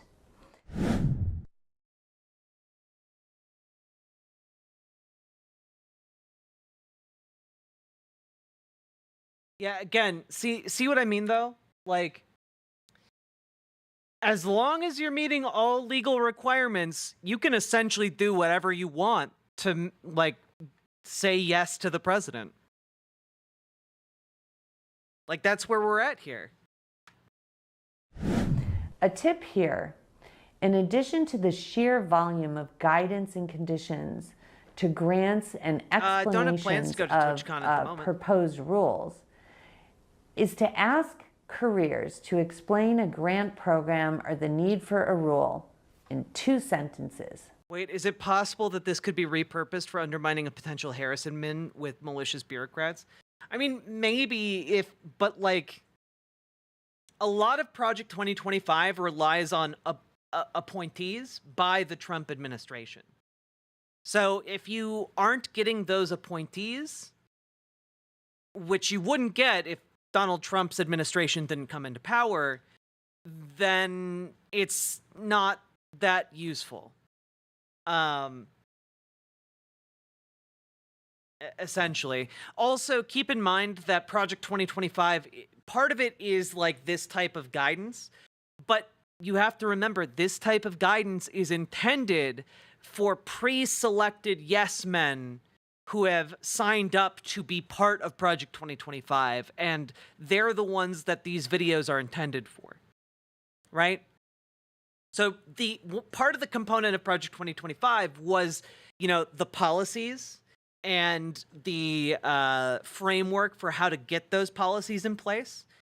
But the other part was the recruitment of people who will then be standing ready and able to be yes men on day one. So, yeah. It is astonishing how difficult it is for a career who works in the policy or grant space to actually accomplish this. And finally, use your common sense. Oh, God. Even if you see something that isn't directly addressed by an executive order or an OMB circular or directed by your agency head, you want to use your common sense to redact the words and definitions which are weakening our nation. As we have discussed, certain words and phrases use your common sense to censor things that come across your desk. We're people who believe in free speech. Together have hidden definitions. A really good example is social emotional learning. That's actually the new buzzword for CRT, or critical race theory. Here's a tip. When you see phrases, any phrase like this, one that sounds innocuous, ask your careers to identify the origin. You're literally talking about people with like a new phrase to smear career bureaucrats. Of that phrase. Where did it come from? Why are you using that phrase particularly? What does it mean based on the original intent of those words? And then I would highly recommend you start your own research. As a last note, plan to read a lot of documents. Know how your careers are implementing the president's executive orders, OMB directives, and be very involved in that process. I can't stress enough the need to control all documents. The need to control all documents. Because it's a fascist coup. It's a fascist takeover of the government. Create a system where nothing goes out, nothing is published, nothing is put on your website without review by a delegated political or the principal of any office. Ask lots of questions and do not make assumptions. And finally, if a career employee rushes in and says it is an emergency, and I think a lot of people who are an assistant, chief of staff, maybe senior advisor or special assistants are going to have careers just descending on them talking about how it's an emergency that the principals sign something. That's a red flag. Right away, it's a red flag. Yeah, emergencies are red flags, okay? It's bad when there's an emergency happening. These people don't care. They just want power. By the time you get into your position, you will realize that the government moves very, very slowly. Just think about your... Yeah, because you you know what makes the government move even slower? When you take your time during an emergency. Clearance process and how long that took. These documents need to be read even more carefully. If a career thinks they can push you to sign something by giving it to you at the very... They sure took a hard right turn from drain the swamp to fill the swamp with concrete. Yeah, no, exactly. Charlotte Nova, thank you for the $20 dono, by the way. My goodness. Thank you so much for supporting stream. I really, really appreciate it. I've been not doing my calls for subs and donos during this segment, so I very much appreciate the support. Very last minute, that will become the norm, and it will hinder your ability to actually... Yeah, that's right. If an emergency happens, simply don't respond to it. It will go away. Go through a process, read things, edit things, and make sure that they are... I do want to stress, these people seem to resent living in a universe that operates along linear time. It's just like, if an emergency happens, no, it didn't. And, culture changing over time, that's bad, and I hate it. Completely in line with the president's priorities and agenda. The president's agenda will be in peril from your office if you allow this emergency kind of process. Katie, that was great. Thank you for taking us through that process. Do you see? The monster is in the attic. Can I just say this entire vibe? Okay, this might be a weird cut. There's an indie film called The Invitation. I don't know if you guys have seen that movie before or not. But the premise of it is that some estranged friends are invited over for a dinner party, and basically their friends who've been out of the country have arranged to show them a video to recruit them to a cult. And this is kind of like the the vibe I'm getting from this. You know, this is the vibe I'm getting. I feel like this is recruitment material for a cult. Can we just... And it is through that. Do you see? The monster is in the attic. Do you see? The monster is in the attic, guys. Do you see? Nomi Sunrider, thank you for the $5 super chat. Pull up the definition of social emotional learning because them calling it CRT is infuriating. All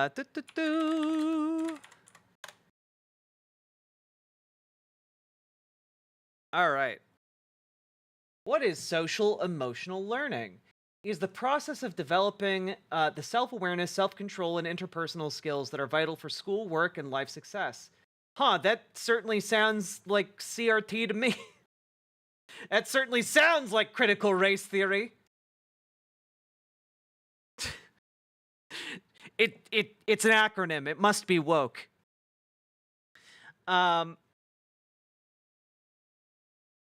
Is it just me, or are they just straight up using the careers as some sort of secret in-group slur? No, that's exactly what they're doing. Yes. Also, Olympians, thank you for the $5 dono. It's kind of wild what they that they choose the word attic. Yeah. And it is layered in virtually every document in the federal government. Grant applications, rules, regulations. Just wait until these people find out that pronouns are in all of those documents too. Just wait until they learn how many times pronouns are invoked in these settings. Fucking pronouns! internal and external policy documents, guidance documents, tweets, speeches, and panels. Every one of these phrases or words that are not corrected by being redacted or rephrased is a failure of the presidency. As the Heritage Foundation's president, For every document that you allowed to be unblemished by the greatness that is Trump, okay? It's a failure of his presidency when you don't edit a document. Good God. The amount of dick riding these people do for Donald Trump is ridiculous.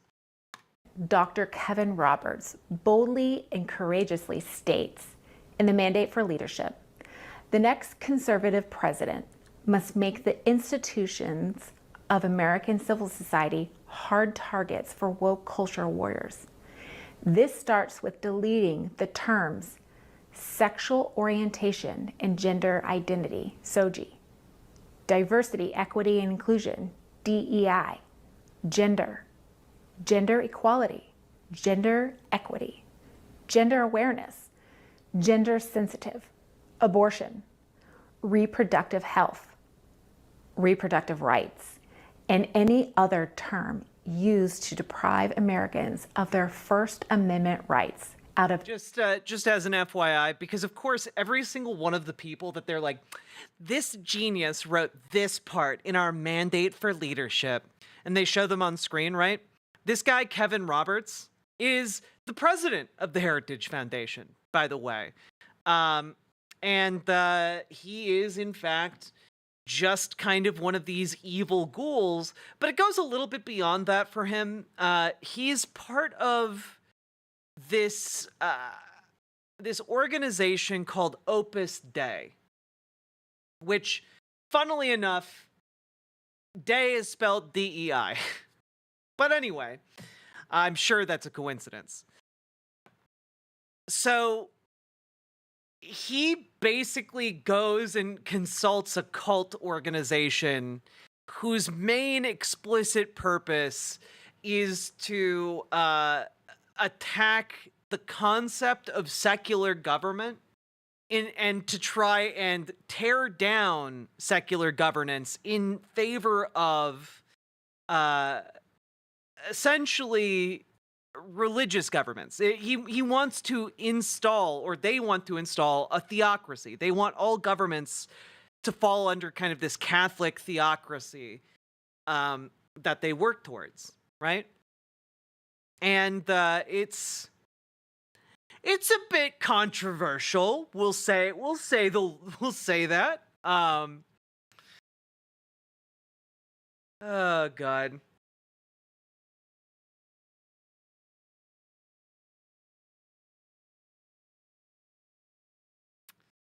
It's a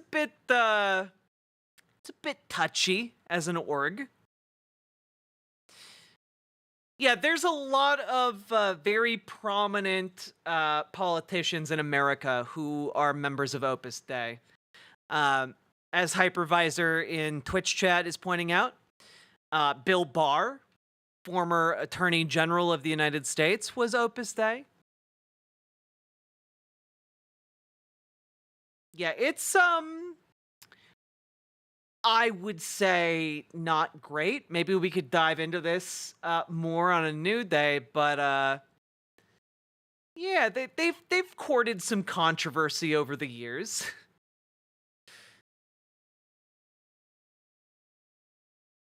every federal rule, agency regulation, contract, grant, regulations, and piece of legislation that exists. And the next conservative president will only be able to do so with your help. Are you up for this challenge? We think you are. Together, let's conquer the monsters in Uncle Sam's attic. Just as an FYI, in case none of you picked this up, she's calling all of you monsters. You guys get that, right?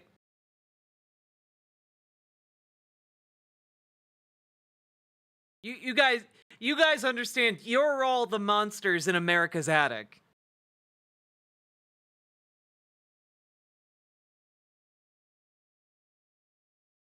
yeah, it's pretty disgusting. It's pretty evil. And I think it's pretty clear after having gone through this, this is Nazi shit. This is a plan to overthrow democracy, a plan to silence critics of the government. It is a plan to infringe on free speech. It is a plan specifically enacted to consolidate power in the executive branch. Probably the long-term goal of this is to consolidate so much power in the executive branch that you don't need the other ones. Am I wrong to think using Attic as a bit of a dog whistle? I think I think that's a bit of a stretch. I understand where you're going with that, but I think it's too specific, and that, frankly, these people who are only, I don't know, one bad week away from going full on flat Earth, like I think that is attributing too much knowledge to them, frankly. God damn it, Fortnite.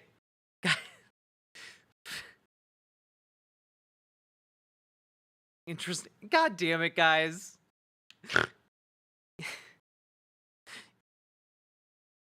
They might also be flat Earth. True.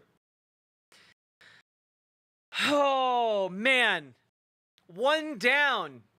22 left to go.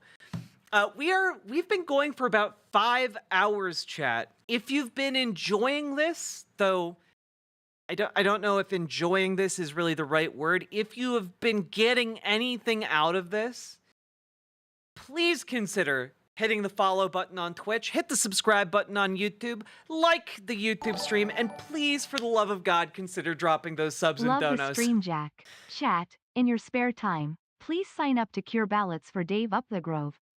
Prevent an R lockout in Washington. Save our public land. Dragonfly, who is that? Also, thank you for the tier 4 sub. I appreciate you. Thank you so goddamn much. I thought there were like 14. No, there are 23 videos. They're not all like an hour long. We've officially gotten through 1/14 of this. Mother Gaia is not flat. Yeah, she curvy as hell. Thank you for that $5 dono, Olympians. Candidate for Commissioner of Public Lands in Washington. Cool.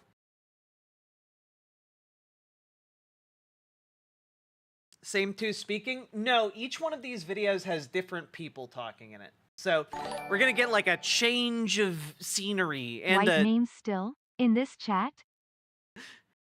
And a new exciting speaker advocating for fascism. You're watching all of them? Not tonight, but I'm going to get through as many of them as I can. My goal is to watch all of them on stream so that all of us know exactly what Project 2025 is, okay? Charlotte Nova, thank you for the 5 gifted tier 1 subs. White names still in this chat? Yeah, believe it or not, that we got a lot of lurkers, okay? We got a lot of lurkers. Yeah, we're going to be building, you know, if it helps you guys, we're basically just learning the lore of Project 2025, okay? It's basically like learning the lore of a Dark Souls game or Elden Ring, but far less exciting and with higher stakes and lower rewards.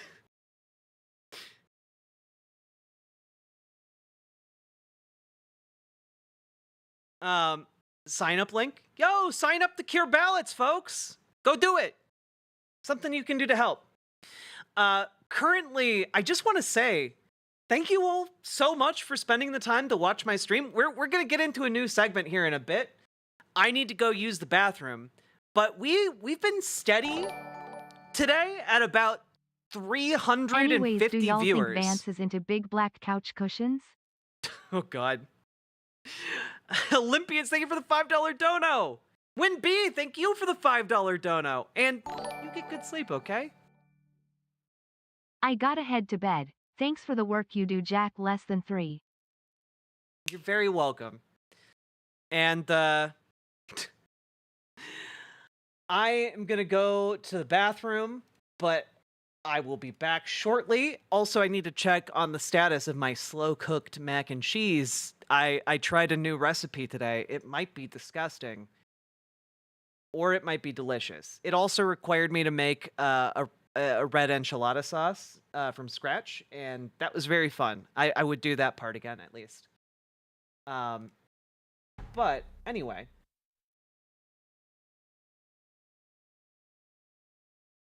Throw this up here. Go. You guys be good. I will be right back, all right? It'll probably be like 5 minutes. You know, take some time, stretch, drink your water. I'm going to finish my water before I go because I need to stay hydrated.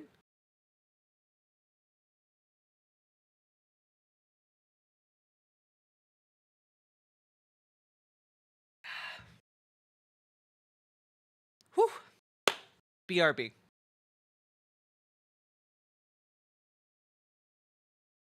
He called himself a hillbilly, wrote an elegy. His problem and his trouble is he went back and he doubled down on the fascism and the lies, and then he made a fatal crime.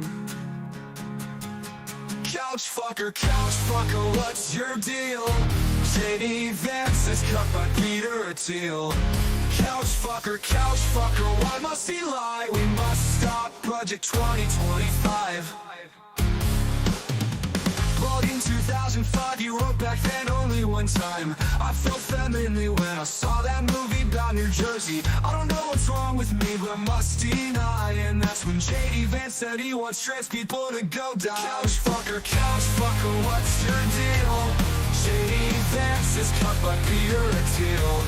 Couch fucker, why must he lie? We must stop Project 2025. At the RNC, he felt maybe I'll be free if I take up on this task, being MAGA's dying grasp to take over the country. I think J.D. Vance needs a swirly. Couch fucker, what's your deal? J.D. Vance is cut by Peter Thiel. Couch fucker, why must he lie? We must stop Project 2025.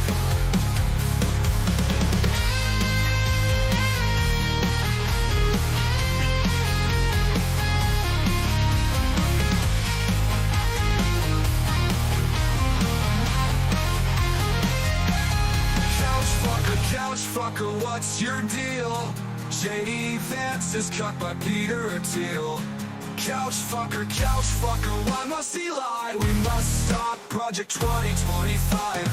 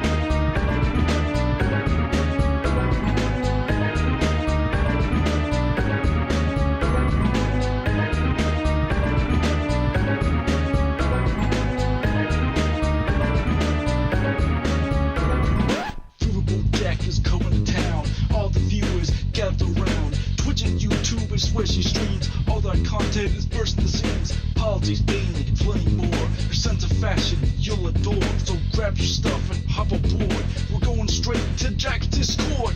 Viva Bojack, Viva Bojack, Viva Bojack, Viva Bojack, Viva Bojack, Viva Bojack, Viva Bojack, Viva Bojack. That's what I'm talking about.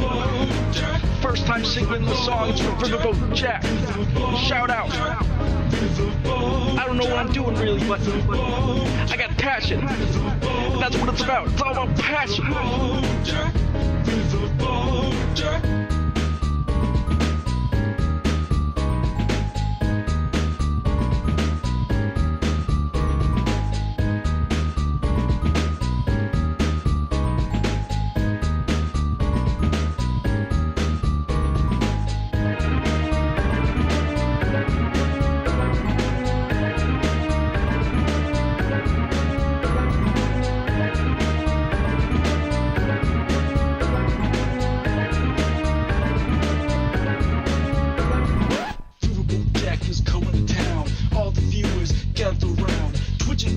Swishy streams, all that content is bursting the seams. Politics, gaming, and plenty more. Your sense of fashion, you'll adore. So grab your stuff and hop aboard. We're going straight to Jack's Discord.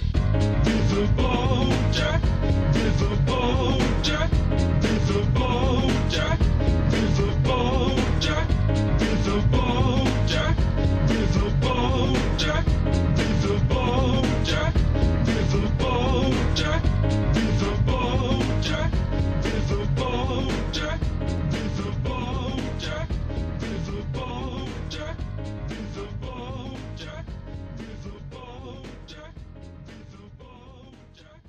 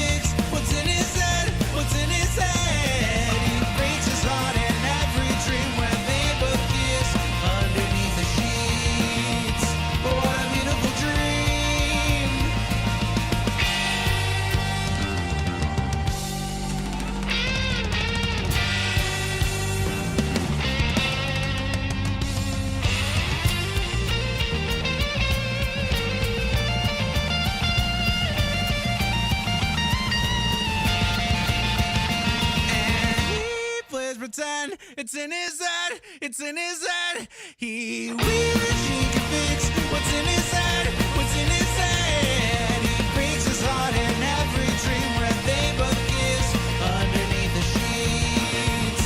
What a beautiful dream, oh, and he plays pretend it's in his head, it's in his head. He wishes he could fix what's in his head, what's in his head. He breaks his heart in every dream where they both kiss underneath the sheets. What a beautiful dream. And he plays pretend it's in his head, it's in his head. He wishes he could fix what's in his head, what's in his head. He breaks his heart in every dream where they both kiss underneath the sheets. What a beautiful dream.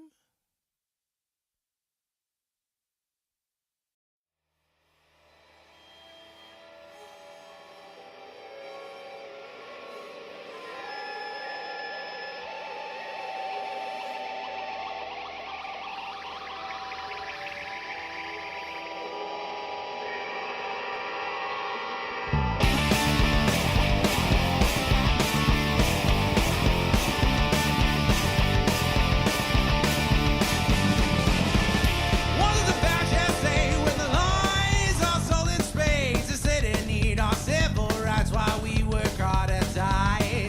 When the guy they defend the genocide, they have said they cleanse their soul by making sure your tale is never told.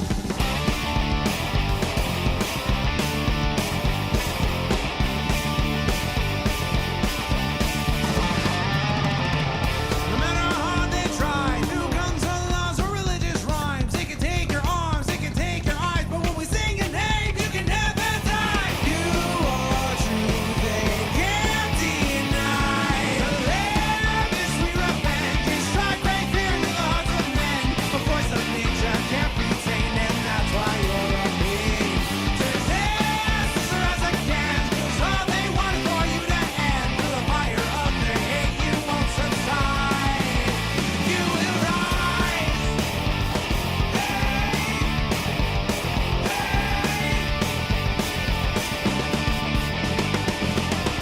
They thought they could make you hide, disappear right before their eyes, and open sesame, here come the 40 thieves, riding into battle, wrath and power, this is stopping me. No matter how hard they try, through guns or laws or religious rise, they can take your arms, they can take your eyes, but when we sing your name, you can never die. You are true, they can't deny. To live is sweet revenge, you strike great fear in the hearts of men. A voice of nature can't be tamed, and that's why you're a being. Resist is rise again, 'cause all they want is for you to end. Through the fire of their hate, you won't subside. You are true, they wish they can't deny.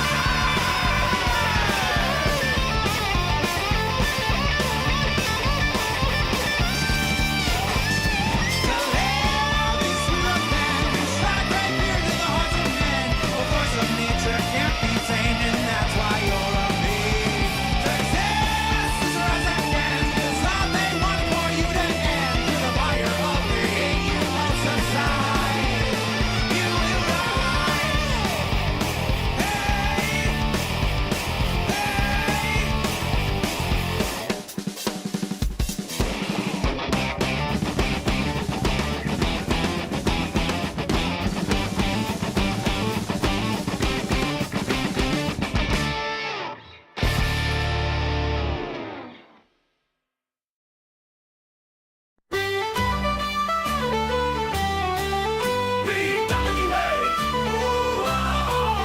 Yo ho, me hearties, gather round the screen.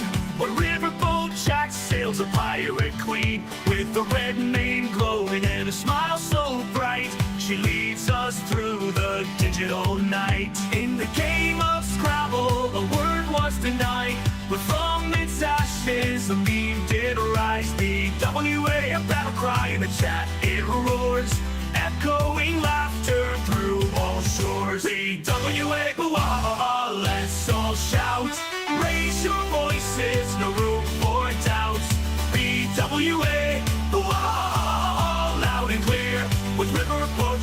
there's nothing to fear.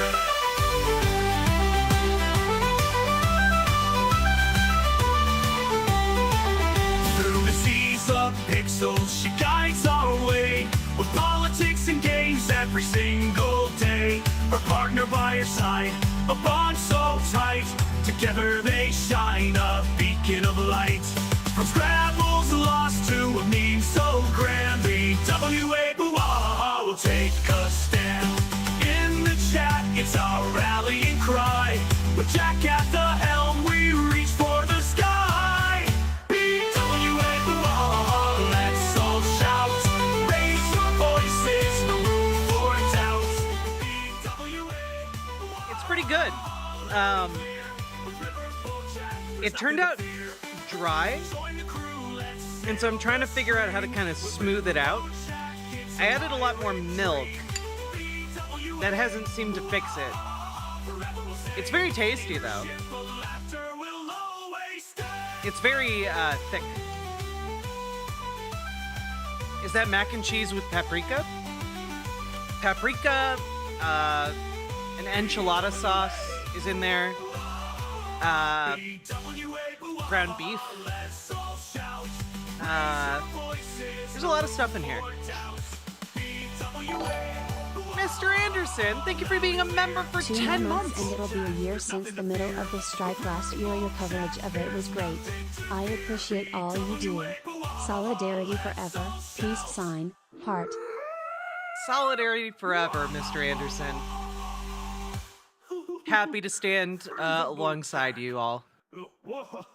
In whatever small capacity I can, you know? In her ship of laughter will always stay.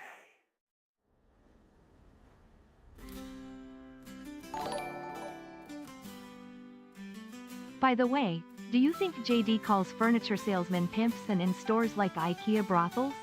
Jesus. I don't know. Nothing's off limits for that guy. Oh, this has like all kinds of like spices in there. So join the crew. Cayenne pepper, chipotle pepper, smoked paprika. It's a pirate dream. BWA. In her ship of laughter will always stay.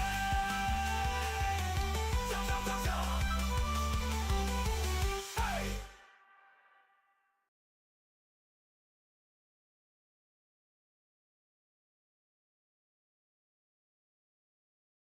It's very good. But if anyone has some advice on how to make it like a little bit less thick, that'd be good. How long did you take to make it? I made the enchilada sauce from scratch. That probably made it a lot longer. In total, it probably took like, I don't know, 30, 40 minutes. And then just let it slow cook for like 4 or 5 hours. Sour cream? All right.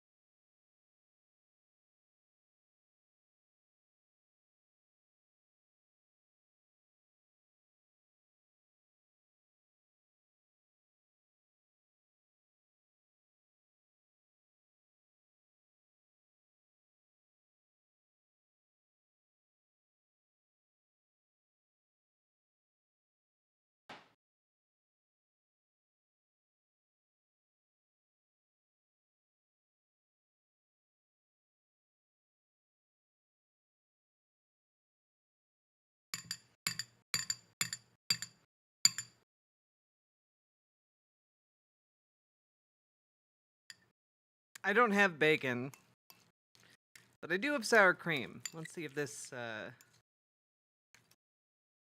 oh, what you say? Yeah, you like that? You like this ASMR?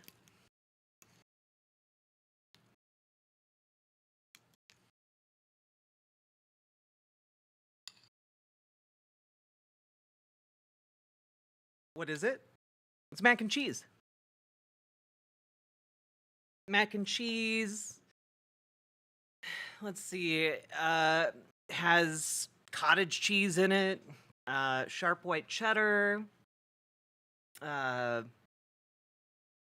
Like ground beef. Homemade enchilada sauce. Which turned out really well. I would make that again. The sour cream can't be bad in it, at least, yeah. Also, anything perishable I should probably like get rid of out of my fridge, and I don't have that much sour cream left, so this could be a perfect way to use it.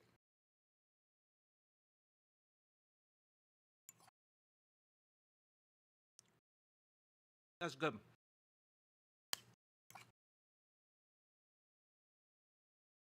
It's still like a little bit gritty,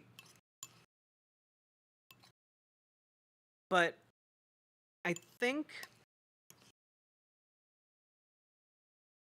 that might be the enchilada sauce. I didn't do the flour enough justice.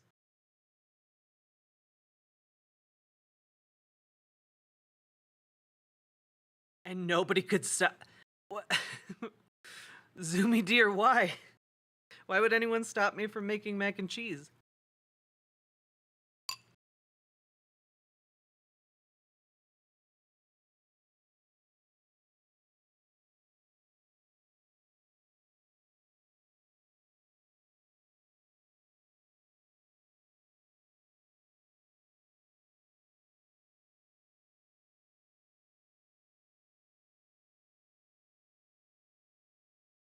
Cottage cheese and mac and cheese is like finding raisins in potato salad. Why? It just melts. Did I sift the flour for the sauce? No, I didn't do a very good job of adding it. I honestly, for the recipe, I was kind of blindsided by the need for an enchilada sauce, so I've never made enchilada sauce before, and I probably goofed some goofs.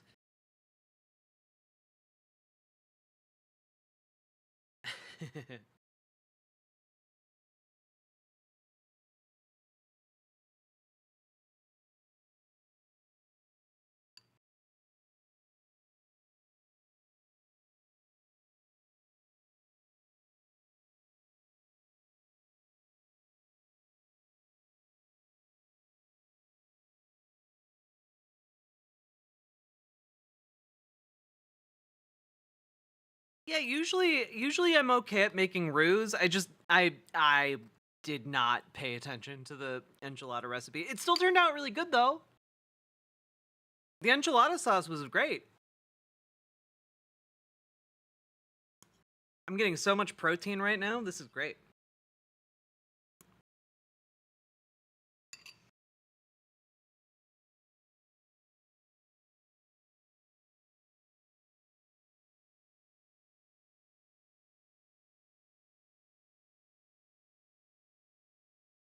Hoi polloi, I also put in cottage cheese. Or not, I put in cream cheese as well. I put in a variety of cheeses. Some whole milk, some heavy cream. I put a lot of stuff in there. Turned out pretty good.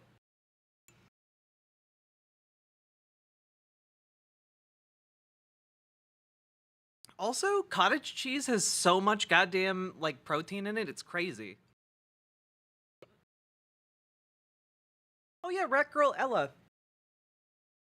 Sorry, I might hiccup a little bit here. Let me drink some water.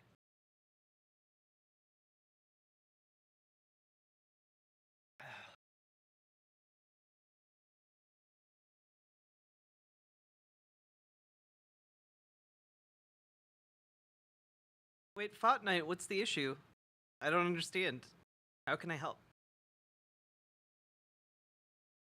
Can I ask how long it took you to get your voice? So I did podcasting for a really long time. I like recorded with like a group of people and I also edited it. And so when I realized I was trans back in like 2015, 2016, I started like I guess, doing my own homegrown voice training. And I would sing, like, outside of my range when I was alone. And I guess it took, like, I don't know, five years maybe? I don't know. Oh no, but like Fortnite, what can I do to help not trigger? Is it me eating on stream? Because I also feel weird about that. Caramelize a white onion with salt and pepper and add it in while it's cooking in the slow cooker. Ooh. So I used dried onion, and that I wouldn't use as much of what I used. Let me put it that way. Oh, gotcha, Fortnite. I see.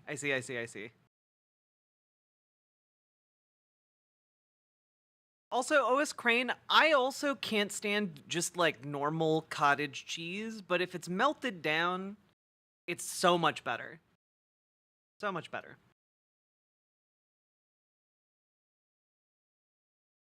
Uncle Gumbald, tell me more about this old crock sharp white cheddar cheese. I need to know more. I like them. I like the sharpest of cheeses. I want my cheese to hurt me like my whiskey. I'm just starting out on voice training. Rat Girl Ella, you'll probably make a lot more progress than I did, because I didn't know where to look for voice training lessons that wasn't like Susan's place, and I did not want to go there. So you'll probably come along a lot faster than I did.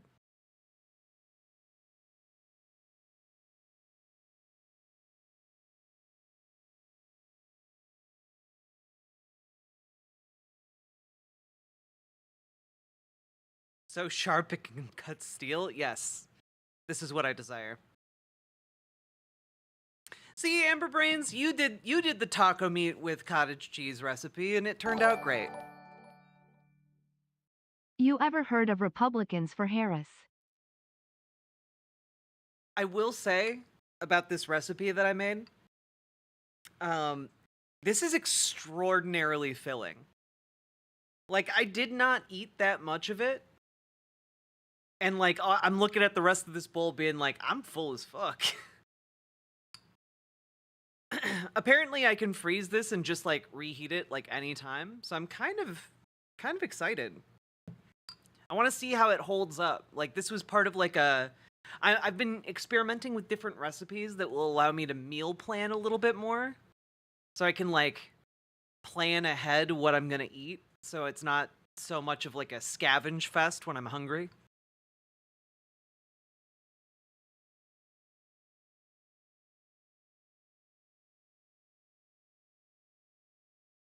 Also, I should probably just go dump the rest of this sour cream in there. I want my cheese to sizzle my nose hairs off with visible cartoon aroma lines.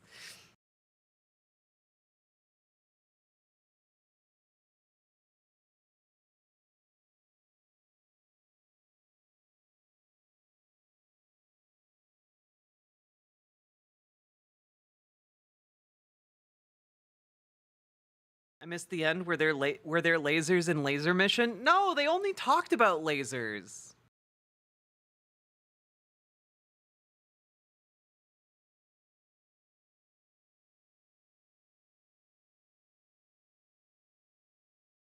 It was very frustrating.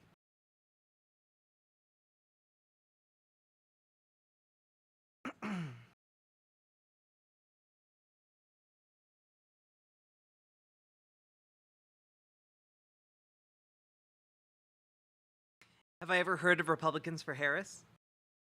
I have. We watched one of those Republicans introduce one of her speeches lately. I think the Republican head of like the Arizona party, or the Republican mayor of Mesa in New Mexico or Arizona. I don't know. We watched content and I talked about it. We talking about Laser Mission again? Were we ever not talking about Laser Mission? Here's how Jenk can still win. The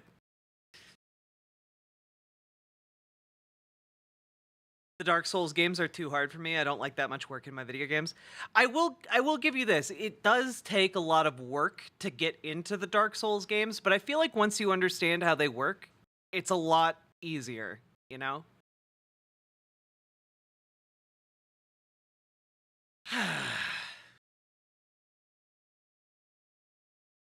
Maybe I'll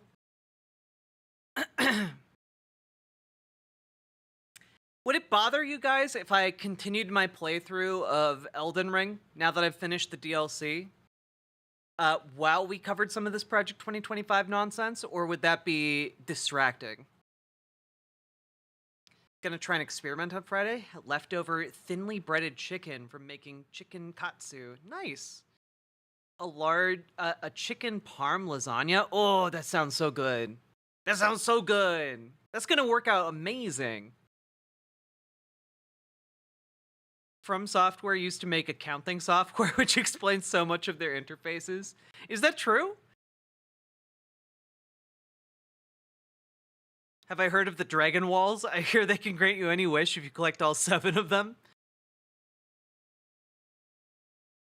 Look, you collect all 7 of the Dragon Walls, okay? But then you have to give them a Minnesotan goodbye.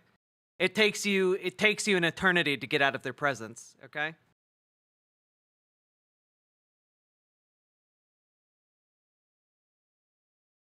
Uncle Gumbald, I did. I beat the DLC. Soloed the final boss. It was great. It was very heroic.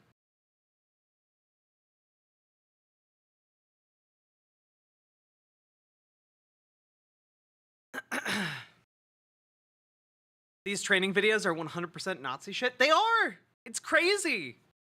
I don't think I can finish the rest of I was trying to wait to see if like I could eat the rest of this. I don't think I can. It's so rich. It's a little bit too rich, maybe. I think I need to figure out a way to make a better, like, thinner cheese sauce. All right, I'll be right back. I will return the mac and cheese to the mac and cheese farm.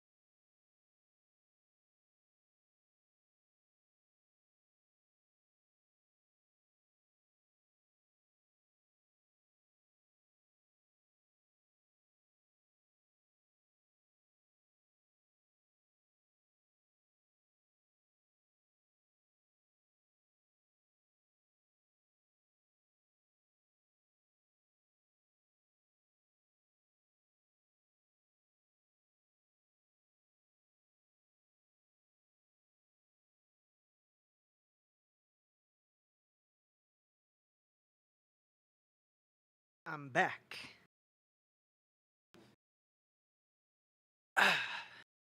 Rich mac and cheese, fake leftist alert. Damn, I got.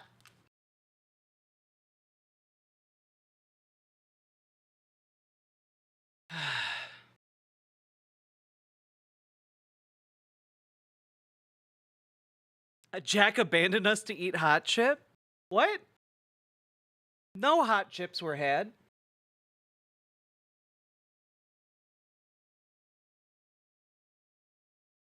You silly billies.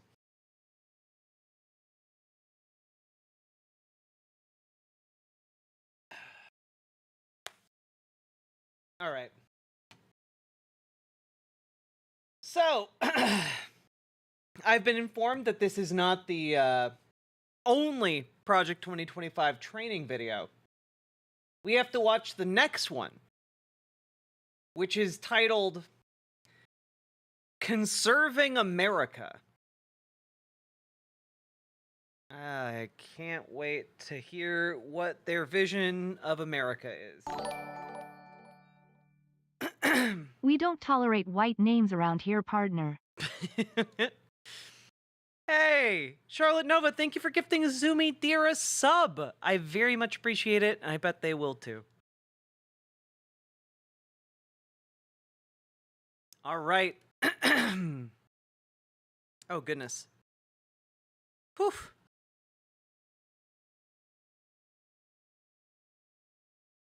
Let's get going.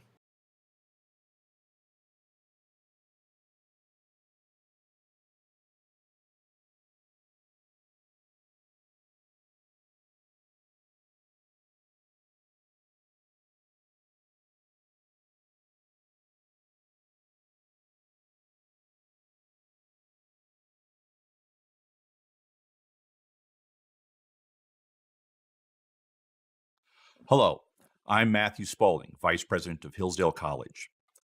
I'm at our Washington... I might be wrong on this one, but I believe Hillsdale College is like a religious college. Like that's the main thing it's like known for. It's like religiosity, being like a Bible college.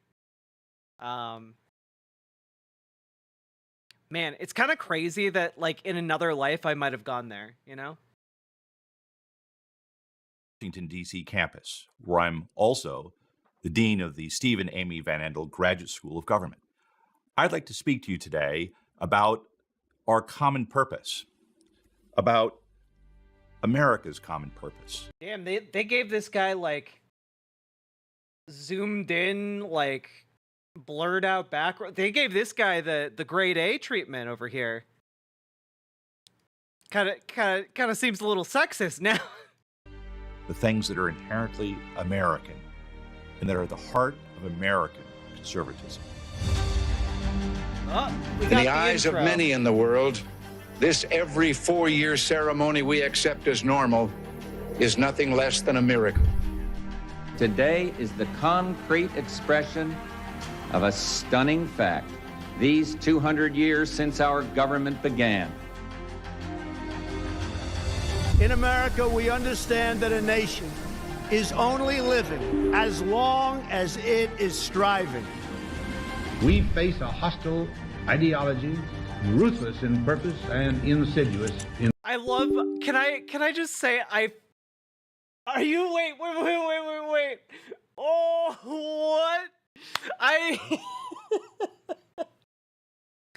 Gender conf?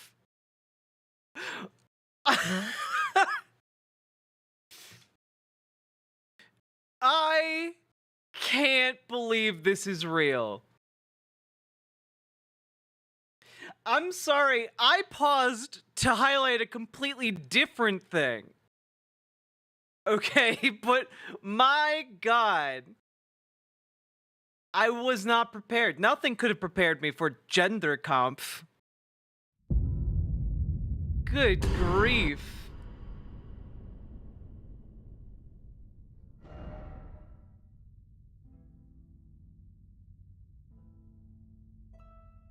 Oh, man.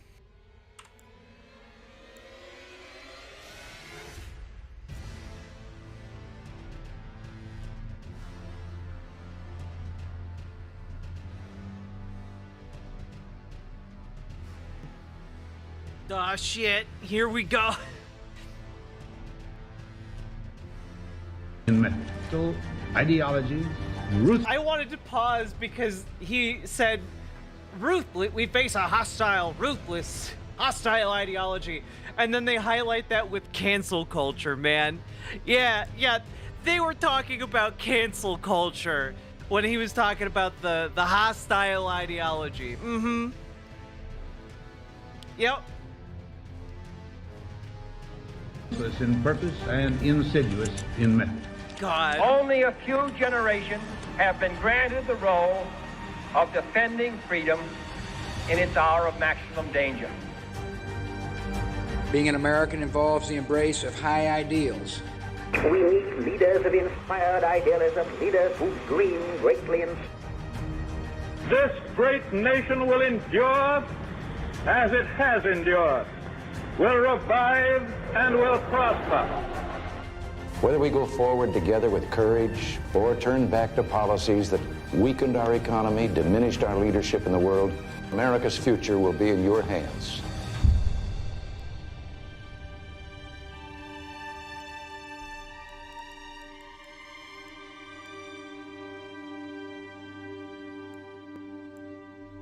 Conserving America. There are many things upon which we disagree concerning domestic policy, foreign policy, economic policy.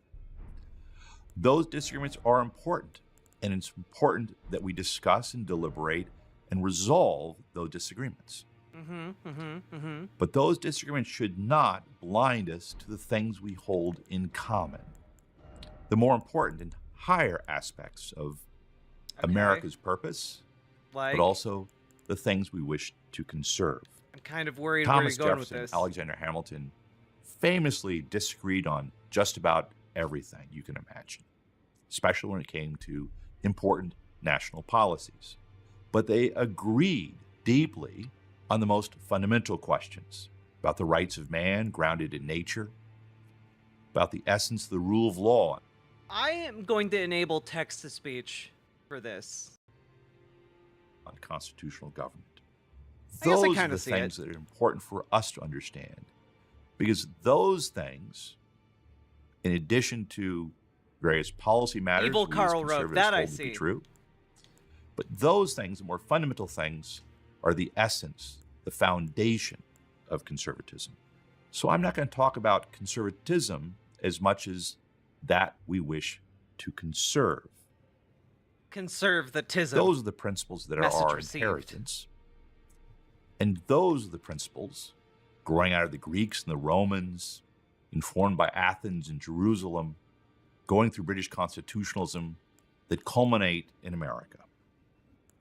So as we deliberate and discuss the policy questions that we need to determine, it is important to keep in mind the larger objective, which is to recover, to restore, to conserve, and to save our country.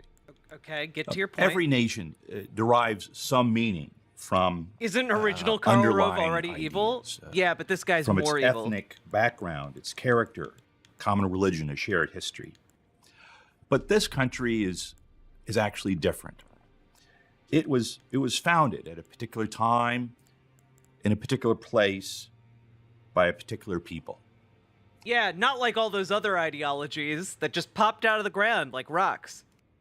And it is that rich heritage of ideas, especially those stated in our core fundamental documents, that define us still as a nation and as a people. America was revolutionary, but not in the way we normally think of that word, especially if we have in mind the French Revolution or the communist revolutions in Russia or Cuba. Okay. It was revolutionary in the sense of ideas. It was in the minds and the hearts of the people, John Adams once wrote. That was a source of the real American Revolution. It was about the ideas upon which a nation was to be established. Ideas that are applicable to all men in all times, as Abraham Lincoln once said. And they proclaimed that principle rather than will was to be the ultimate ground of government. It was at a particular time in history that these universal ideas became the foundation of a particular system of government and a particular political culture. And that revolution culminated not in the guillotine, but in constitutional government, a government that is long. I do want to point out that the French Revolution did result in the end of the monarchy. I do want to point that out. And we, for all America likes to preen about defeating the British and winning our freedom, we didn't defeat the monarchy of England. It's not like we went to England and ended the monarchy there. I think, though, this would be a lot easier for conservatives to understand if they did not think in quite as black and white terms. Sometimes something is both good and bad at the same time. Long endured. Those ideas, which we want to discuss briefly, are found in the Declaration of Independence and the Constitution. Those ideas still define us, as much as they are debated in many parts of our media and culture. If only we did. And they define us because Thank you for the $5 our dono. system points backward, not merely historically backward, but as a practical matter. Our first law is our highest law, the Constitution. Yo, Charlotte Nova, thank you for gifting a And our sub to Bill system, Casey. That's in so kind of principle, you. is built upon the foundations of the Declaration of Independence. Those ideas, that Constitution, still are beacons for everyone in the world. They're still warnings for despots around the world. And they are still the brightest lights and the greatest inspiration for freedom and liberty in the world, but especially. Why do I get like a sneaking suspicion that if we played this backwards, like we'd get like some kind of like demonic invocation? Like this is all very like it's like he's trying to incept us into something. Like what are you incepting into us right now? Here at home. Although much of our history begins earlier, we can define the American founding period as encompassing two pivotal moments. One is between 1775, the opening Battle of Lexington, and the Treaty of Paris in 1783, the American Revolution. And the other is after the Revolution, in 1785, when it starts earnestly getting a movement towards the Constitution, and then perhaps 1797, the constitutional period at the end of Washington's first administration. And those two periods are dominated by two monumental documents, the Declaration of Independence and the United States Constitution. The movement towards the Declaration of Independence begins in 1763. America, we can say, begins as a tax revolt. The British, after the French and Indian War, needed revenue, and they sought that revenue by tax bills, taxing the American colonists. Yep. The American colonists objected from the very beginning on the grounds that, historically, all the way back to Magna Carta, they had a right against taxation without representation. The British passed tax bills and then revoked those bills, but always maintained they had the right to pass whatever legislation they wanted in all circumstances whatsoever. After one of those acts, the American colonists got together for the first time in what is called the Stamp Act Congress. That legislation was also. I really want him to get to like some kind T of. is rever DNAT pilf NWOD not YM tupai. I put my thing down, flip it and reverse it. Carl Rove.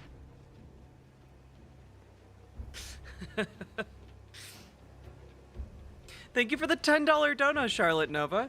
But yeah, like, I feel like so far this guy's just telling us American history, and granted it's American history with like a very specific ideological bent, but like so far I'm not like there's nothing super objectionable about this yet, because he's not making any like prescriptive statements. You know, like what does he want out of this? Withdrawn, but the British continued to pass various measures, including measures to tax various goods, including tea. Which, yeah, what's the tea, sis? After all else has been withdrawn except for that tax, the Americans dumped into Boston Harbor. That, of course, led to the First Continental Congress. But something very important happened at the First Continental Congress. They started to debate and discuss the grounds upon which they might need to establish their independence. Up to that time, they had largely acted to defend and appeal to their rights as Englishmen, rights going back to Magna Carta itself and coming down through British constitutionalism. But they realized that that ground would not be sufficient to fight a war against the British king. And so they considered other options in a debate at the First Continental Congress. Our charters, our rights before Parliament. Ultimately, they chose to ground their claims upon nature, a more philosophically and more fundamental ground that was a defense of rights behind Magna Carta, behind and beyond the rights of Englishmen to their rights inalienable as humans. rights even. And so they turned... You mean, wait a minute, are you trying to tell me? I thought those two ladies in the previous video were telling me that human rights were a leftist thing. You mean these inalienable rights are certain rights for humans?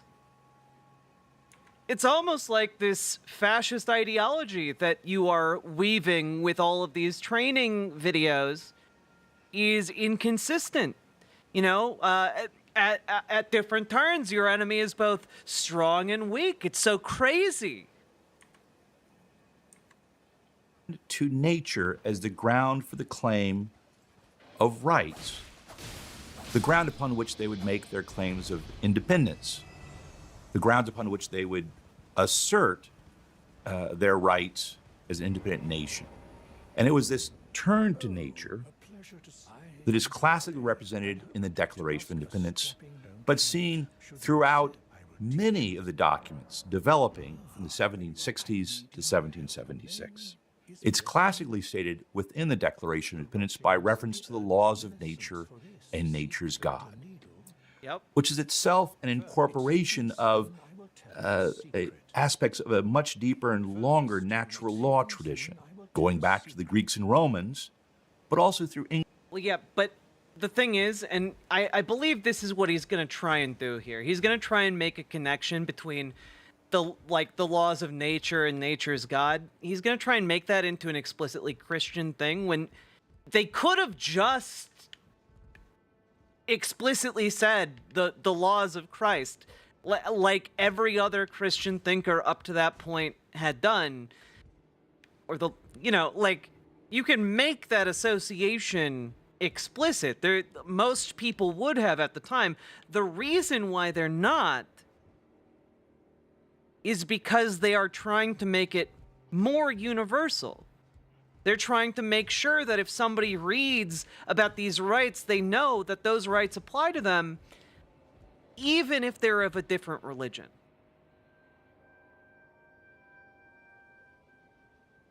English thinking, especially through thinkers like John Locke. That thinking, that grounding, gave the American Revolution a deep and fundamental mooring. A mooring that, if is lost, turns to more revolutionary ideas, a rejection of truth, a growing sense of relativism, and ultimately a nihilism, that there are no truths worth conserving or living for. Okay, the wait. Declaration of Independence, which I want to hear him make this argument again. That thinking, that grounding, gave the American Revolution a deep and fundamental mooring. A mooring that, if is lost, turns to more revolutionary ideas, a rejection of truth, a growing sense of relativism. So your argument, to be clear, is if you don't believe in the values of the founding fathers, if you have, I don't know, you get your ideas from the French Revolution, say, you might lose all your values? Like, what is this? Again, this is some American exceptionalism bullshit, where he's like, yeah, all these other countries, they don't have real values. They don't have American values. It's all nihilism. It's all any of them can do. And ultimately a nihilism. There are no truths worth conserving or living for. The Declaration of Independence, which is, say, the philosophical grounding of the American Revolution, takes an opposite course. It grounds its sense of politics in the laws of nature and nature's God. There are truths that are knowable that can be the guide and the ground for politics. These are self-evident truths. And the first one is that all men are created equal. We're not equal in many aspects, size and shape. We're equal in the fundamentals, in our humanity, which means that none of us have more rights than another. None has a right to rule, and none is condemned to be ruled.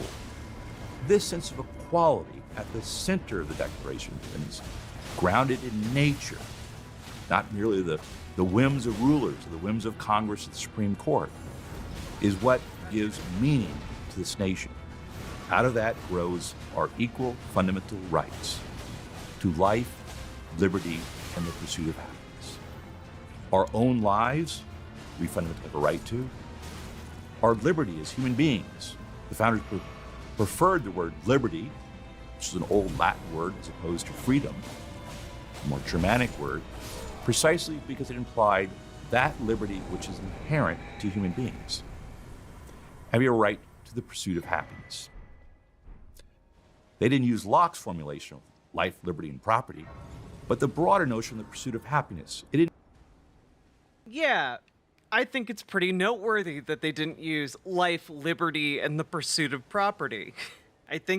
I agree. That is a little bit noteworthy, a little bit eyebrow-raising even. I wonder what conclusions he draws from that. Includes property.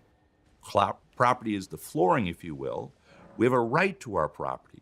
We have a right to acquire property, to buy and sell property. We have a right to add to property through the fruits of our labor. But beyond that, we have a higher and more important right, which is the culmination of our happiness, which is a right to come to know the truth about the most important things, and especially religious truth. Hence the grounding of the right to religious liberty. I mean, I feel like you're wandering pretty far afield here for, you're wandering far afield for right to happiness, to pursue happiness anyway. Like, I guess you can have, like, a right to religion predicated on your right to happiness. Sure. But, like, I feel like the reason the Founding Fathers were talking about a right to pursue happiness was less to do with the search for religious truth and more to do with the fact that, like, you had a bunch of different denominations of Christianity that were threatening to rip each other apart if allowed to go on, like, religious crusades. Like, I feel like that's probably the more relevant piece of info, I guess. I don't know. Which we will see expressed most famously later in the Constitution itself, in the First Amendment. I might note here the great contradiction of slavery It existed at the time of the founding. Indeed, the draft of the Declaration condemned the slave trade, but great compromises were made with slavery. But most importantly, the seed of its condemnation, the beginnings of the abolitionist movement, actually grow out of the Declaration of Independence. I'm pretty sure people before then knew that it was probably wrong to own people. I think you can find many thinkers from throughout history who understood that slavery was wrong and evil. Like, for example, many missionaries in South America saw the way that like indigenous people were enslaved hundreds of years prior to the rise of the American Empire, and they condemned it. You know, it wasn't like Columbus was this beloved figure, okay? Columbus treated like the enslaved population so horribly. He was stripped of his titles by the King of Spain. Like, people understood it was pretty horrible.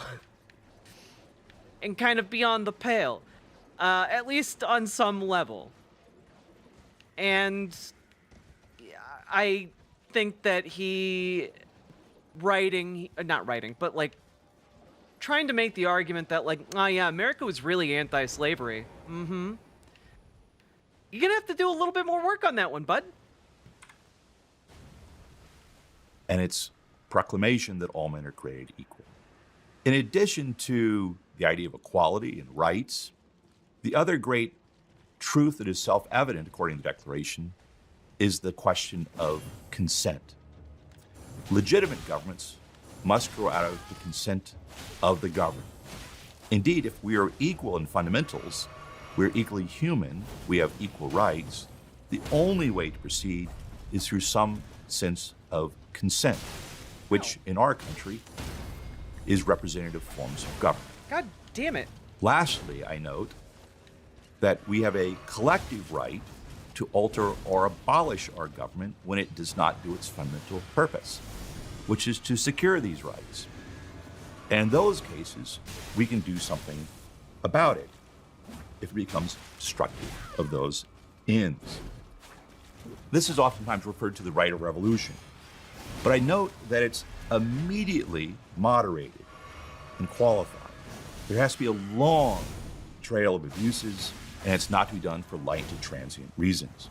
We don't have a right to take the law into our own hands. And if we have a right to abolish government, we also have a duty, an obligation to institute new government. In short, these ideas, I would argue, that there are truths to be understood in light of the laws of nature and nature's God, and that evident among those truths are that all men are created equal. They equally possess fundamental certain rights, life, liberty, and the pursuit of happiness. The job of government is to secure those rights according to the consent of the governed. Those ideas are the very essence of American conservatism and what we wish to conserve. They aren't the gifts of government. Yeah, but there's a glaring flaw here, which is that as great as those ideas can be, as great as a lot of our foundational documents are, ultimately, at the end of the day, our founding fathers wrote these documents as, intended to be living documents, alive, to be changed over time because they were acknowledged as imperfect, and conserving them flies in the face of the very idea that they had. Like, if their ideas are so great, why are you selectively listening to them?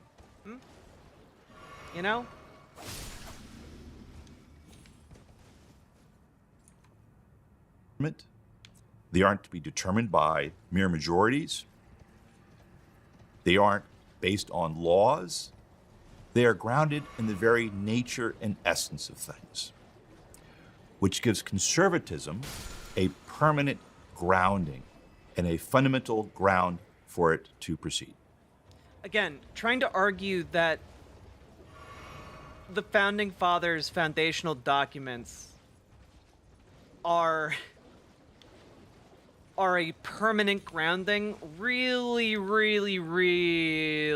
selectively understands them, you know? Like, to a kind of crazy degree.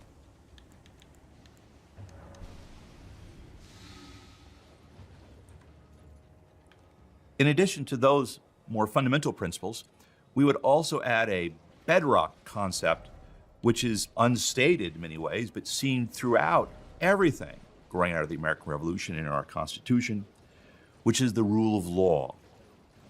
Indeed, Yeah, no other country had laws before the United States.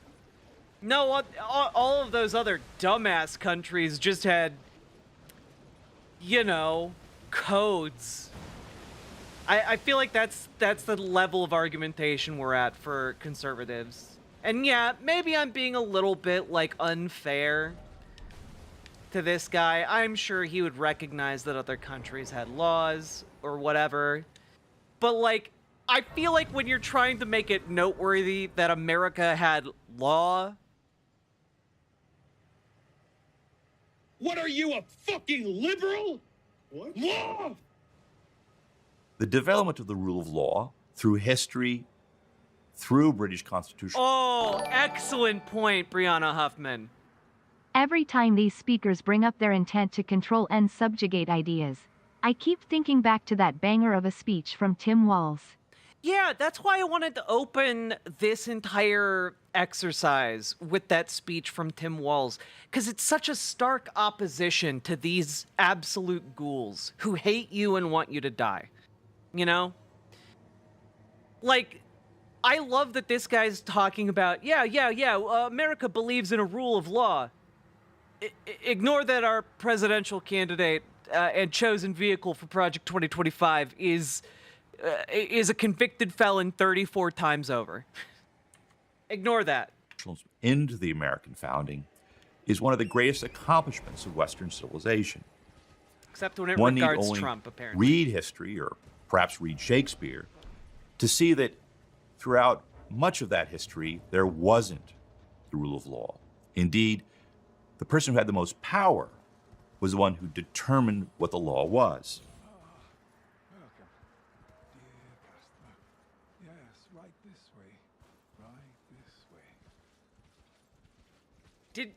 Do you think he heard himself speak? Do you think he, like...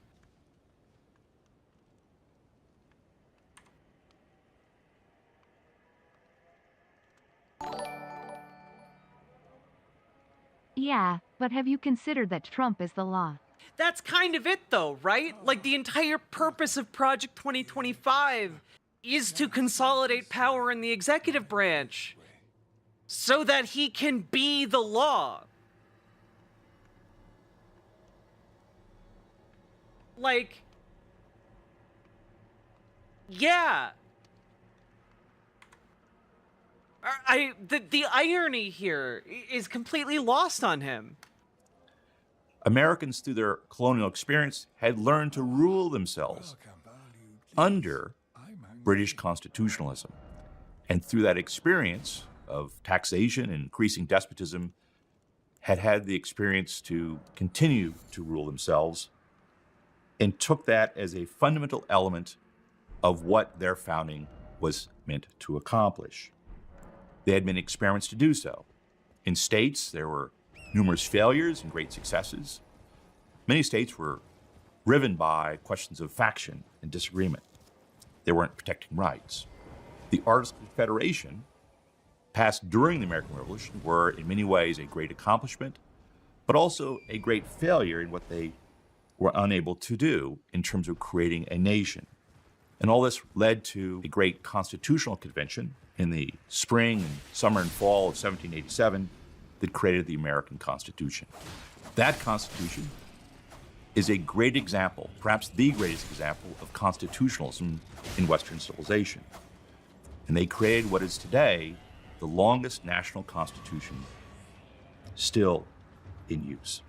It's laid out in core parts, articles, creating 3 branches of government: the legislature, the executive, and the judiciary, starting with the most democratic to the least, beginning with the lawmaking branch. And each 3 of those branches begins with a vesting clause, which is to say the Constitution is one of delegated powers. They're delegated precisely because the Declaration has first established the sovereignty of the people. The people possess rights, not the government. Indeed, according to the American understanding of politics, no government, the federal government, state governments, the dog catcher, possess rights at all. They only have certain powers. And those are laid out very carefully in our American constitutional system, enumerated, especially in the first article concerning the legislature, and then less so, but significantly, concerning the executive and judiciary. The Constitution also includes a Bill of Rights, which importantly, especially in the First and Second Amendments, protect our most fundamental freedoms: our religious liberty, the right to speech and free press, rights to assembly and petition, the first, and the second, the right to bear arms.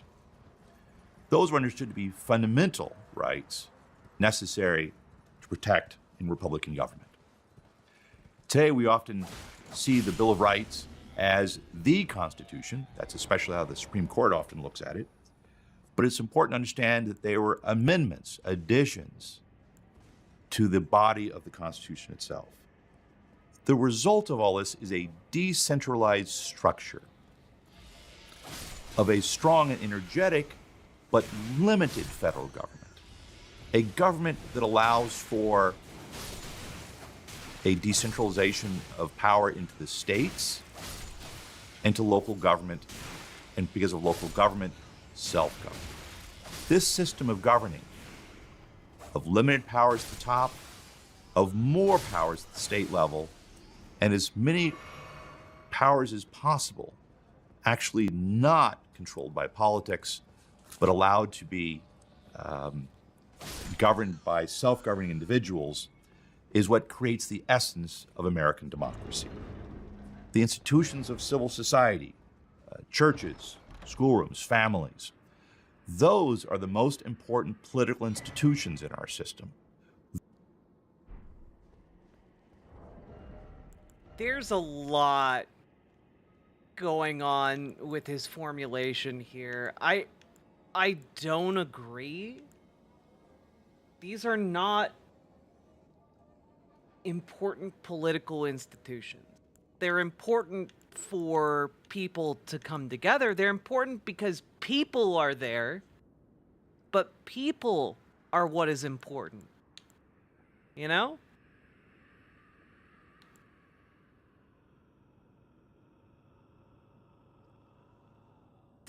Put this depressed, half-asleep snail on 1.25. I could do that. Yeah.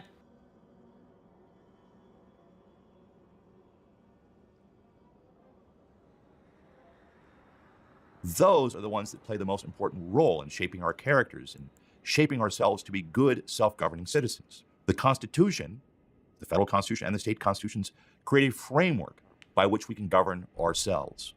They are meant to secure the rights of the Declaration of Independence. They are meant to uphold the powers defined in their documents, especially those that are delegated to the federal Constitution and limited at the federal level. And they are meant to provide liberty for ourselves and our posterity.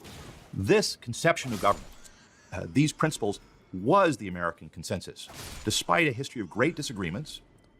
And indeed, the one exception proves the rule. And that was when we had a fundamental disagreement over a fundamental question: slavery and the Civil War. John C. Calhoun famously said that slavery was a positive good. Chief Justice Taney said that slaves were property and that they had no rights that we were bound to respect. And even Stephen Douglas, the senator from Illinois, said that this should be solved through the questions of popular sovereignty. Anything, as long as the majority consents. Yeah, you know, popular sovereignty. You know, like they were arguing it was a states' rights thing, right? I think you might be able to say that. Just throwing that out there as a concept. You might wanna keep that in mind, Mr. Republican man. It was Abraham Lincoln who objected to all of these arguments and instead recalled the nation to its founding principles, recalled it to its Constitution, but a Constitution which was understood in light of the principles of the Declaration. These ideas came to be challenged, and our system changed in many fundamental ways after the Civil War, especially the beginnings of the 20th century, when a movement, a growing movement of ideas, especially coming from Germany and France and educational systems in Europe, led to what is called progressivism. The progressives had certain anti-foundational principles at heart. They did not believe there were any truths or first principles and grounded their system on a sense of relativism. They also believed that there were no principles that withstood the test of time. Can we just, like, point out here that he's literally just pointing to people he disagrees with and saying, these people don't believe in anything, but, like, not really providing any citation on that. I don't think one can argue that progressives have no grounding in principle. I in fact, having been a progressive, you know, myself for a while now, progressives have principles. Like, do we necessarily believe in, like, an absolute, like, moral authority that exists somewhere in the universe? Not necessarily. But you know what? Republicans don't either. Many of them don't. They will say that they do, but then they will do things constantly that fly in the face of what they profess to believe. Okay?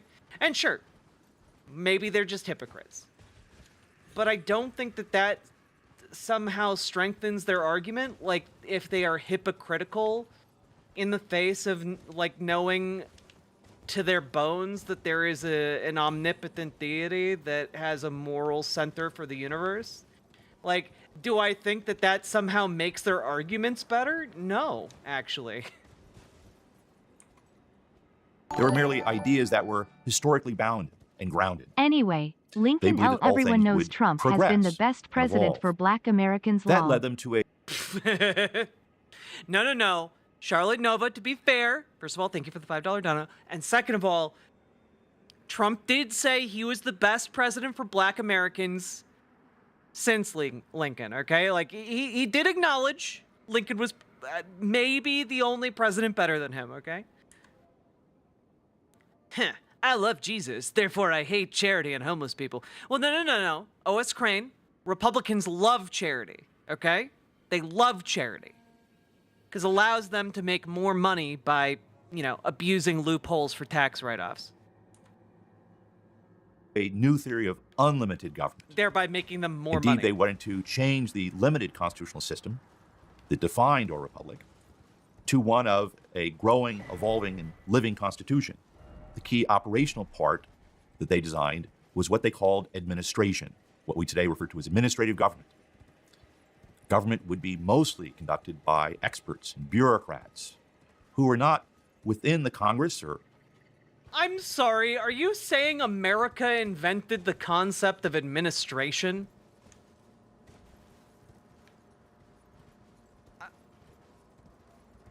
China from like 8,000 years ago would like a word.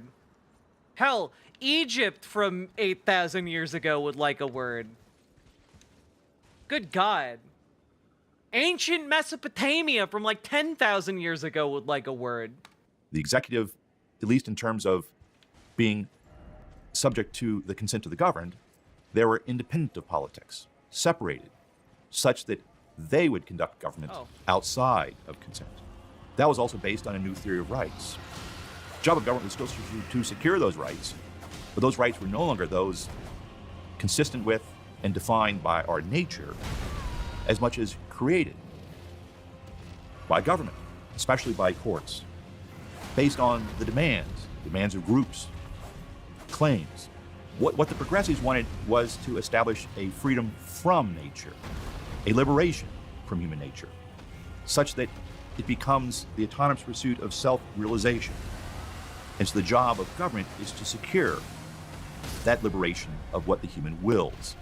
An objection to the progressive movement, actually, is the origins of what we today call conservatism. But here I would actually associate the actual beginnings of conservatism with a rejection of progressivism. And I do so to remind us of the debate here in the American context of these two great alternatives. In particular, in the election of 1912, both Woodrow Wilson and Theodore Roosevelt were pursuing and arguing for progressive ideas. And then later we associate this argument with Calvin Coolidge, for instance, began to see that this was a threat to our Constitution and behind the Constitution to the groundings, the philosophical groundings in the Declaration of Independence. That pushback, that beginning of conservatism, we see then argued in, especially in the judicial context, where it first became evident. We see it in the pushback against the New Deal that ultimately culminated in Barry Goldwater's campaign, or in the arguments against the Great Society, which led to the great efforts of Ronald Reagan. How do these assholes sit there with a straight face and say they want less government, when they literally want to inspect your child's genitals? Dude, I don't know. I don't know what to tell you. Like, they're out there just being like, hey, yeah, really, that Barry Goldwater guy had some good ideas. I can't, man. Like, I can't imagine going from, like, John Locke to Barry Goldwater. Like, the leap that is going on there is insane. So how then do we proceed? How do we learn from the principles of the American founding going forward in a world of disagreement, in a world of particular circumstances informed by those ideas? And here I actually want to reintroduce an idea that itself is built upon an older and more classical understanding of politics. A world of politics, what I would suggest the founders had at least one foot in. That is to introduce the cardinal virtue of prudence. It's in the Declaration of Independence. If you look at that famous second paragraph, the first part of the paragraph introduces all those abstract ideas. All men are created equal. These are self-evident truths. Government is to secure those rights based on consent. But that's one sentence. And the very next sentence begins, prudence will dictate. That is to say, prudence is this operational virtue, this moral virtue, this central virtue of the statesman, which translates abstract truths, fundamentals, and how do we apply them in particular circumstances. And that is also an essential quality of conservatism. Taking a principle, a thing that does not change, that's abstract, that's true, that's a universal, and applying it in particular circumstances, such that it has an actual reality, also a truth, in that time. Conservatism should not be approached as itself a set of doctrinal ideas that never change. Our policy disagreements are just that, things that change depending on the circumstances. We must be consistent and strong and clear on the principles of the matter, but we must be adaptive, innovative, and flexible in practice. And that is itself an essence, an essential quality of conservatism. That allows us to have great agreement in principle, and to allow that agreement in principle to then give us the ability to deliberate and build consensus on the particulars. So what we need in the end is a rediscovery of conservatism, a reborn conservatism, a conservatism. A neoconservatism, if you will. Wait, no, you don't actually want a neoconservatism. What you are arguing for, my friend, is fascism. You want that you've attached yourself to Project 2025 because your vision for where to take this conservatism is consolidating executive power and using that consolidated power to essentially establish your fascist view for the future. What's a fascist? Dude, that guy's like 28 years old. That is grounded in the principles of the Declaration of Independence and the Constitution of the United States. Those truths, those self-evident truths according to the laws of nature and nature's God, of life, liberty, and the pursuit of happiness, of legitimacy of government coming from the consent of the governed. A conservatism that understands man's self-interest but also sees his capacity for virtue. A conservatism of the Constitution limits government, but it sees that government performs its job effectively and energetically.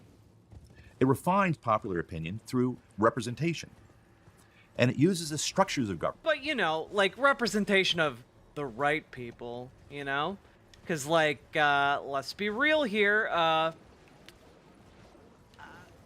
you know, you don't want everyone to vote. If you have everyone to vote, as I've heard from these conservative voices, you know, if everyone votes, suddenly you have mob rule, and that's bad. So you don't want everyone to vote. You want, like, the white kind of people to vote. Oh, I'm sorry. Did I misspoke. I meant the right kind of people to vote. That's my bad. That's what they want. They want the right kind of people to vote. The separation of powers, the checks and balances, to keep government limited and secure rights, all through an extended nation of states and a decentralization of power to magnify and strengthen self-government. That understanding of the grounding of conservatism creates a natural fusion. It reminds economic conservatives of a fuller understanding of the human person and prevents the development of that sense of autonomous individualism that we associate so much with modern liberalism. It reminds traditional conservatives of the rational ground, the moral principles of their ideas that are needed to distinguish between good traditions and bad traditions, without which tradition merely wanders and follows history and its trends. Yeah, except that that's kind of like your entire... The problem you're running into here is that that's like the entire thing you've got. Like, conservatism is that. You are mindlessly holding on to traditions. Like, I think like the best example of this that I can come up with is like Megyn Kelly on Fox News talking about how everyone knows Santa is white. You know, like that's all you guys got. That's all you guys got. All you guys have is this culture war bullshit of like holding on to how things were in like the 1950s. That's all you guys have.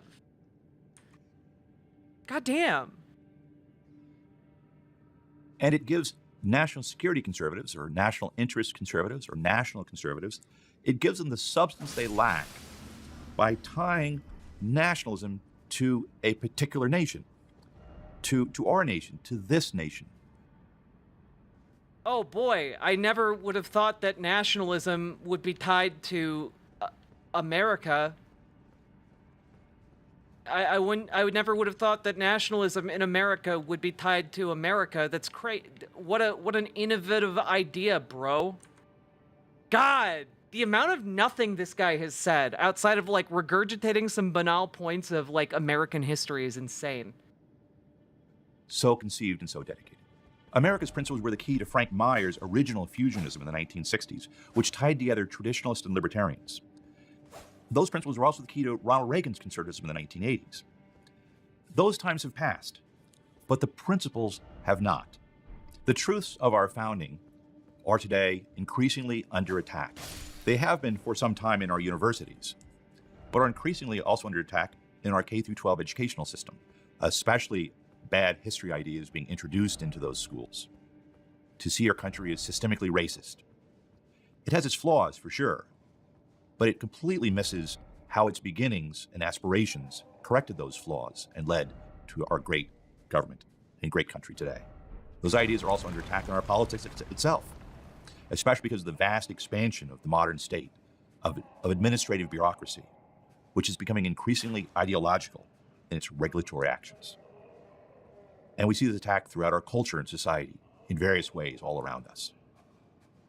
But I just want to remind us that our objective here, our common objective, is to save our country, its underlying principles and way of life.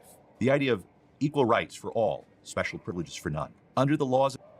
Yeah, equal rights for all, but not those trans people, am I right? Like that's honestly, like that's the messaging they have here. It's like, yeah, we believe in equal rights for all, but you know, a little bit less rights for like black people and trans people and, you know, anyone who's not white. Of nature and nature's God, the right to life, liberty, and the pursuit of happiness, of a recognition of our rights to property and to the fruits of our labor, but also to our more fundamental right of religious liberty. That government, legitimate government, must be based on the consent of the governed. That all government stems from the rule of law, and that our government is one of delegated powers of limited constitutional government. All of which is designed to preserve and protect not only the rights with which we are endowed, but our ability to be self-governing and to rule ourselves. These principles, these ideas are actually the source of our recovery of conservatism, as well as the recovery of our country itself. It's a true understanding of the nature of man, the nature of politics, and a true understanding of justice. And that makes our country worth saving, worth recovering, worth conserving. Thank you. Damn, bro. You boring as hell. Like, I understand the overall purpose of this video, which is to attach Project 2025 to like this legacy of greatness. You know, this long line of being part of like the evolution of what conservatism is and what it means. But like at the end of the day, what do you have? This is just apologia for fascism. This is just apologia for like the previous video where they talk about wanting to, you know, install specific ideological bureaucrats in order to like get rid of pronouns in the government and be yes men for the president. Like, that's kind of insane, right? Like, that's... And they're trying to connect that...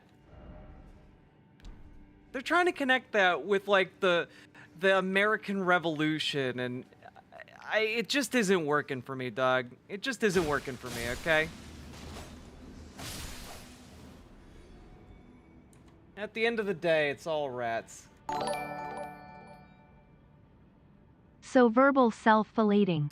Yeah, but like you have to keep in mind, who's the self-filleting for? It's less self-filleting and more an attempt to, I guess, fillate, to use your terminology, to fillate the people who are signing on to this. To let them know, hey, you're good. You're good and you should feel good about doing this thing that will destroy democracy as we know it. You know, it's essentially like the part, yeah, it's the part of the cult indoctrination video where they're like, you're a good person. You're a really good person. But you know what a good person does? They break that puppy's neck. You know, like it's like that, you know? It's like, hey, good people do insert horrible thing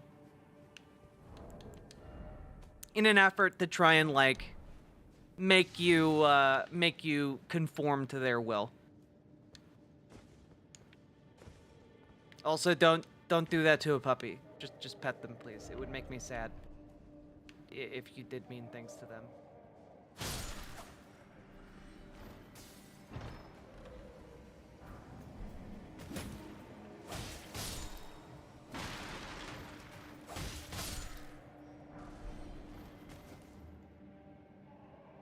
SS officers were religious? Yeah. In fact, I believe you couldn't be a member of the SS if you didn't believe in God. I think that was like a requirement. Not the Christy Gnome reference lol. Thanks for the SD rep. You're welcome, Chris. You're welcome. All those Christy Gnome fans out there, that was for you. All right. Let's go on to the next one, shall we? And folks, if you are getting anything out of this, please hit the follow button, hit the like button, hit the subscribe button, and consider dropping those sweet, sweet subs and donuts, because that is how I am able to keep going through the dead of night. That, and I have this Monster Rehab. I should get a sponsorship from them. The amount of Monster I drink on stream.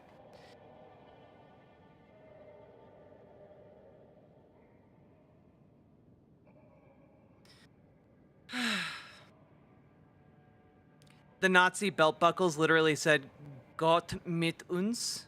God with us. Damn. Alright. This next video is titled Working with Congress, and I bet it's gonna go great. I hope it's an Office parody. You know? Let's get some Dunder Mifflin energy up in this fascist indoctrination.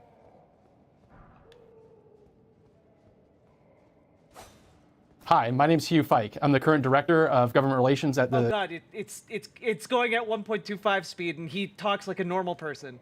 Oh god, he sounds he sounds cracked out. Just play a couple more seconds. Conservative Partnership Institute, and I worked in the Office of Management and Budget and the Executive Office of the President doing legislative affairs. I'm sorry, dude. That's unfair to you. I haven't heard what you have to say yet to call you a monster. On the House side, and I'm joined by my friend and former colleague, James Braid. Hi, I'm James. I've worked in various senior roles on Capitol Hill.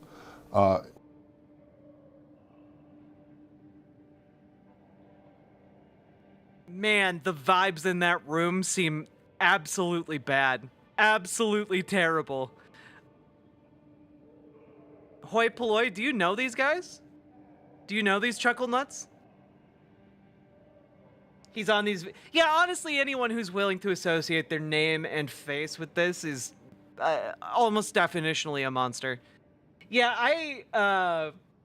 I'm getting bad vibes from these two. I worked with Hugh in the administration and legislative affairs at the Office of Management and Budget, specifically handling appropriations. Currently, I serve as the legislative director for Senator J.D. Vance. Oh, and we're here to talk about congressional relations with the administration. Very bad Essentially, vibes. It's going to be a legislative affairs 101. All right. In the eyes of many in the world, lay it on us. This every 4-year ceremony we accept as normal is nothing less than a miracle. In America, we understand that a nation is only living as long as it is striving. Only a few generations have been granted the role of defending freedom in its hour of maximum danger.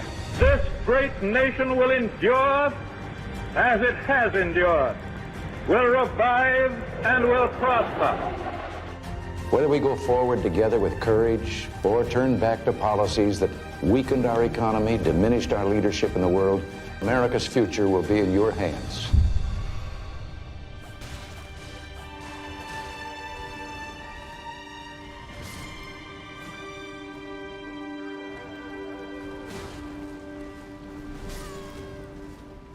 Let's kind of get into it. I'll just sort of surface kind of the top line understanding of how I think about the Hill from a theoretical perspective. The Hill is a mechanism for information processing. So we have all these preferences, all these different issues, all these different policies that are happening in the United States. And how do we make them into a coherent legal document that I really actually like that it can maybe do some censored good everything for the but people of the United motherfuckers. States? Well, we have this huge machinery called Capitol Hill, which is, includes the procedure, right? You might think of that as the software by which the computer runs. You might think of members of Congress as the individual decision-making nodes.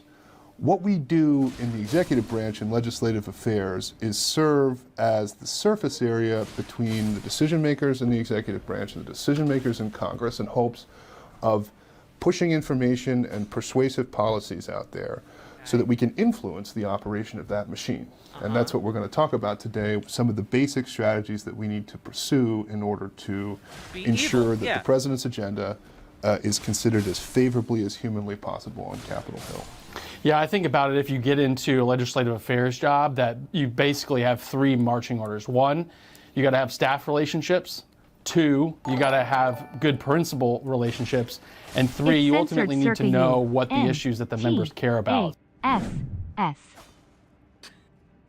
Oh, wait, we got to read this. The role of the executive branch, legislative affairs, is to influence the operation of the machine that is Capitol Hill, and to ensure the president's agenda is considered as favorably as possible. 3 marching orders. They already said this. Why not edit this screen over them saying these words? Why? What? Editing, what are you doing?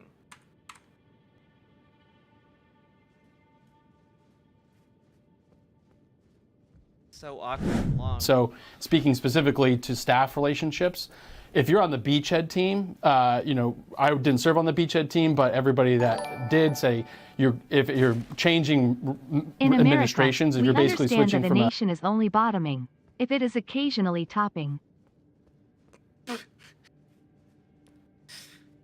Yeah, you know, in America, we understand people are switches. You know, from a conservative to a liberal administration, Very true. You're not going to be left with the tools, or you're not going to have the lists of things that you're going to absolutely need. So, and you know, like I'm not saying that's true of everyone, but I am saying, like, you know, a lot of Americans go out there and they say that they're switches. And you know what? I think that the real message that you should take away from Project 2025 is that when people say they're switches, just believe them, okay? Just believe them. Yeah. One of your first priorities is to obviously work with you know, the administration to figure out what the priorities of the agency or the part of the administration you're in. I'm joking. But then start developing lists of members that include staff members for the equities or the things that are necessarily going to be important to your day-to-day job. And so what you want to do is immediately start creating lists of the committees on Capitol Hill, both on the House and the Senate, that are going to be important for direct legislative jurisdiction over your agency's areas. Then you need to start doing individual meetings with them, putting a face to a name. That's really important. And then you need to have make sure you have the right contact information. These are sometimes very quick moving decisions, and they are quick moving in that you need to be able to directly communicate with those people, not just via email, but be able to pick up the phone and call people, because things move very quickly. And in the administration, I found that... You know, this is in direct opposition to that first video where the two very nice ladies said that government moves very slowly, and if somebody comes to you with an emergency, ignore them because they're a little bitch. I think those were her exact words. So, who am I to believe? Should I believe you guys? Or do I believe them?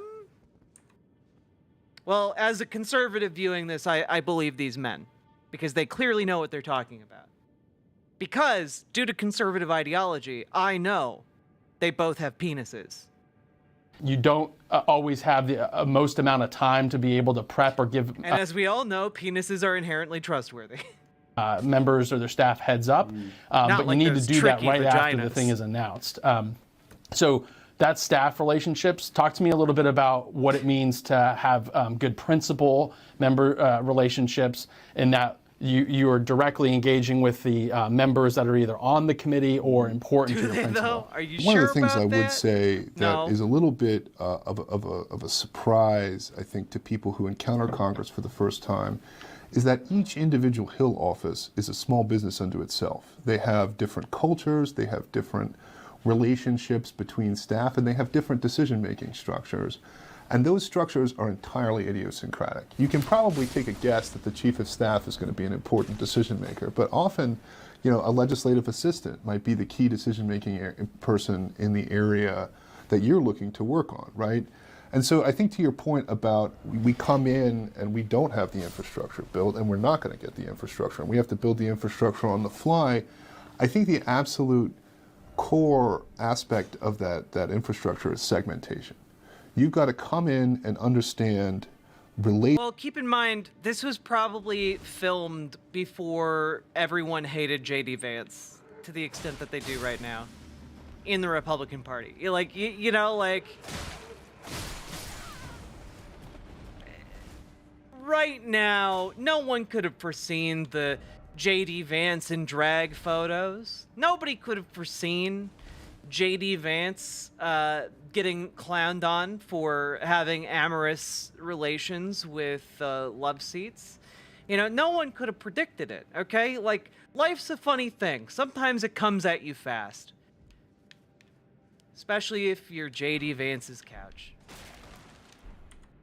Relationships that are important and vital to form immediately. And those categories of people are going to be the authorizing committee for your agency, the appropriating subcommittee for your agency, and then the full committee on appropriations, as well as any other authorizing committees, because often jurisdiction is spread. Yeah, I mean, like, anyone who knew who J.D. Vance was hated him because, you know, he's J.D. fucking Vance.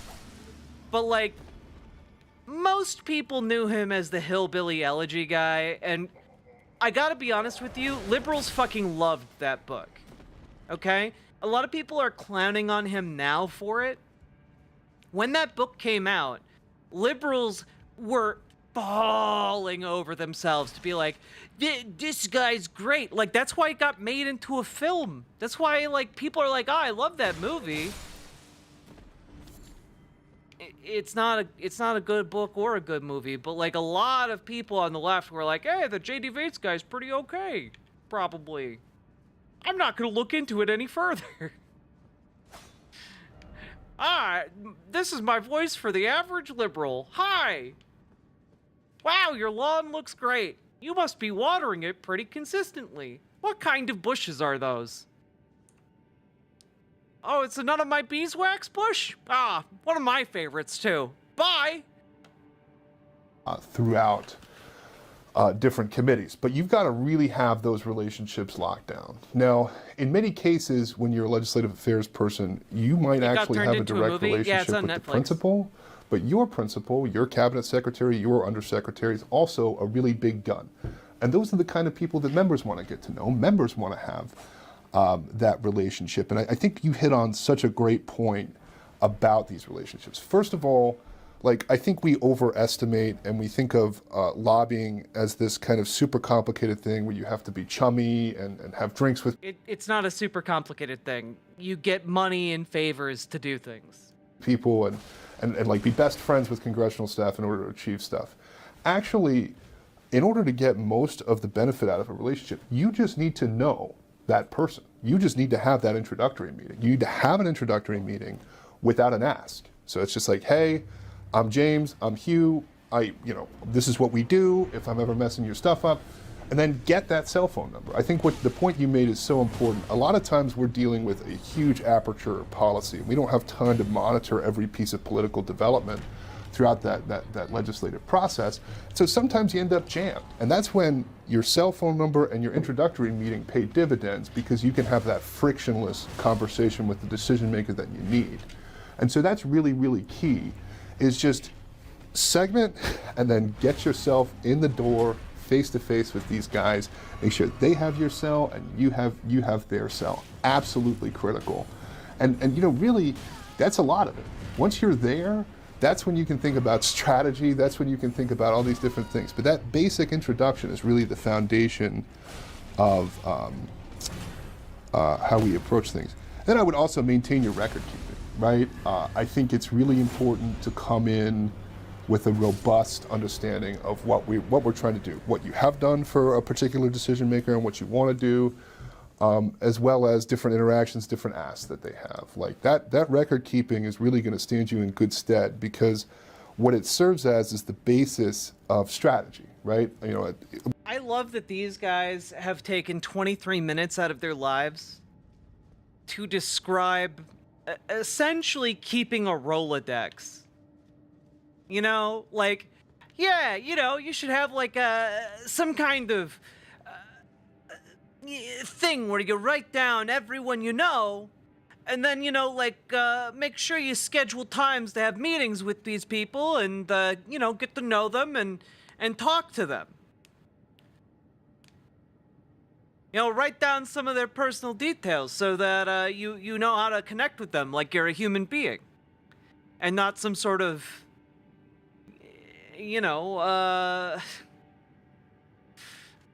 man-fly hybrid.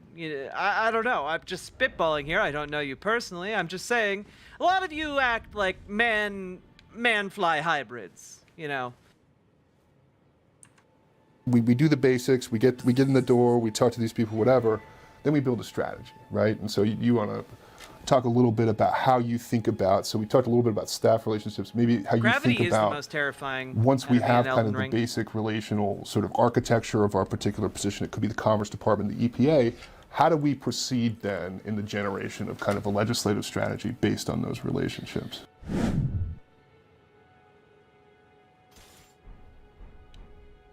I just acquired one of my favorite weapons in all of Elden Ring.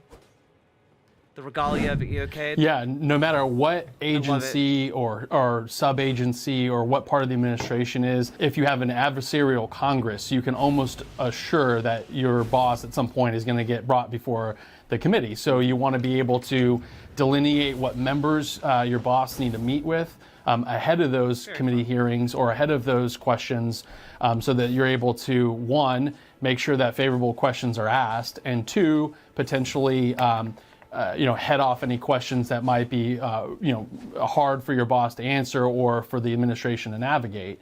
And I think having that member-to-member or principal-to-principal relationship is going to be really important to make sure that they know that it's not just the administration's goals to help advance what's going on the Hill, but it's also the members' direct interest, that there are a lot of things in their district or in their state that are really important in that agency.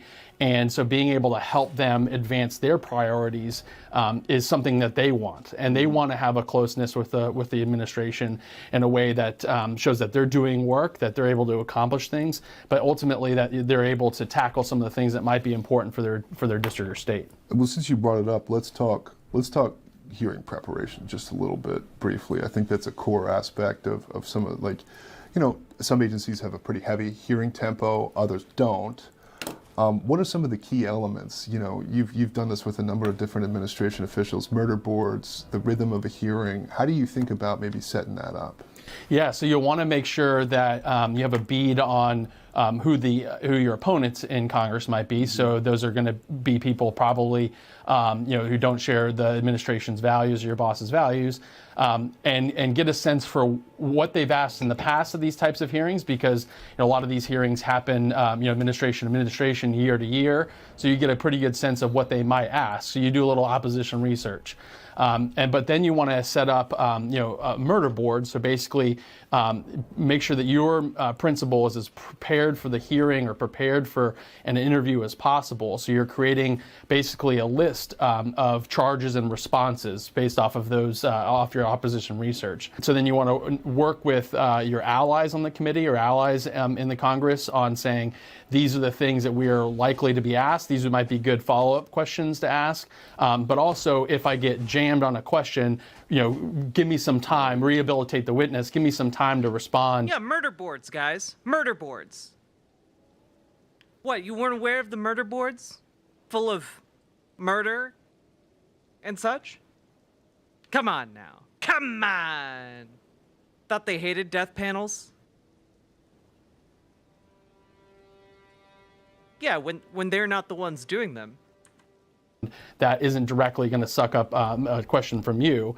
And then ultimately it looks like maybe doing meetings beforehand. So bringing people into the room, saying here's where we're at, and getting actual answers to their questions about what they may have, so they're able to better understand the subject matter. And I think that's a really important point, the rhythm of the hearing, right? I mean, I haven't testified in front of Congress. I don't know if you have. I don't think you have. But there's a fundamental difference between getting beat down for 5 minutes and then getting a break for 5 minutes versus getting hit continuously with hostile questioning. And so, getting to that rhythm and getting members there, right? Like a lot of, we were talking about the subcommittee level or otherwise, members aren't, your members might not want to come to a hearing that's deliberately crafted by the opponents of the presidential administration.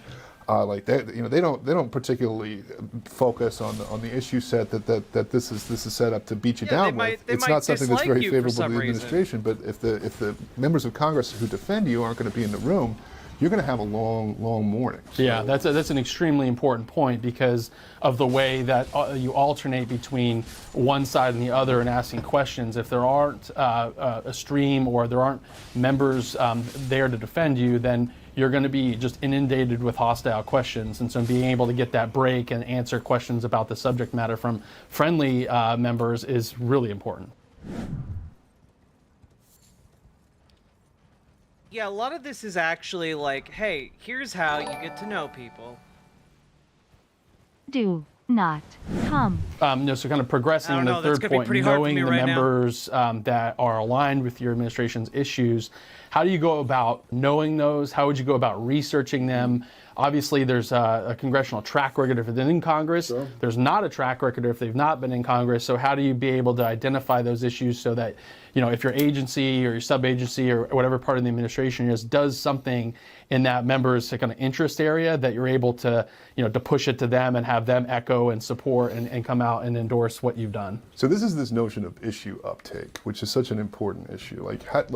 And it really is one of the trickier aspects of legislative affairs, which is we are trying to find what in a former life you and I would call a champion, right? We're trying to find a champion who is not merely going to support an administration policy when he has a decision point directly in front of him, but to actually advocate and advance that administration priority.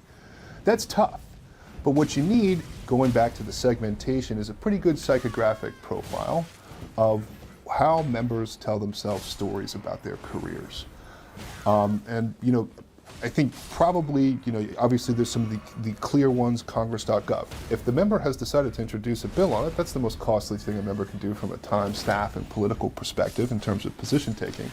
Well, that means they're probably pretty interested in the subject matter. And if you have an administration initiative that's orthogonal, right, maybe it's about government waste, maybe it's about deregulation, maybe it's about you got to get those restoring orthogs American energy. Okay? They happen to be, a big proponent of that. And maybe it's about nuclear energy. They're a big proponent of nuclear energy. That's going to be, you're going to be pushing on an open door. So doing that psychographic profile, I would also strongly advise anybody to get the Almanac of American Politics, the latest version, spend the $85. It is incredible. It will give you an understanding of the geography, both political and social and human, of every member of Congress, every governor, and every senator. It is incredible. And from that, you can start to build out what your targets are and what you think might be best. The other thing is, you gotta, at that point, right, so uptake is a heavier ask than vote, so that's when you get your principal in there. That's when you do a little star power, right? You get the secretary, you get the administrator, you get the director over there and say, hey, we'd really like to do this, which will show the... Can I just say that I feel like this entire how-to video here is very telling. Insofar as,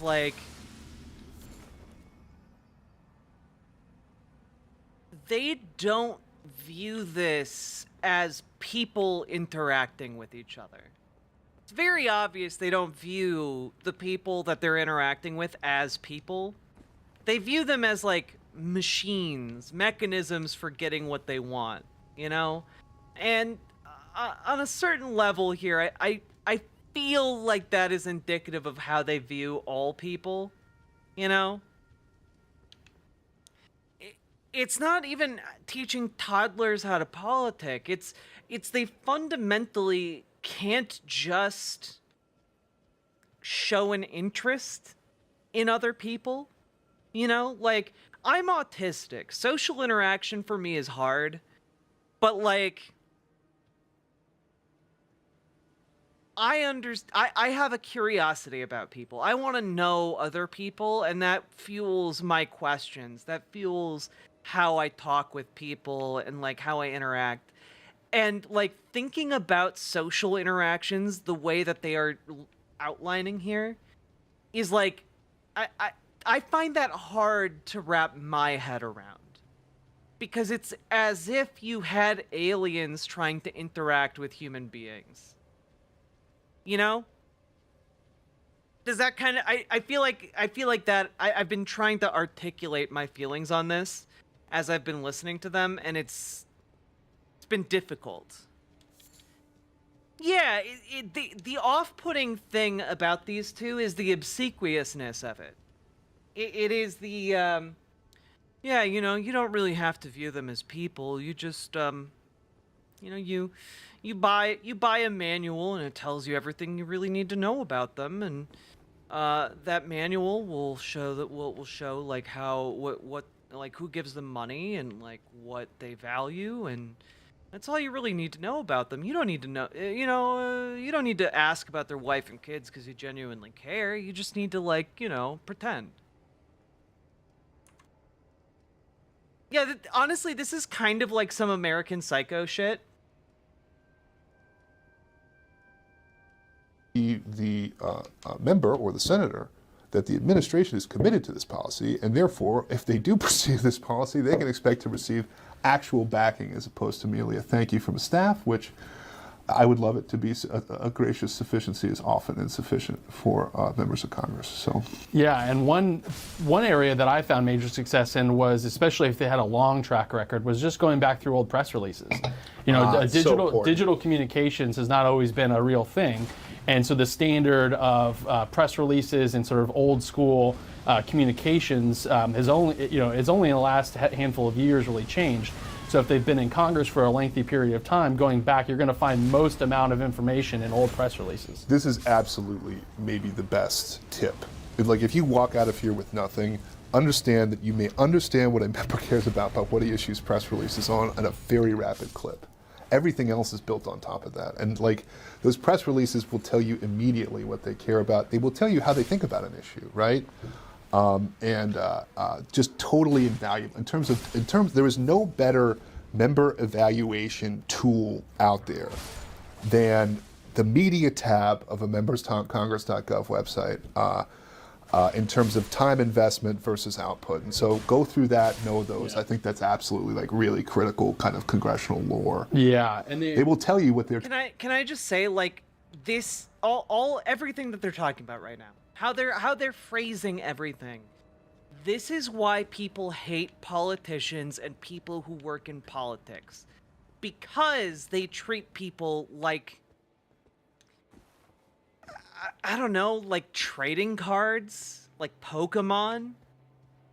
Like, it's really bizarre and off-putting and weird. And, like, that isn't even me trying to take, like, a jab at them for being, you know, Republicans and that being, like, the go-to, like, thing right now, calling them weird. They're just being weird. And it's why Tim Walz, in particular, is their kryptonite. Because even though he's even though he's, like, you know, weird, he'll cop to it. He's just himself. He has an authenticity that these people could never achieve. Can you see either of these, like, sycophantic ghouls ever having an ounce of the gee whiz, like, joy Tim Walz routinely shows in his day-to-day life? No! Not even a little. Not even remotely. Are you kidding me? Trying to do. Yeah, they will tell what they care about, and those are communicated because they want people in their district, they want people in the media to know. In similar fashion, most members will issue like a weekly or a monthly newsletter, and those are going to communicate even more deliberately about what it is in either the district or what it is in either the Congress that they're doing. And a lot of that stuff can pop up over August recess. And can you talk a little bit about why that might be important? So members are receiving and being barraged by a constant stream of information, right? And so unlike normal sort of people who don't have to do this, members are constantly forced to make permanent, irrevocable decisions about what they think about politics or policies, right? So like, you and I have not voted, right? But you vote as a member and you are like sort of permanently liable for that vote throughout the entire recorded span of the American Republic.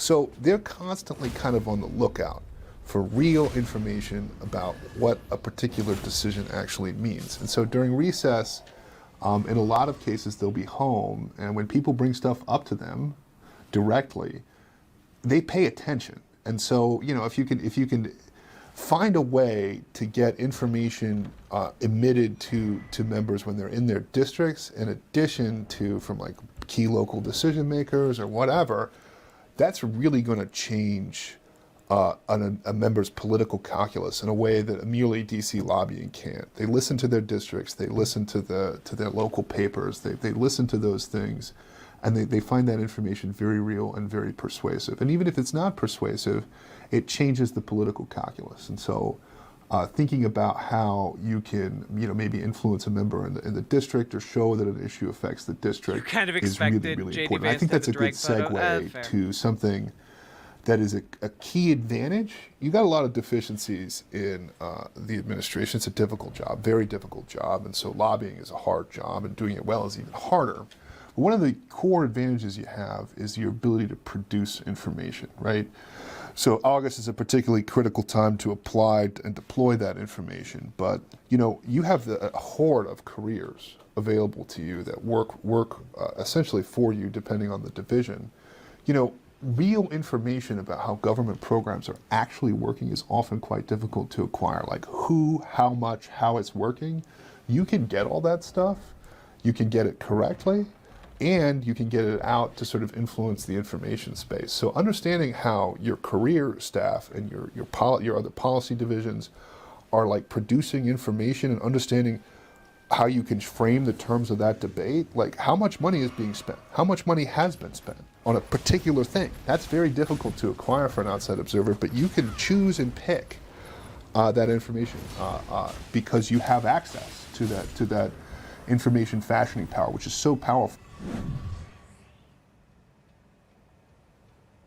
Yes, learning about people does allow you and deepen your connection with them and allows you to call upon them in times I of think aid. in particular, knowing, and as we kind of wrap up here, knowing what you talked about, knowing what your powers are, right? Knowing how and what levers you have and when to pull them. That's not always communicated from one administration to the next. So if you do get a job, you should try to find the person most aligned with you who had the job prior to you. Go meet with them, go talk to them, ask them, hey, should I go meet with anybody else? Like, get to know the people and ask them what it is that they didn't know when they showed up that you would like to know. And so just in conclusion, I think, staff relationships obviously matter, principal relationships really matter, and knowing the issues that of the members with direct equities on the. But also, you know what else matters? Making sure you're not too close to those careers. They're filthy and disgusting. Stay away from them. Committees or that are directly interested in your agency or sub-agencies, bucket of issues is really important. I don't know if you had any closing thoughts. So I'll just make two points as expeditiously as I can.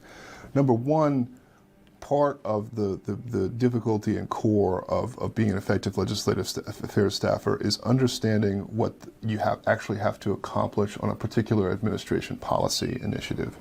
If you can do it solely through executive action, that means you need to protect the executive action. You don't have to go out there and pass a law, right? And so what you do need to do is prevent an executive action that could be politically unpopular in the Congress by preventing the junction of Republicans and Democrats, right? Well, that's when the Congress is the Article I branch. The executive branch in modern times is more powerful, but Congress unified will beat you. And so you need to prevent the effectuation of that junction.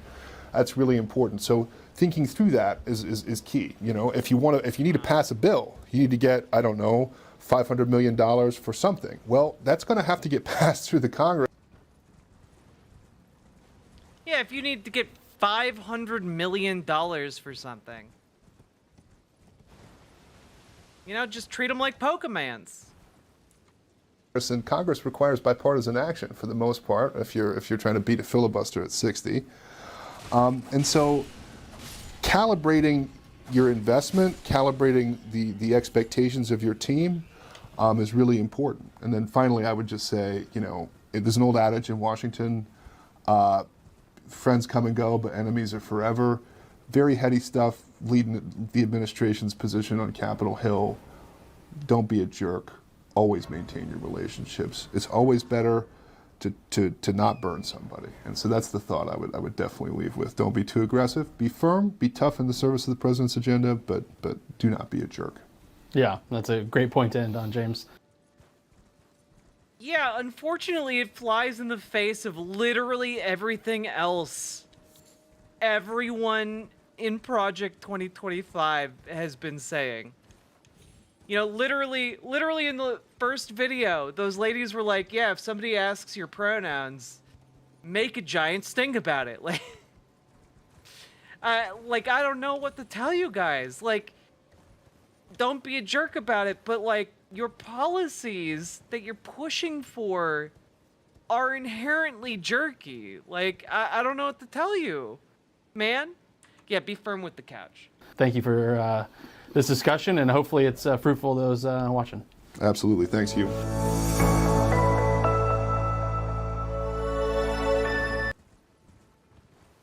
All right, working with media. The lying media. We even have to take them into account?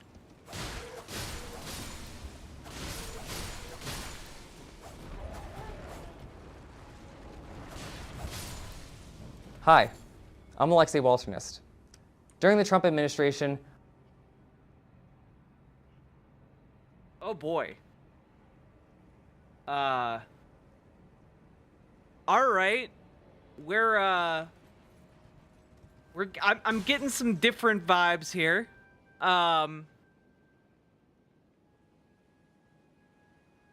Getting some different vibes. All right.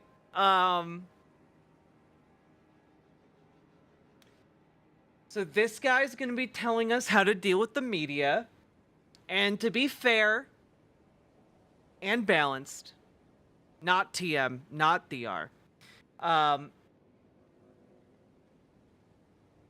priests do tend to have a lot of PR experience. Because of the scandals. So, yeah, he might have good advice. Let's hear him out. I served as the Assistant Secretary for Public Affairs at the Department of Homeland Security. Okay, wait a minute. I actually didn't read all the way down. I saw that he was the former Assistant Secretary. I did not put together that he was working for DHS. My God. And I was also a spokesman at the Department of Justice. Previous to that, I worked on Capitol Hill at the Republican Study Committee.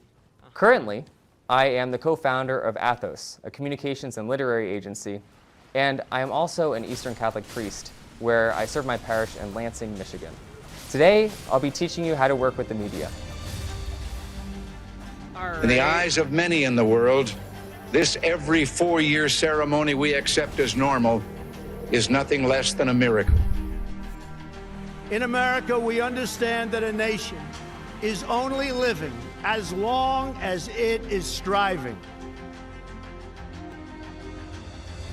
Only a few generations have been granted the role of defending freedom in its hour of maximum danger. This great nation will endure as it has endured, will revive and will prosper.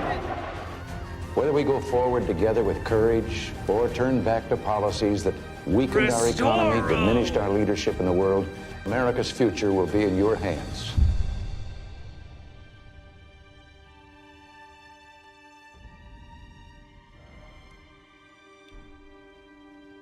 All right, how to work with the media. I hope some of my experience... Advice point number 1. Don't tell them you fucked a couch. Under no circumstance tell them that you fucked the couch, no matter how good it was looking in that new slip. Can be helpful to you, as I could teach you some of the tricks of the trade and some of the Rasputin lover pitfalls of the that Russian many queen. people fall into in these positions. But also, Lady Ringcloud, thank you for the hopefully I can $5 give you a dono. framework so that as you prepare to enter into an administration, there's some work you can do now so that when the time comes, you'll be able to serve the American In people America, faithfully. we The understand first that a place to diver start is only is winning as having long some as sort they are of diving. self-ownership. We've seen this time and time again during Republican and conservative administrations, where you have staff who come in, particularly in the communication space, and they don't quite have the self-ownership, or they have some sort of inferiority complex where they crave approval from the media for doing their job, particularly from media that is hostile to them or doesn't support the president's agenda.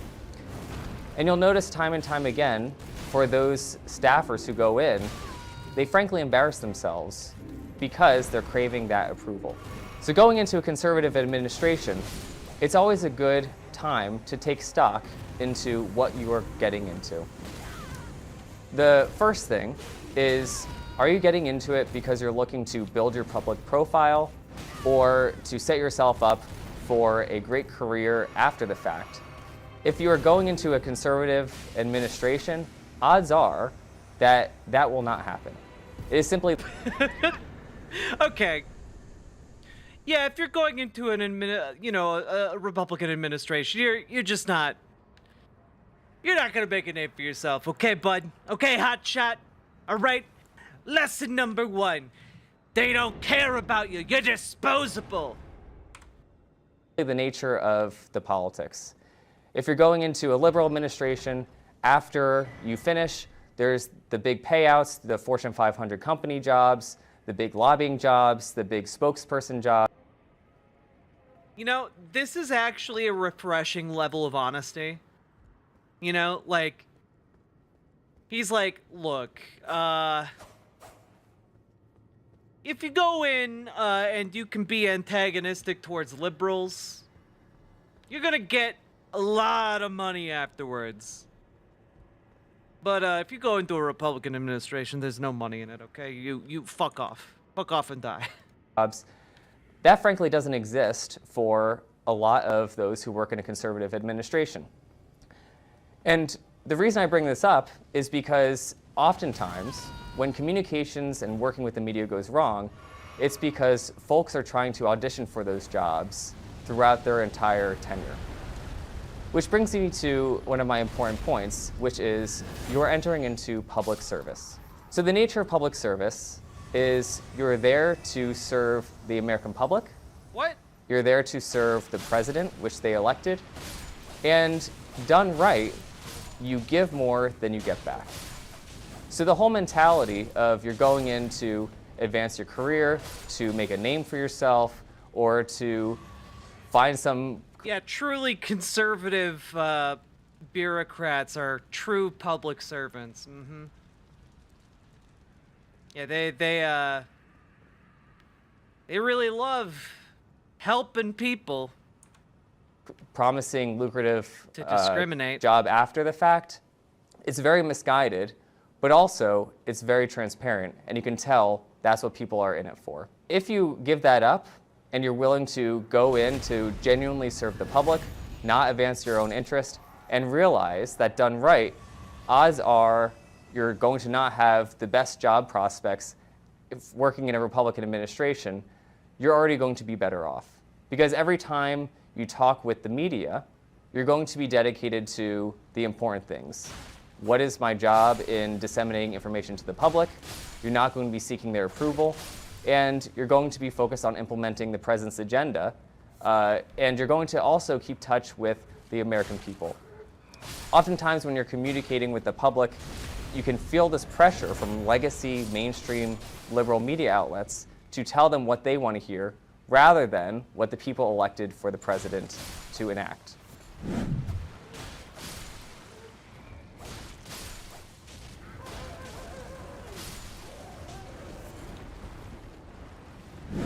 Also, in working with the media, it's important to realize your place in the whole process. I do love that conservative bureaucrats who would be attracted to Project 2025, the Heritage Foundation felt the need to be like, okay guys, just as an FYI, this isn't a gold rush, okay? Like, you're not gonna make a ton of money. You're gonna make an okay amount of money. Don't get those dollar signs in your eyes. I mean, sure, okay, we all love discriminating here, but don't think of this as your opportunity to get wealthy.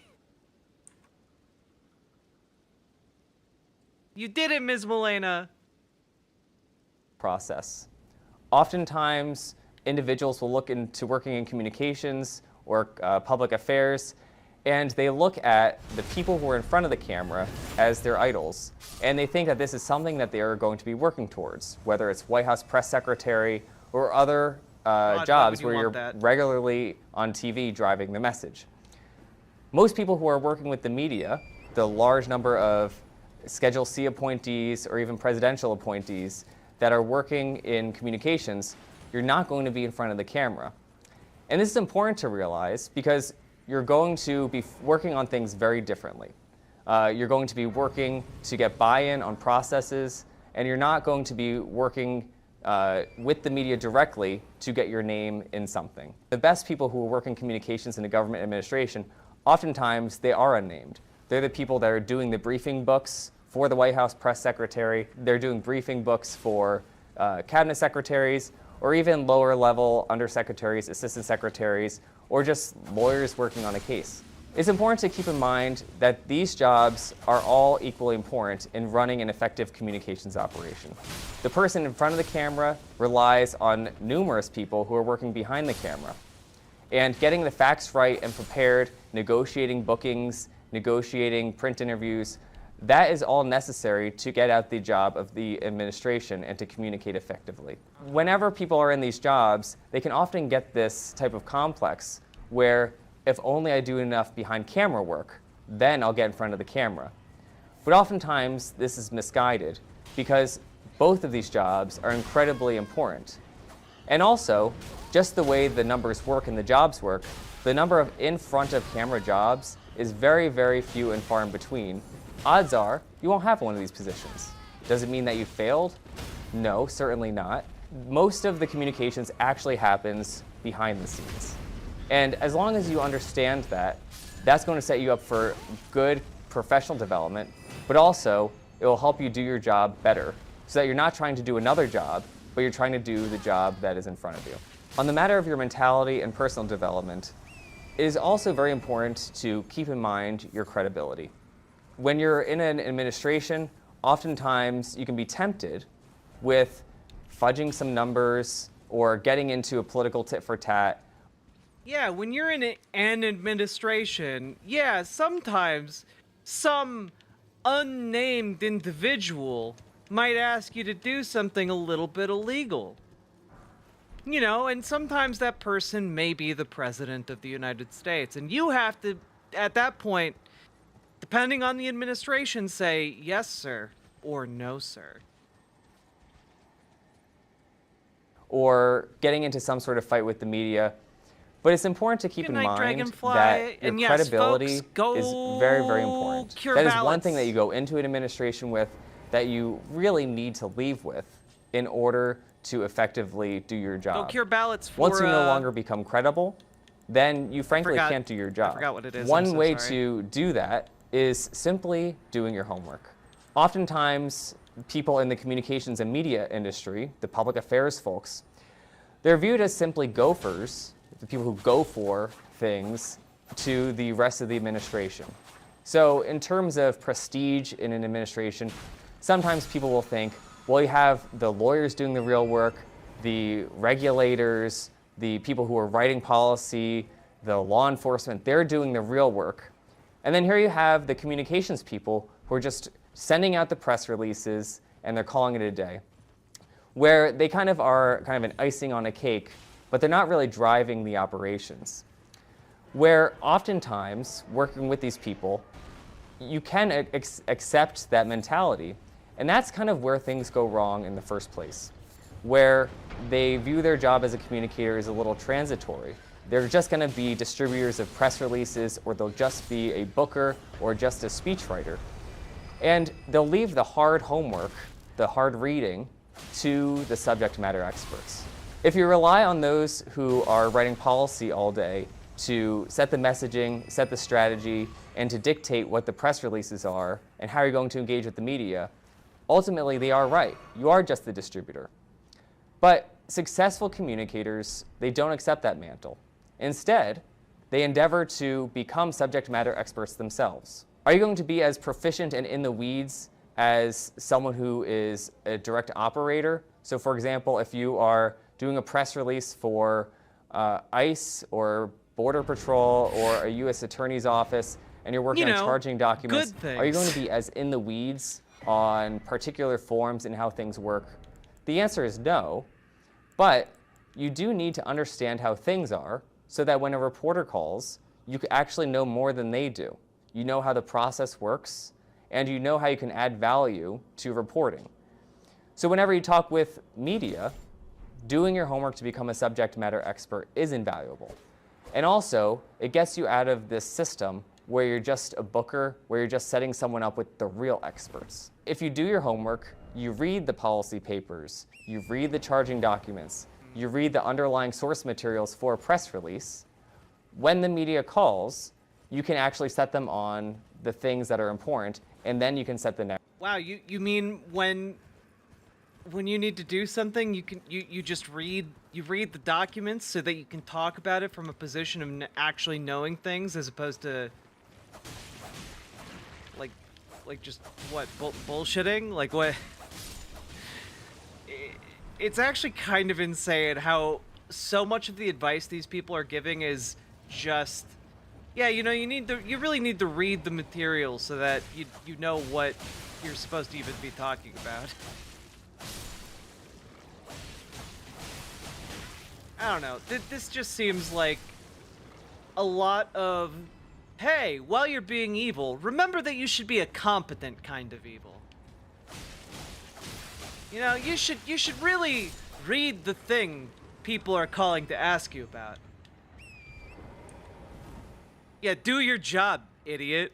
Narratives.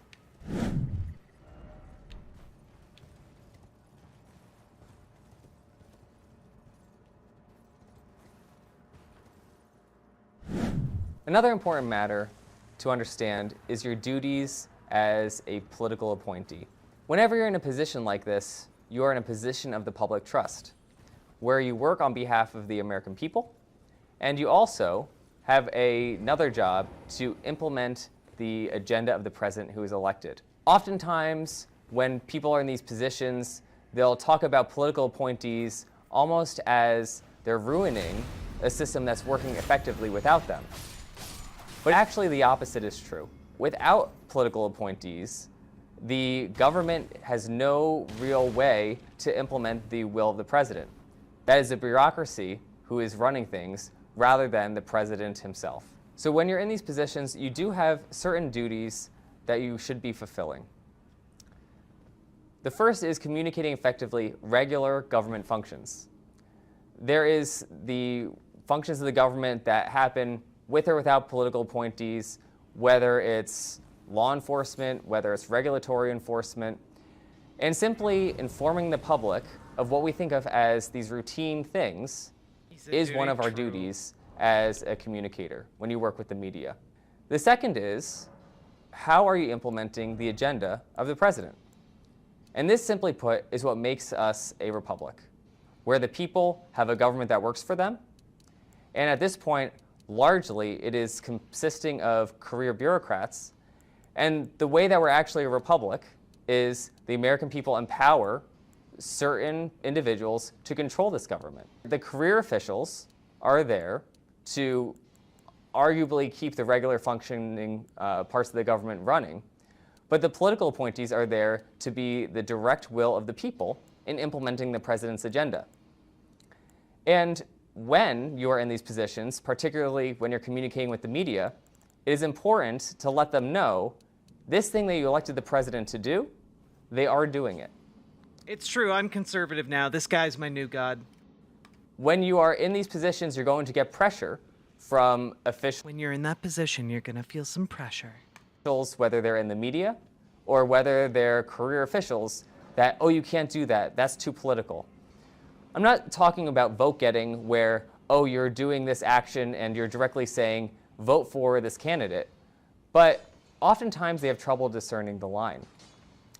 Where, oh, the president campaigned on doing this thing, and therefore, if he... Weirdly enough, this guy is maybe the most normal of the people who have been like part of this Project 2025 thing that we've seen so far. Like, he's weirdly this guy who is a priest and worked for Homeland Security. He's the most normal of the guys. This gives this vibes. What is this? A, God exists after all. B, he's on our side. And C, he wants us to win. And there's even more good news, believers, because it's official. God's back. And he's a citizen too. Okay, fair. He talks about it, or you as a political appointee are talking about how the president promised this and he's fulfilling it, all of a sudden it's political and you cannot do it. But rather, you have to have the framework where this is what real government looks like. This is what a republic looks like. Where God's back. If the president campaigned on something and the American people voted for that to be implemented and you can't talk about it, we cease to be a republic. So nevertheless, during your service, if you are in one of these positions, you're probably going to be faced with some pressure where we can't get into this issue because it's too political. As long as you're not talking about vote getting, odds are it's fine. One anecdote on this. In the Department of the Interior, during the Trump administration, the digital team, where they created digital content for the secretary and the cabinet agency, they were told that their content was too political and that they had to have a career lawyer sign off on all their content before it was ever posted. This eventually led to a system which was accepted where political individuals would take content that they were talking about how they were implementing the president's agenda, and then they had career bureaucrats who were unelected and unaccountable to the American public, then say this content is or is not acceptable to communicate to the American public. So if you're ever in one of these positions, I recommend, number one, you have the best framework and mentality for what your value add is to constitutional government, but also understand that is not normal. You should be talking with lawyers, particularly politically appointed lawyers, and ask them, is this legal? There's also situations which are illegal where political individuals will be reporting to career officials and I like how Project 2025 is so unsure about these appointees that they're like, you please for the love of God, consult lawyers so you aren't sued out of existence. And that is not supposed to be happening. I think Tim Walz if you ever looks like find Tim yourself in one of Conway? these positions, you should be speaking with the general counsel at your agency or other lawyers, because this cuts directly against constitutional Republican government.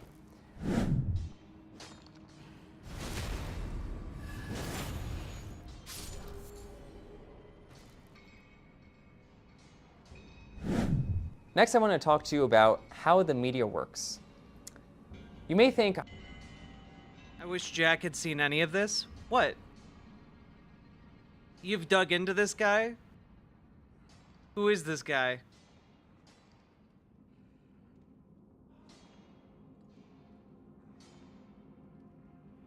Wait, what do you mean? Tell me more, chat. All I know is that this guy is capable of presenting himself like a normal human being, unlike the other 3 guys. 4 guys? 5 guys.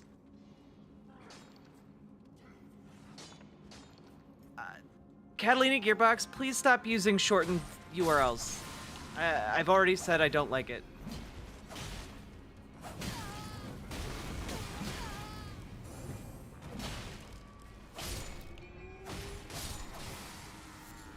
He's a Melkite Catholic priest? What is a... I have no idea what that means. What is this? The Melkites. Byzantine Rite Catholics of Middle Eastern origin. The Byzantines. Those dastards. Alright. Early Christians of Antioch. Okay. Members of the Catholic Church.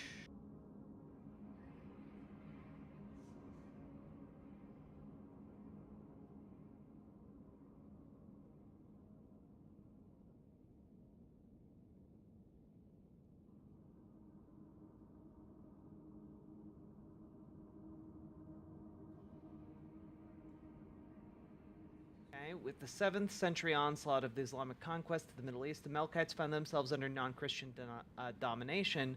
During most of the first Islamic period, the Melkites were well treated as a protected people, but they were frequently denied all civic and social responsibilities. When the Byzantine Empire reconquered the Middle East, the fashions of Constantinople were incorporated into the liturgical life. Okay.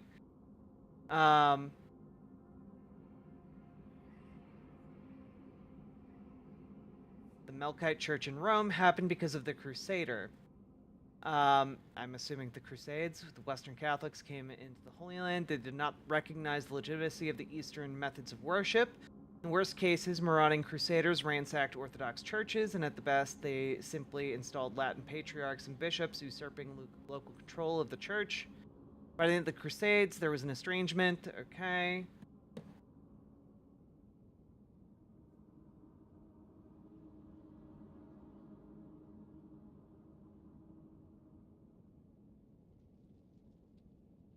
Married clergy, election of bishops.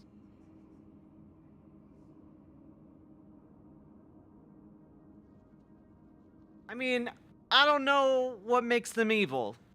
What makes them bad?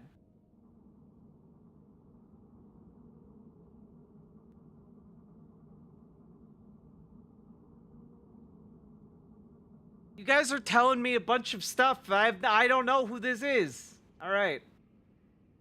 Mr. Woltornist has advised nonprofits. Okay.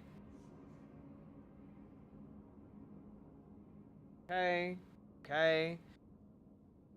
Federal government's chief crisis communicator. He managed the government's response to hurricanes, cyber, congressional oversight.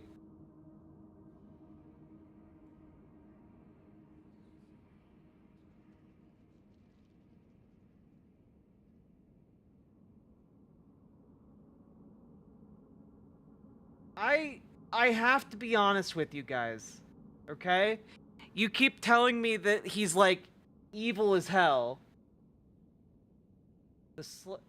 Climb, captivate, conquer.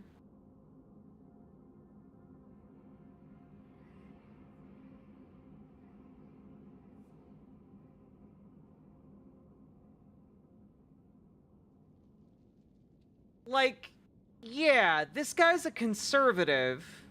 He's got a lot of fashy stuff about him, but like, I don't see anything that makes him uniquely bad in all of this, outside of the fact that he has this, this company. You know?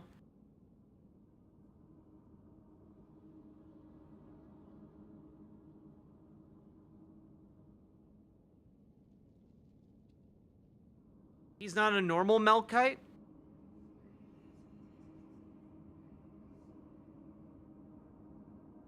But like, what makes him not normal, I guess? I mean, aside from the fact that he's involved with like this fascist project, right? Like, obviously that sets him apart in a very negative way.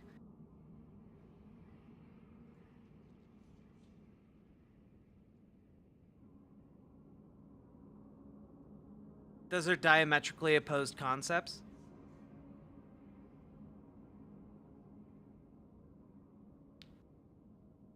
Like a Buddhist with an AK?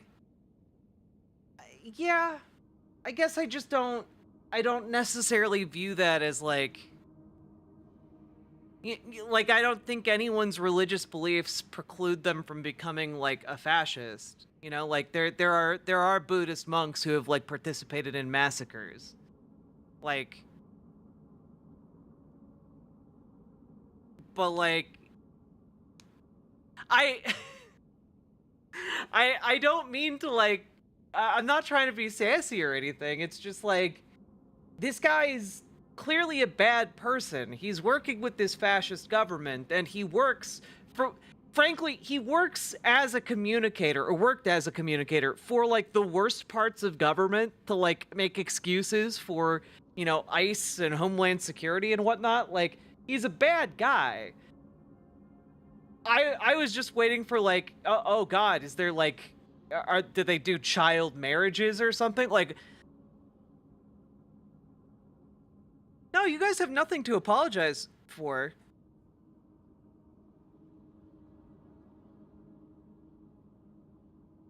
They're normally very humanist to the point of being peacemongers in the Middle East. I mean, I believe you. It's just that, like, again, I don't think that precludes him from being bad, I guess.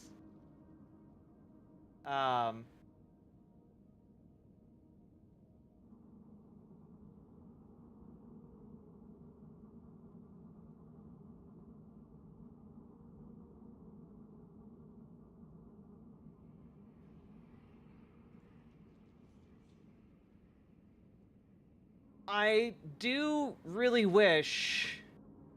Oh, was his PR firm, like, behind, like, pushing, this North Korean defector, on, like, all of the podcasts? Oh, God. Oh, okay. Here's the damning thing about his PR company. Here's the damning thing. Alright?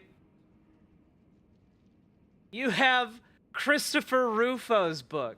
You know, they're handling the PR for Christopher Rufo. Go Woke, Go Broke? As a book? Come on.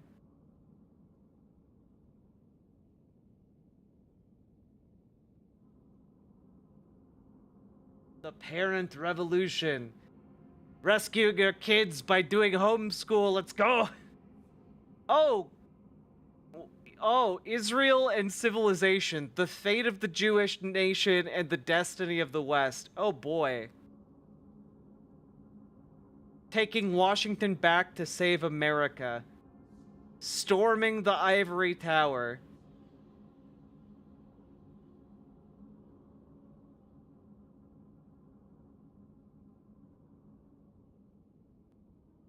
Oh boy.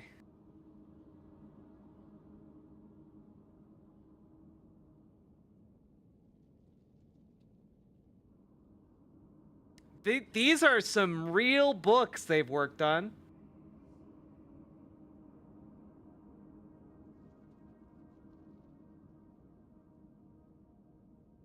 Huh.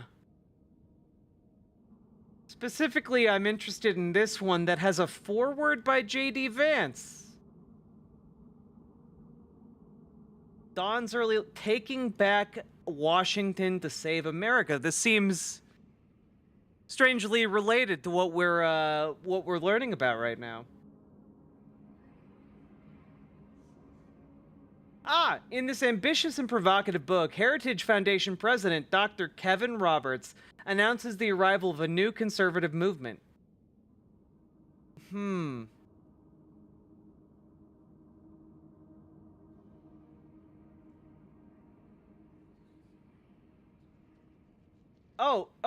This is nice. Dawn's early light blazes a promising path for the American people to take back their country. Chapter by chapter, it identifies institutions that conservatives need to build, others that we need to take back, and more still that are too corrupt to save. Ivy League colleges, the FBI, the New York Times, the National Institute of Allergy and Infectious Diseases, the Department of Education, BlackRock, and Bill and Melinda Gates Foundation, the National Endowment for Democracy, to name a few. Damn, dude. They want to get rid of the Institute for Allergy and Infectious Disease. Okay. All right. Cool.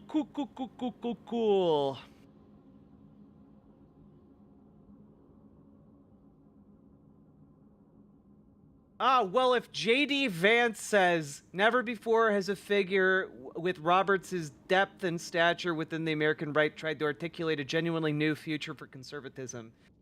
We are now all realizing that it's time to circle the wagons and load the muskets. In the fights that lie ahead, these ideas are an essential weapon. Just as an FYI,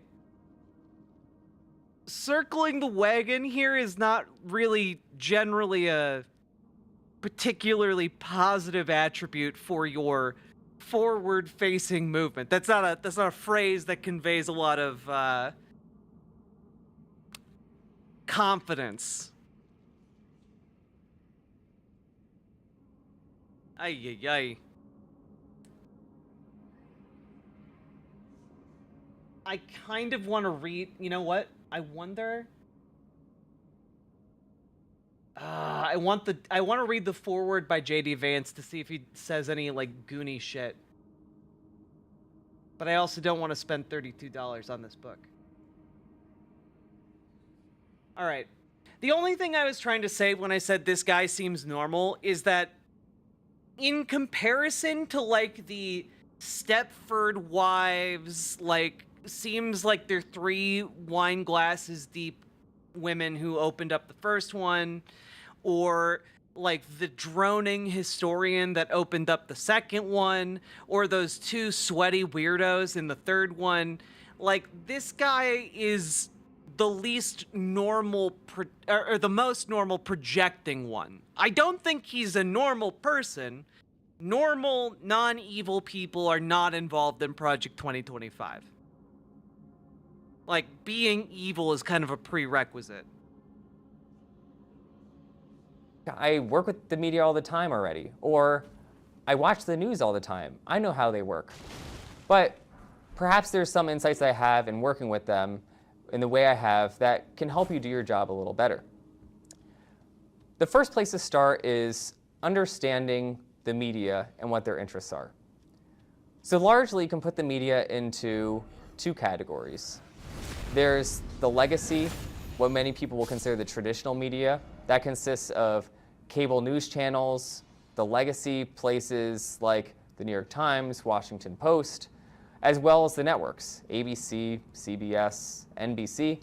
The second category is what many would consider the more political or partisan media, which would include outlets that most of you probably read, like The Federalist, The Daily Caller, The Washington Free Beacon, The Daily Signal. Yeah, all those classics that I'm sure all of you read. No. Oftentimes people will get into political positions, and then they have this mentality that I mentioned before, this inferiority complex. Yeah, but like, I guess I am unsure why me making an observation that he's like a more normal or more capable of like seeming normal is like, I'm not giving him a compliment, guys. It just means that he's more like able to normalize these positions that are deeply, deeply abnormal.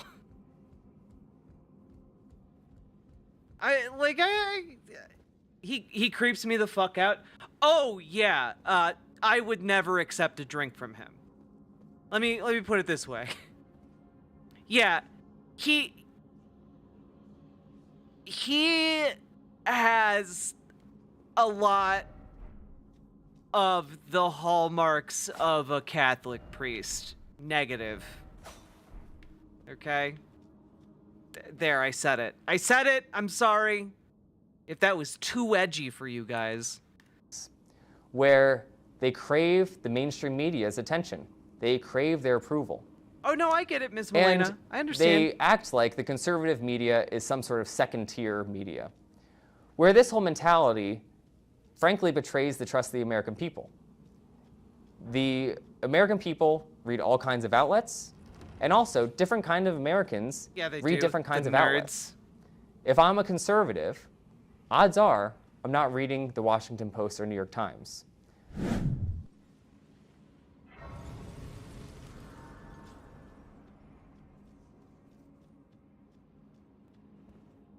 Different people read The different first things. place to start Crazy. is understanding what each media venue can bring to the table.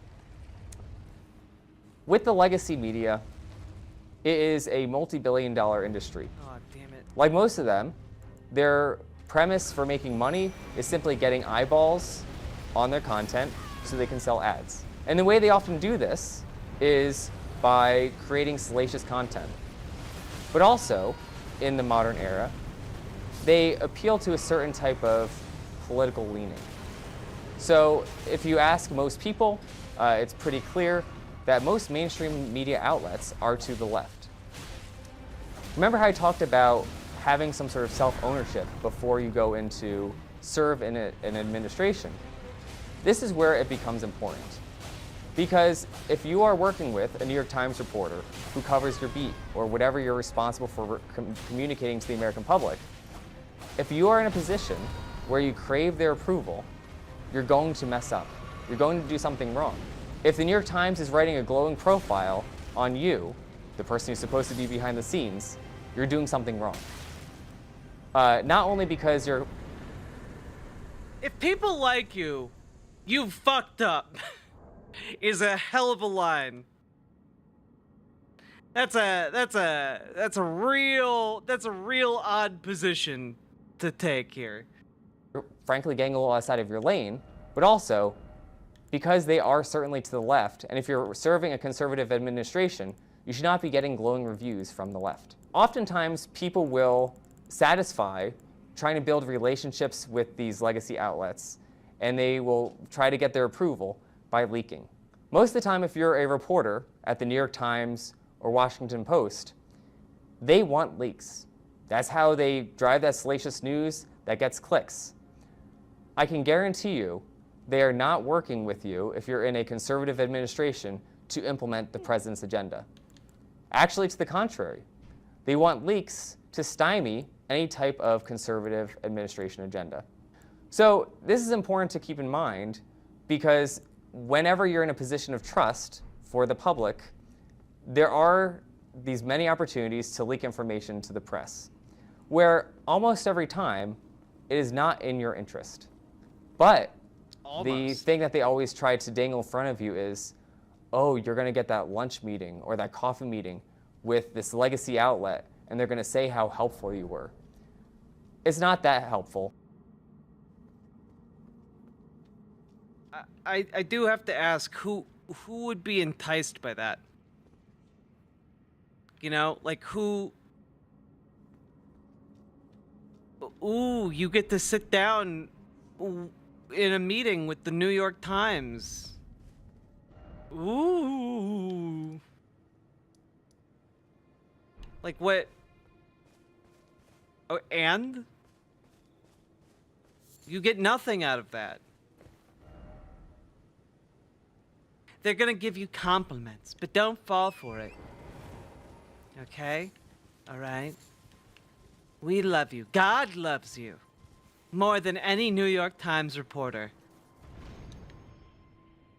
He's just telling you what you want to hear. To you. It's not that helpful to the president's administration. And they're trying to get you to trade in your access and your promise to implement the president's agenda so that they can get their next headline. And the second category is the conservative media outlets. In working with conservative media outlets, it's important to understand their role in this whole system. The American people who vote for a conservative presidential administration, they're not reading the New York Times. They're not reading the Washington Post. Actually, to the contrary. If those outlets publish something, they're going... You have already gone over this. You have already told us that different people read different outlets. You've done this already. You're just reiterating these same points. Why? Stop. Going to assume it's false. So the only way to reach them with any voice of credibility is through working with conservative media outlets. For many of these people, if it's not in these conservative outlets, it didn't happen or it's not true. And that's simply the result of the past decades where legacy media have attacked conservatives and then shown that they're lying or reporting something as false. So the conservative media can bring a certain credibility to the table, but also they can bring a reach that you can't have otherwise. So in any type of communication strategy, they should be a large part so that you can effectively communicate with the American people who put you in the position that you could be holding. And when you're working with the media, it's important to keep in mind standards of what you're trying to accomplish. If I'm a legacy media outlet, I'm not going to be writing about how some conservative policy, whether it's taxes, energy reform, religious liberty, I'm not going to be writing, if I'm working at one of these legacy outlets, about how whatever the president did is so great for the American people. They're not going to be doing it. It's just not in their interest. The report. Well, it's less that it's not in their interest and more so that it's just not true. Like, people don't like Donald Trump, man. Like, I don't know what to tell you. Like, normal people, not a huge fan of the guy. Crazy idea, you know? But it's true. Not super keen.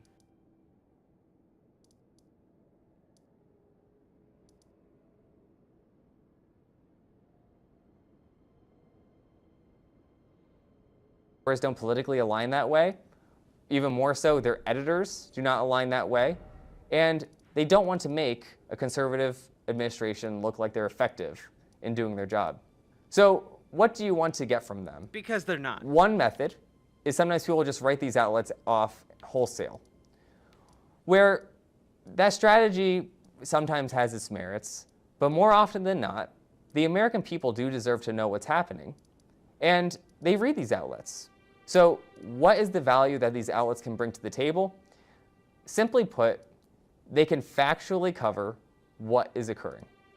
So should you be fighting with them on how everything the president did is really great? You should certainly be having that fight, but odds are they're not going to write a glowing piece. Yeah, probably not. Can they factually capture everything that's happening and any data that you can bring to support on how it's good for the American people? That's something you should certainly be fighting for. But also, you shouldn't be getting into their game where you're looking at everything from their worldview, where what the American people elected the president to do is bad. You should never give up that fight, but also, you don't need to waste your time if you're not going to convince them.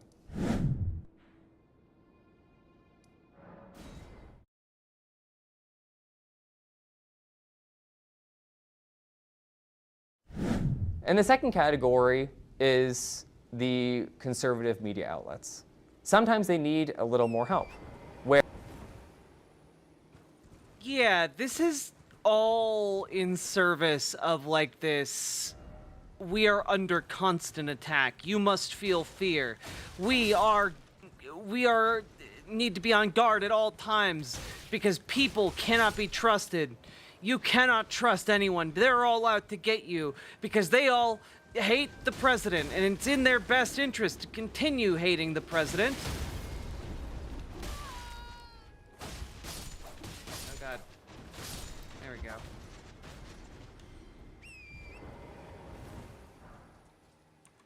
Where here is something factually that's happening, but also here is how it ties in with the president's agenda that your readers largely support. Sometimes this takes some extra background calls. Sometimes this takes giving them some scoops so that they can get ahead of the coverage. It's also important to keep in mind the resource disparity. If I'm a legacy media outlet, I have hundreds or sometimes even thousands of reporters that I can throw on beats upon beats. For example, Bloomberg. They have hundreds of reporters that will write up nearly every single legal filing of note, every single regulation of note. And they basically have the resources to cover almost everything of substance coming out of an administration, especially if it's going to make someone money. Whereas if I'm a conservative outlet, oftentimes they're running on a scale that is smaller. They don't have the sheer number of reporters that are able to cover every microbeat. So sometimes if you're going to send out a press release, the Bloomberg type will pick it up, and sometimes one of these conservative outlets, they may want to cover it, but they just don't have the resources.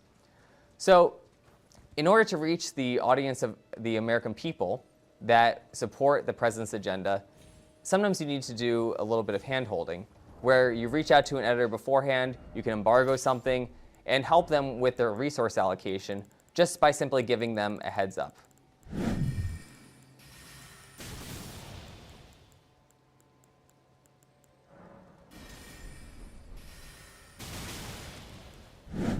The last matter I want to discuss is the tactics that you have at your disposal to communicate with the American people.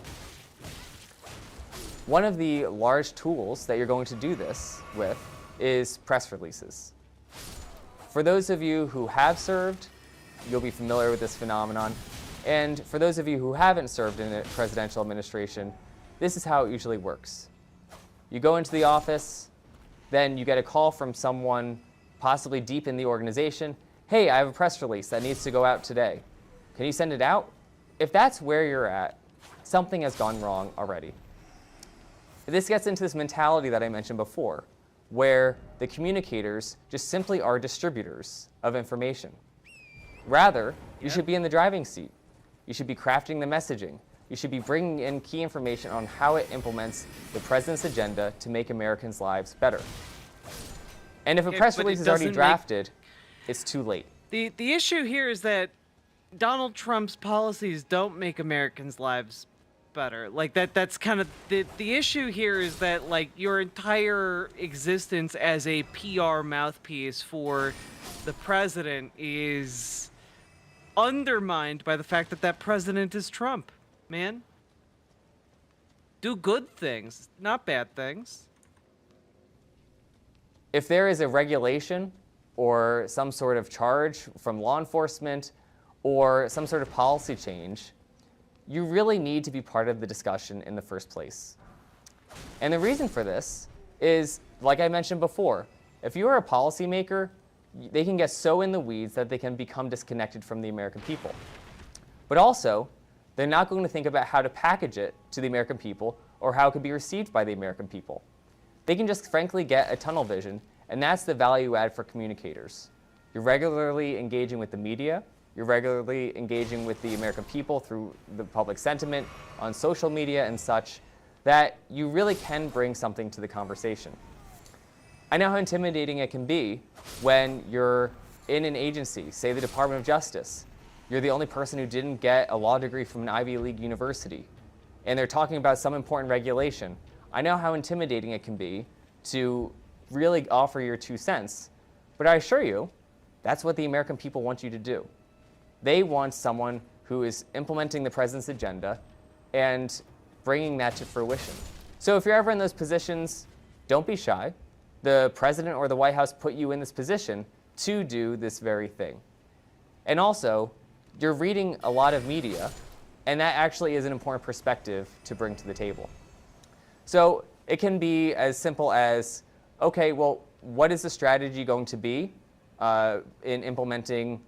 I feel like we're still at the read it and do your job, stupid, like level. You know, like I feel like that's kind of where we're at. This regulation, simply sending out a press release is usually the proposal from most people who don't do communications. Do your Usually, job, stupid. I'm working on a regulation if I'm a policy person. What am I going to do? Send out a press release, and then they call it a day. And then you'll get the call a few days later. Why isn't anyone covering my press release? Well, usually it's because it's boring. Where your job is to make sure it connects with the American people and it connects with the media. So if you're part of these policy planning discussions, you can help them craft the message from the beginning so that it's not turning around a ship at the last minute. You can make sure things largely stay on track up until the point of the press release. So once you're at the point of the press release, most of your work is done. The messaging is lined up, the way that the regulation is branded, and also the rollout. You can also factor in other things on exclusives, whether it's a broadcast exclusive with an interview with a principal, or whether it's a print exclusive. You can factor that into the rollout beyond just a press release. Because oftentimes, if there is any type of big policy change, it's because something's going to hit the Federal Register, or something's going to be out today. And calling a reporter up and saying, hey, this thing's happening in 2 hours, is going to get you different coverage than I'm alerting you, here's an embargo, here's the actual regulation, here's the actual press release, it's coming in a week. That's going to generate you better coverage, but also it will improve your relationships. It will help you have credibility with reporters so that they really know you're part of the process and an insider, and they're going to work with you differently. And this gets me to another important point, which is simply to pick up the phone. When you're working with press releases, it's very simple to just get in this email mode where everything is emailed and you communicate with reporters, everything in writing. If you look at the great communicators who get points on the board, they're talking to reporters. When a reporter reaches out about any type of regulation or anything you're doing a press release on, you become a subject matter expert and you can walk them through what it's actually going to accomplish. You're going to demonstrate to the reporter you know more than them because you've been doing your homework. And also, you know more than them because you're part of the deliberations. So, and you should know more than them because you're doing your job, right? Like, as you're part of these deliberations, you can figure out what is in the interest of the American public, where you can show you're implementing the president's agenda, and you can communicate that to a reporter in the appropriate way, whether it's on background, on the record, off the record, and you can also craft the storyline in ways that you can't in writing. As you're part of all of these deliberations and forming the policy, you want to just make sure that you're part of the conversation. And one way that you can do that is simply by showing up and doing your job. So if you are given a certain portfolio... Literally! Are you kidding me? Agents showing up and doing your job. Dude!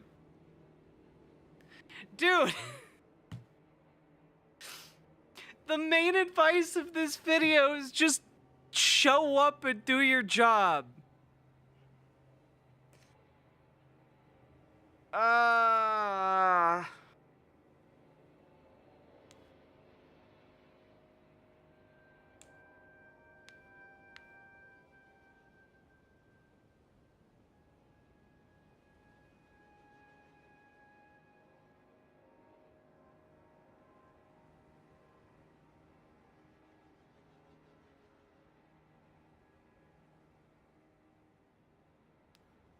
How does a press person get points on the board exactly? How are you enjoying that English degree?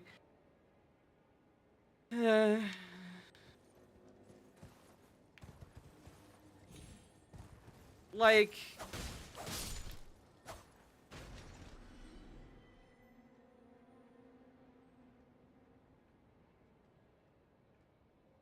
He's telling you that instead of having them talk to the person conveying the message or getting it to them directly, use your position to mold the narrative into something that suits your ends.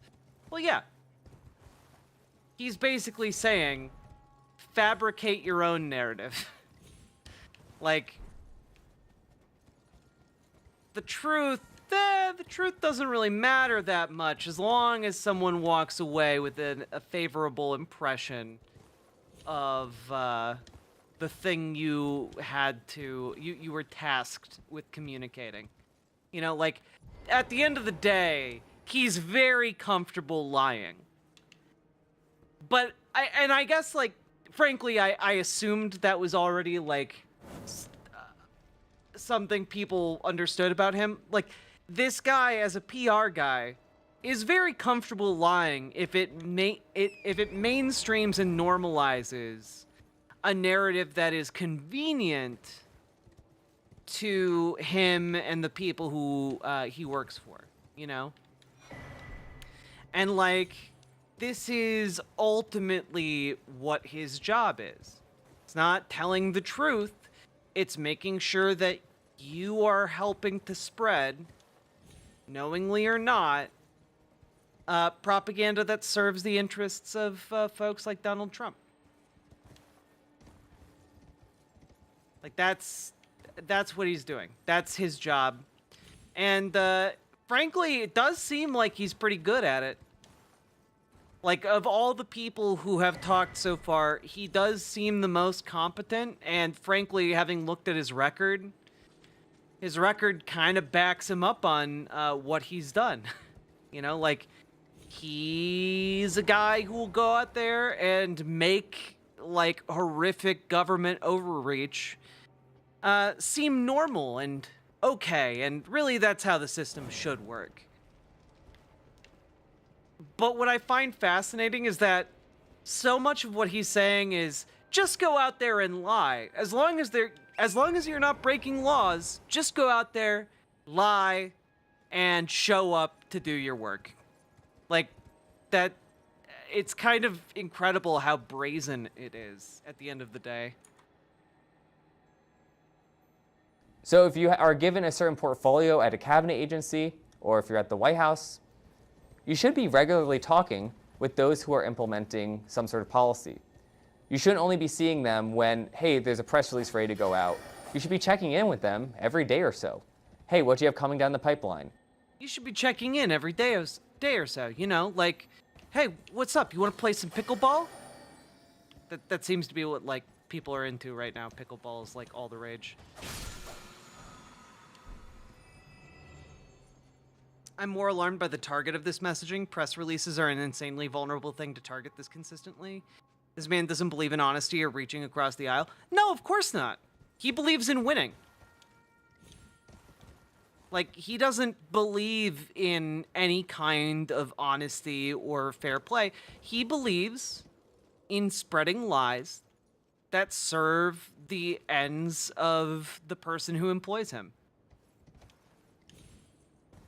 That's it's kind of what conservatives have. Like, that's their thing, you know?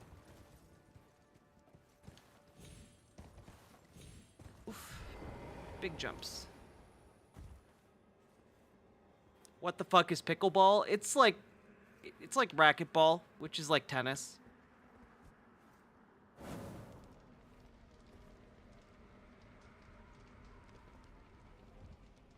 I mean, press releases are a vulnerable thing to target here, but, like,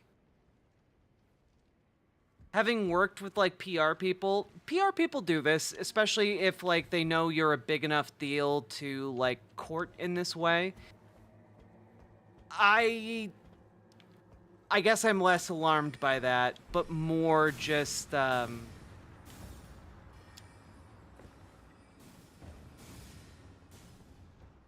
I guess I'm alarmed by the fact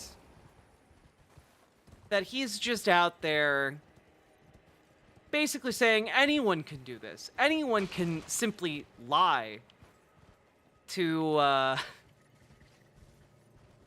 anyone can simply go out there and lie. You just have to know who you're lying to. Hey, here's a news story that, you know, we could use your help on. And when you're part of the process and you let policymakers know that by working with you, they're going to get better coverage, it's going to be more factual, conservative media is going to be trumpeting how great this priority is and this policy is, you're going to be brought into the process earlier so you can help craft the policies, so you can help craft the messaging, so you can help craft the strategy. And that's when the calls come in and you can really do your job effectively. And that's how you break out of this mold that many communicators find themselves in, where you're just simply a person on a screen pressing send on an email that goes to everyone too late in the process.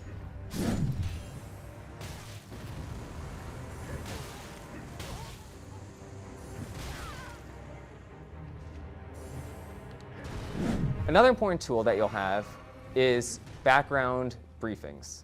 A lot of the magic that happens in communicating what a president or his administration is doing happens in ways that aren't even directly reported. These are background calls off the yeah, this guy is absolutely the most terrifying guy. He's competent.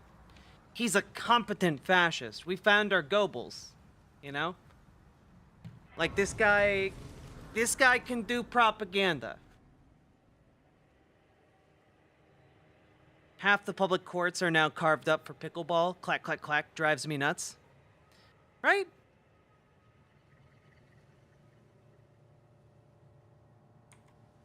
Record calls and other types of briefings where you'll give out access to high-ranking or sometimes mid-level officials in order to condition coverage in the long term. For mainstream outlets, you can make sure that they understand the issue better so they can be more factual.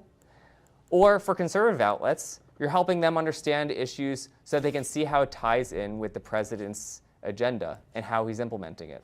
As you're doing these background calls, they can be very helpful, but sometimes working with decision makers, they might not see the value because they're not getting a clip right away. They're not getting some glowing review or write-up. That gets back to one of the first points I made on credibility. Yeah, all of this is Nazi shit. You know, like, this is all Nazi shit. This guy, like, the J.D. Vance guys who were talking about how, like, hey, you know, you need to treat people like mechanical devices to get that get you things. You know, it's all Nazi shit. They're just talking about using people and discarding them the minute they become useful. And each one of these interviews is about how you can use the people around you like objects in order to further this fascist agenda. You use up everyone until they're of no use, and then you abandon them. You know, it's the death cult mentality floating to the surface, you know? It's... fundamentally, it's how fascist ideology views all people, even the fascists who adhere to it, you know?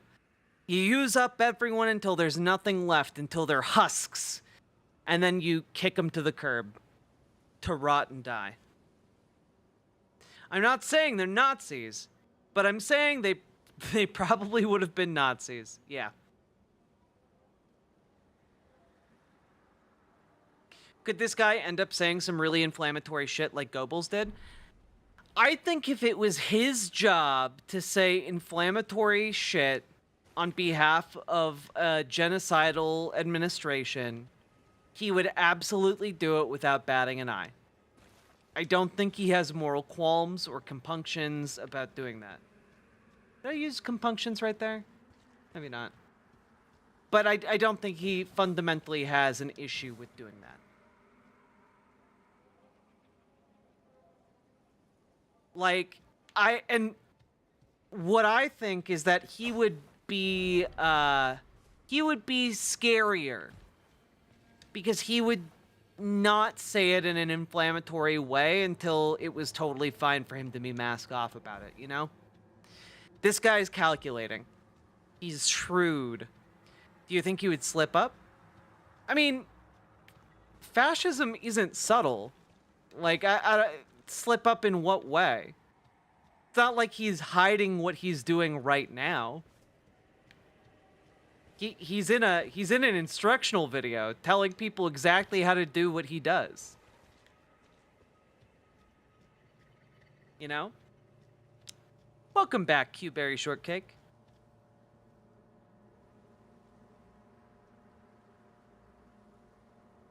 Yeah, it sucks, but now we're part of Project 2025. This is our training video. When we wake up tomorrow, everything will be more clear. No! Why is the audio out of sync? I don't know.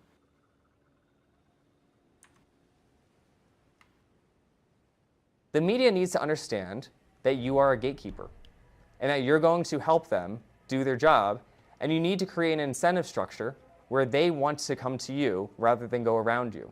So by helping them do their job better, by setting them up with important officials who are making decisions, you can help them trust you that you're in the know, but also help them come to you when they're writing a story.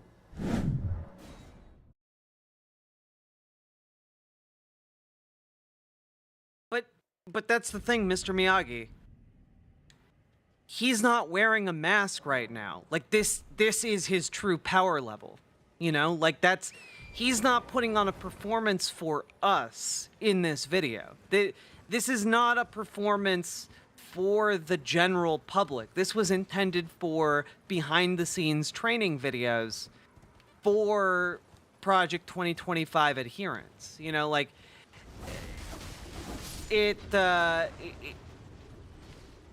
this is the mask being off. Does that make sense?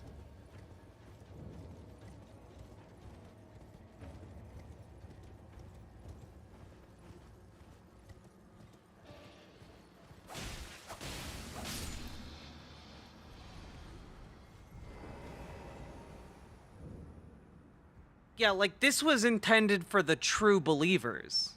I have awaited your return. They're not going to discuss the end goals here. Now it will force. Well, yeah, like he's not going to be like, yes, and then we kill all the trans people. Like he's not going to do that, because what he's doing here is focusing everyone on what to do to empower Donald Trump once he gets elected. No, notice none of these people are really talking about what the end goals are, because they already all know what the end goals are. And the end goals are whatever Donald Trump wants. And they're okay with that. Do you find it that I would show? Well, I'm the mere bitch she is, but the rottings, I doubt that she... Oh, now she's come do so. Now she's come do so.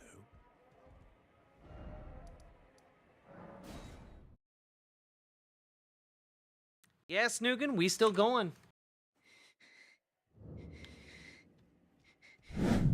You'll also be faced with many instances where, from legacy outlets, they're writing a damaging story about someone or something or some agency that you're responsible to be their spokesman for. There's one tactic that I think is particularly effective in this.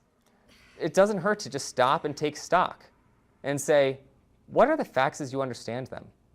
What facts can I give you that could tell you that you're wrong? And that oftentimes will take them aback because they're never really asked that. And also you can ask them about how they're doing their job. You can say, okay, you're writing this story. Am I the last call that you're making? Who else have you talked to? Have you been researching this? Or ask them about how they came to the conclusions they have. Some of the more honest reporters will tell you point blank, I haven't talked to as many people as I would have liked to, or I don't know as much as I should. And sometimes, even with these legacy outlets, you can fill in important information that they would not have otherwise. As long as they're being honest with you in their limitations, that usually shows some sort of humility that they're willing to work with you and get things right.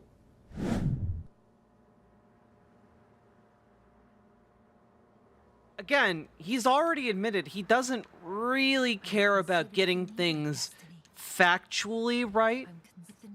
What he cares about is mainstreaming his, like, the ideology, the positions, that of his employers, and when he says get the story right, he means right for Trump. That's what he means.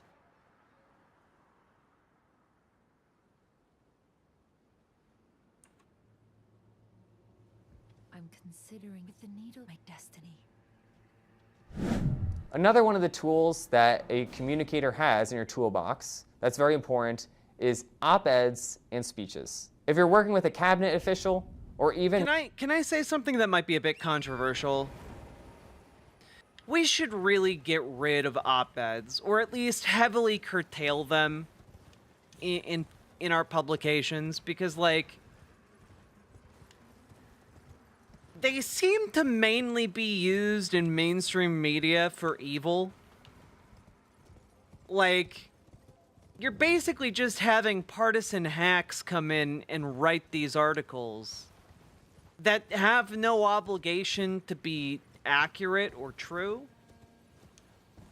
You know? Like, I think they can be good. It's just like, I've seen so many of these conservative, like, climate change denialists, like, writing articles. I have no problem with op-eds in principle.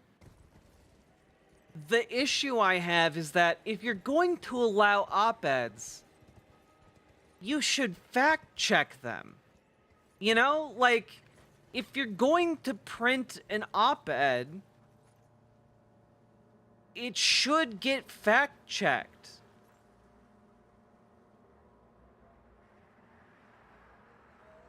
And yeah, I'm aware of your op-ed, Lady Raincloud, but yours is going to be accurate because I know you.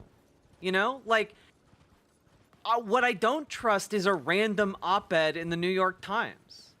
You know, those are written by absolute ghouls for the most part. You know, and like, why? Am I suggesting journalistic integrity? Not only am I suggesting journalistic integrity, I'm suggesting, like, platform integrity. Like, I feel like you have a duty to your audience and your readers to make sure they're getting accurate information, and, like,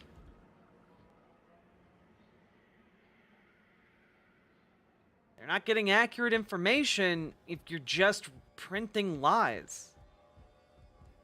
That's in a lot. That's what a lot of op-eds do.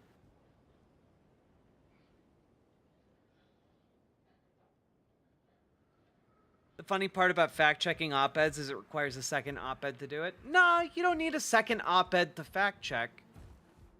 Like, at the end of the day, the outlet is taking the article. They can, like, run it through their editorial team. Oh, something about... So I decided to pay a visit, but I've only found emptiness. Perhaps before my departure... Well, I must...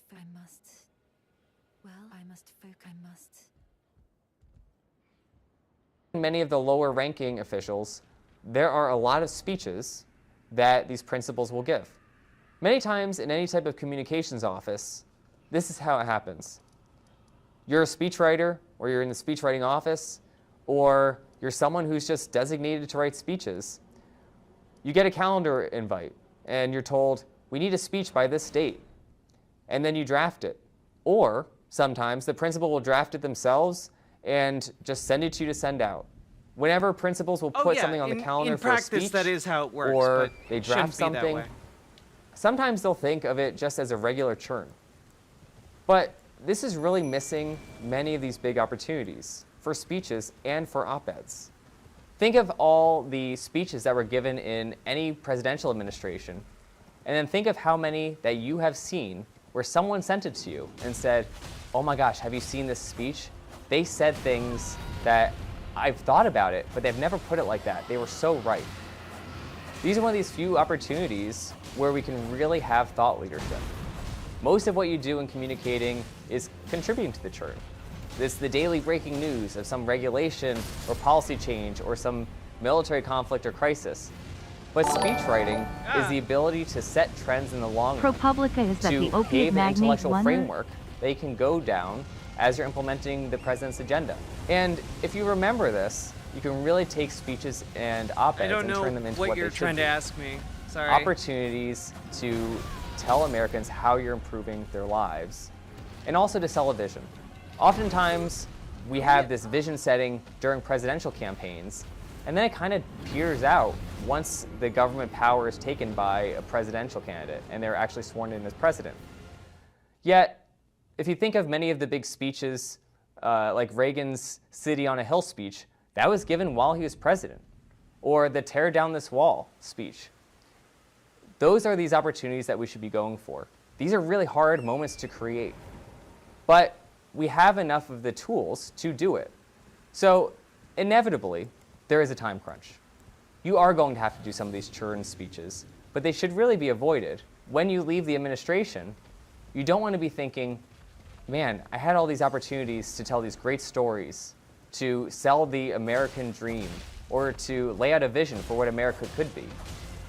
Before you get in, and when you're in, don't get stuck in the churn, and think, what would a life-changing speech look like? What would a speech be like that everyone is talking about for the next few months? What does a speech look like that the New York Times editorial board is going to have a meltdown over? If you're doing that, odds are you're doing something right. And you need to think about selling something that gets the American people excited because you're genuinely going to help them.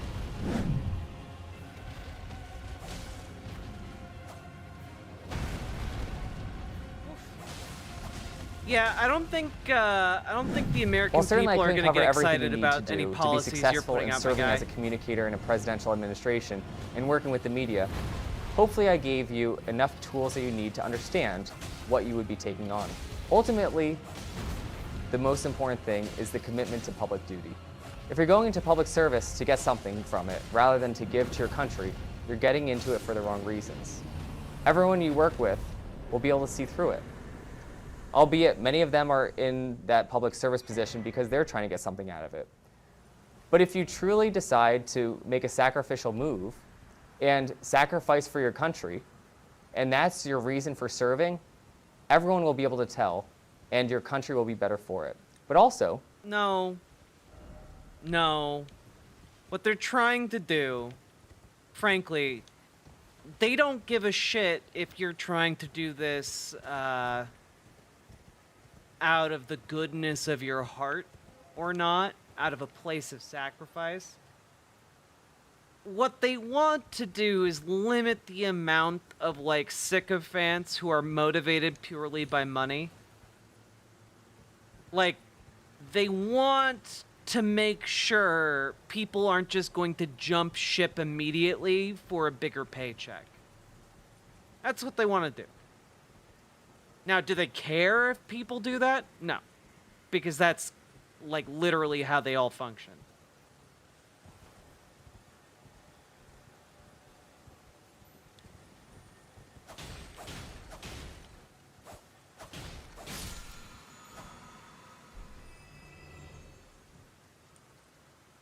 You'll be better for it. Whenever you speak with the legacy media, you're not going to live in... Yeah, I think that's the other thing too, right, Snoogan? They want people who are going to be yes men. They want people who are going to say yes. Yes, Donald Trump, yes. That's what they want. They do not give a single shit about why you're there, other than they want unconditional loyalty. Fear of them. You're going to encounter them as someone entrusted by the American public. And they will notice. They'll notice that you don't crave their approval because you're speaking with the approval of the American people. I know who you are, Your Explorer. Whenever you're working with writing speeches or op-eds, you will have a conviction that the American people put you in this position, and that you won't have any type of inadequacies or any other complexes that you're trying to flesh out in your speeches. You're going to be focused on delivering what the American people want, and that is, simply put, a constitutional government. You're coming in to implement the will of the people, the will of the president, and simply put, to help the government function. Thank you. Believe in functioning government. Like, that's kind of the problem here, right? Like, none of these clowns actually believe in functional governance. They actively disbelieve in it, actually. God.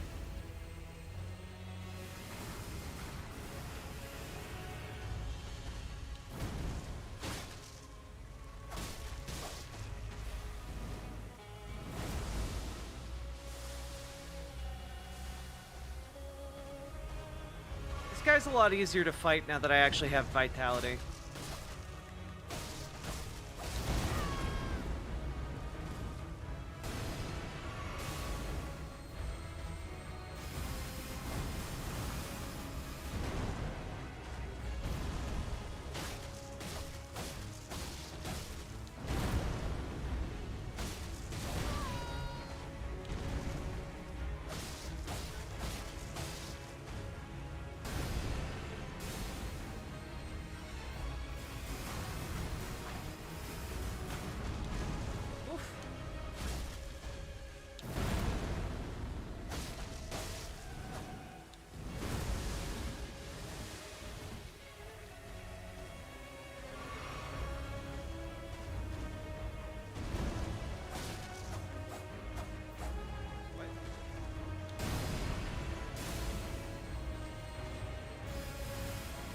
Good night, hoi polloi.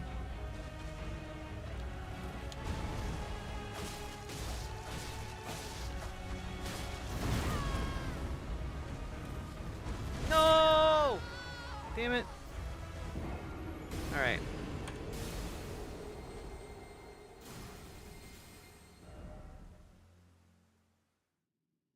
Folks,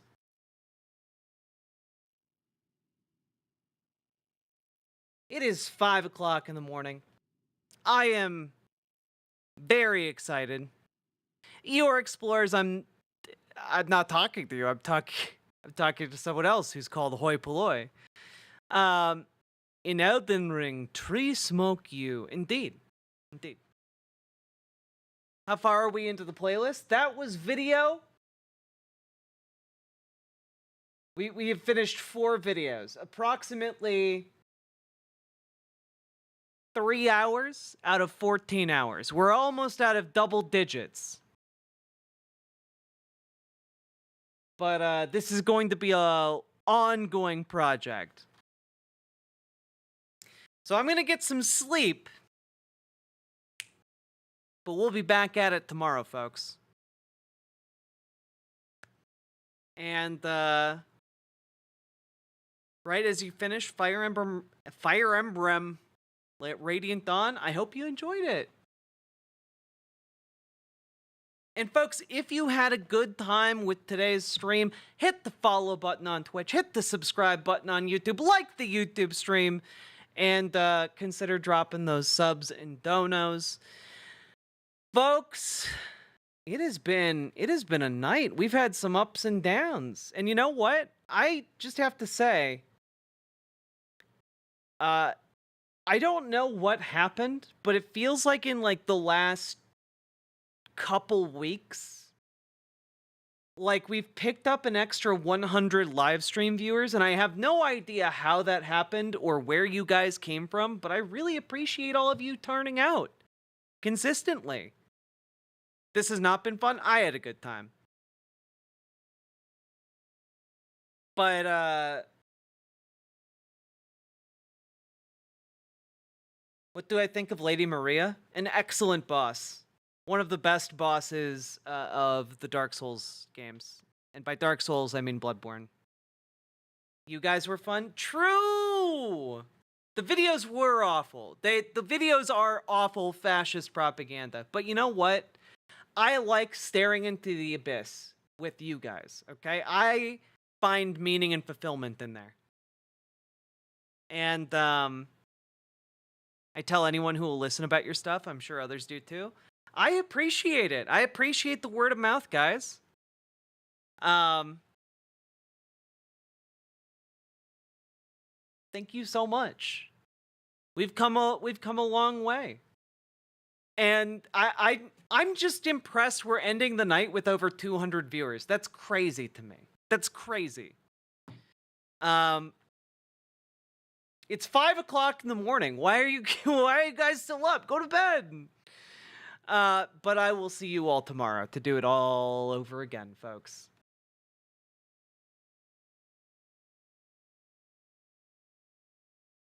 Like the stream, y'all. Oh, damn, we are actually 10 likes away. If you haven't liked the stream, we are 10 likes away from over 200 likes on the live stream. So do it. Do the thing.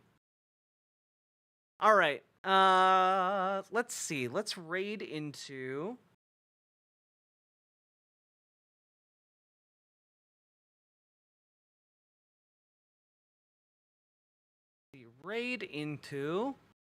Shadow Legends.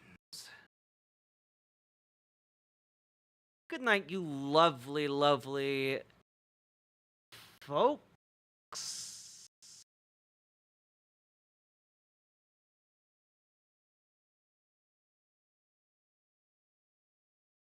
There we go. Gonna send you over to Pixel Smixel on Twitch. Y'all have a good one, okay? Only 3 more likes on the YouTube. Found you after Dead Domain rated. Aren't they like the best? Dead Domain is great. We should have. I should see if Dead Domain would be down to just like come on and talk about Game Informer. I feel like that'd be a good convo. 'Cause we both used to work there. All right.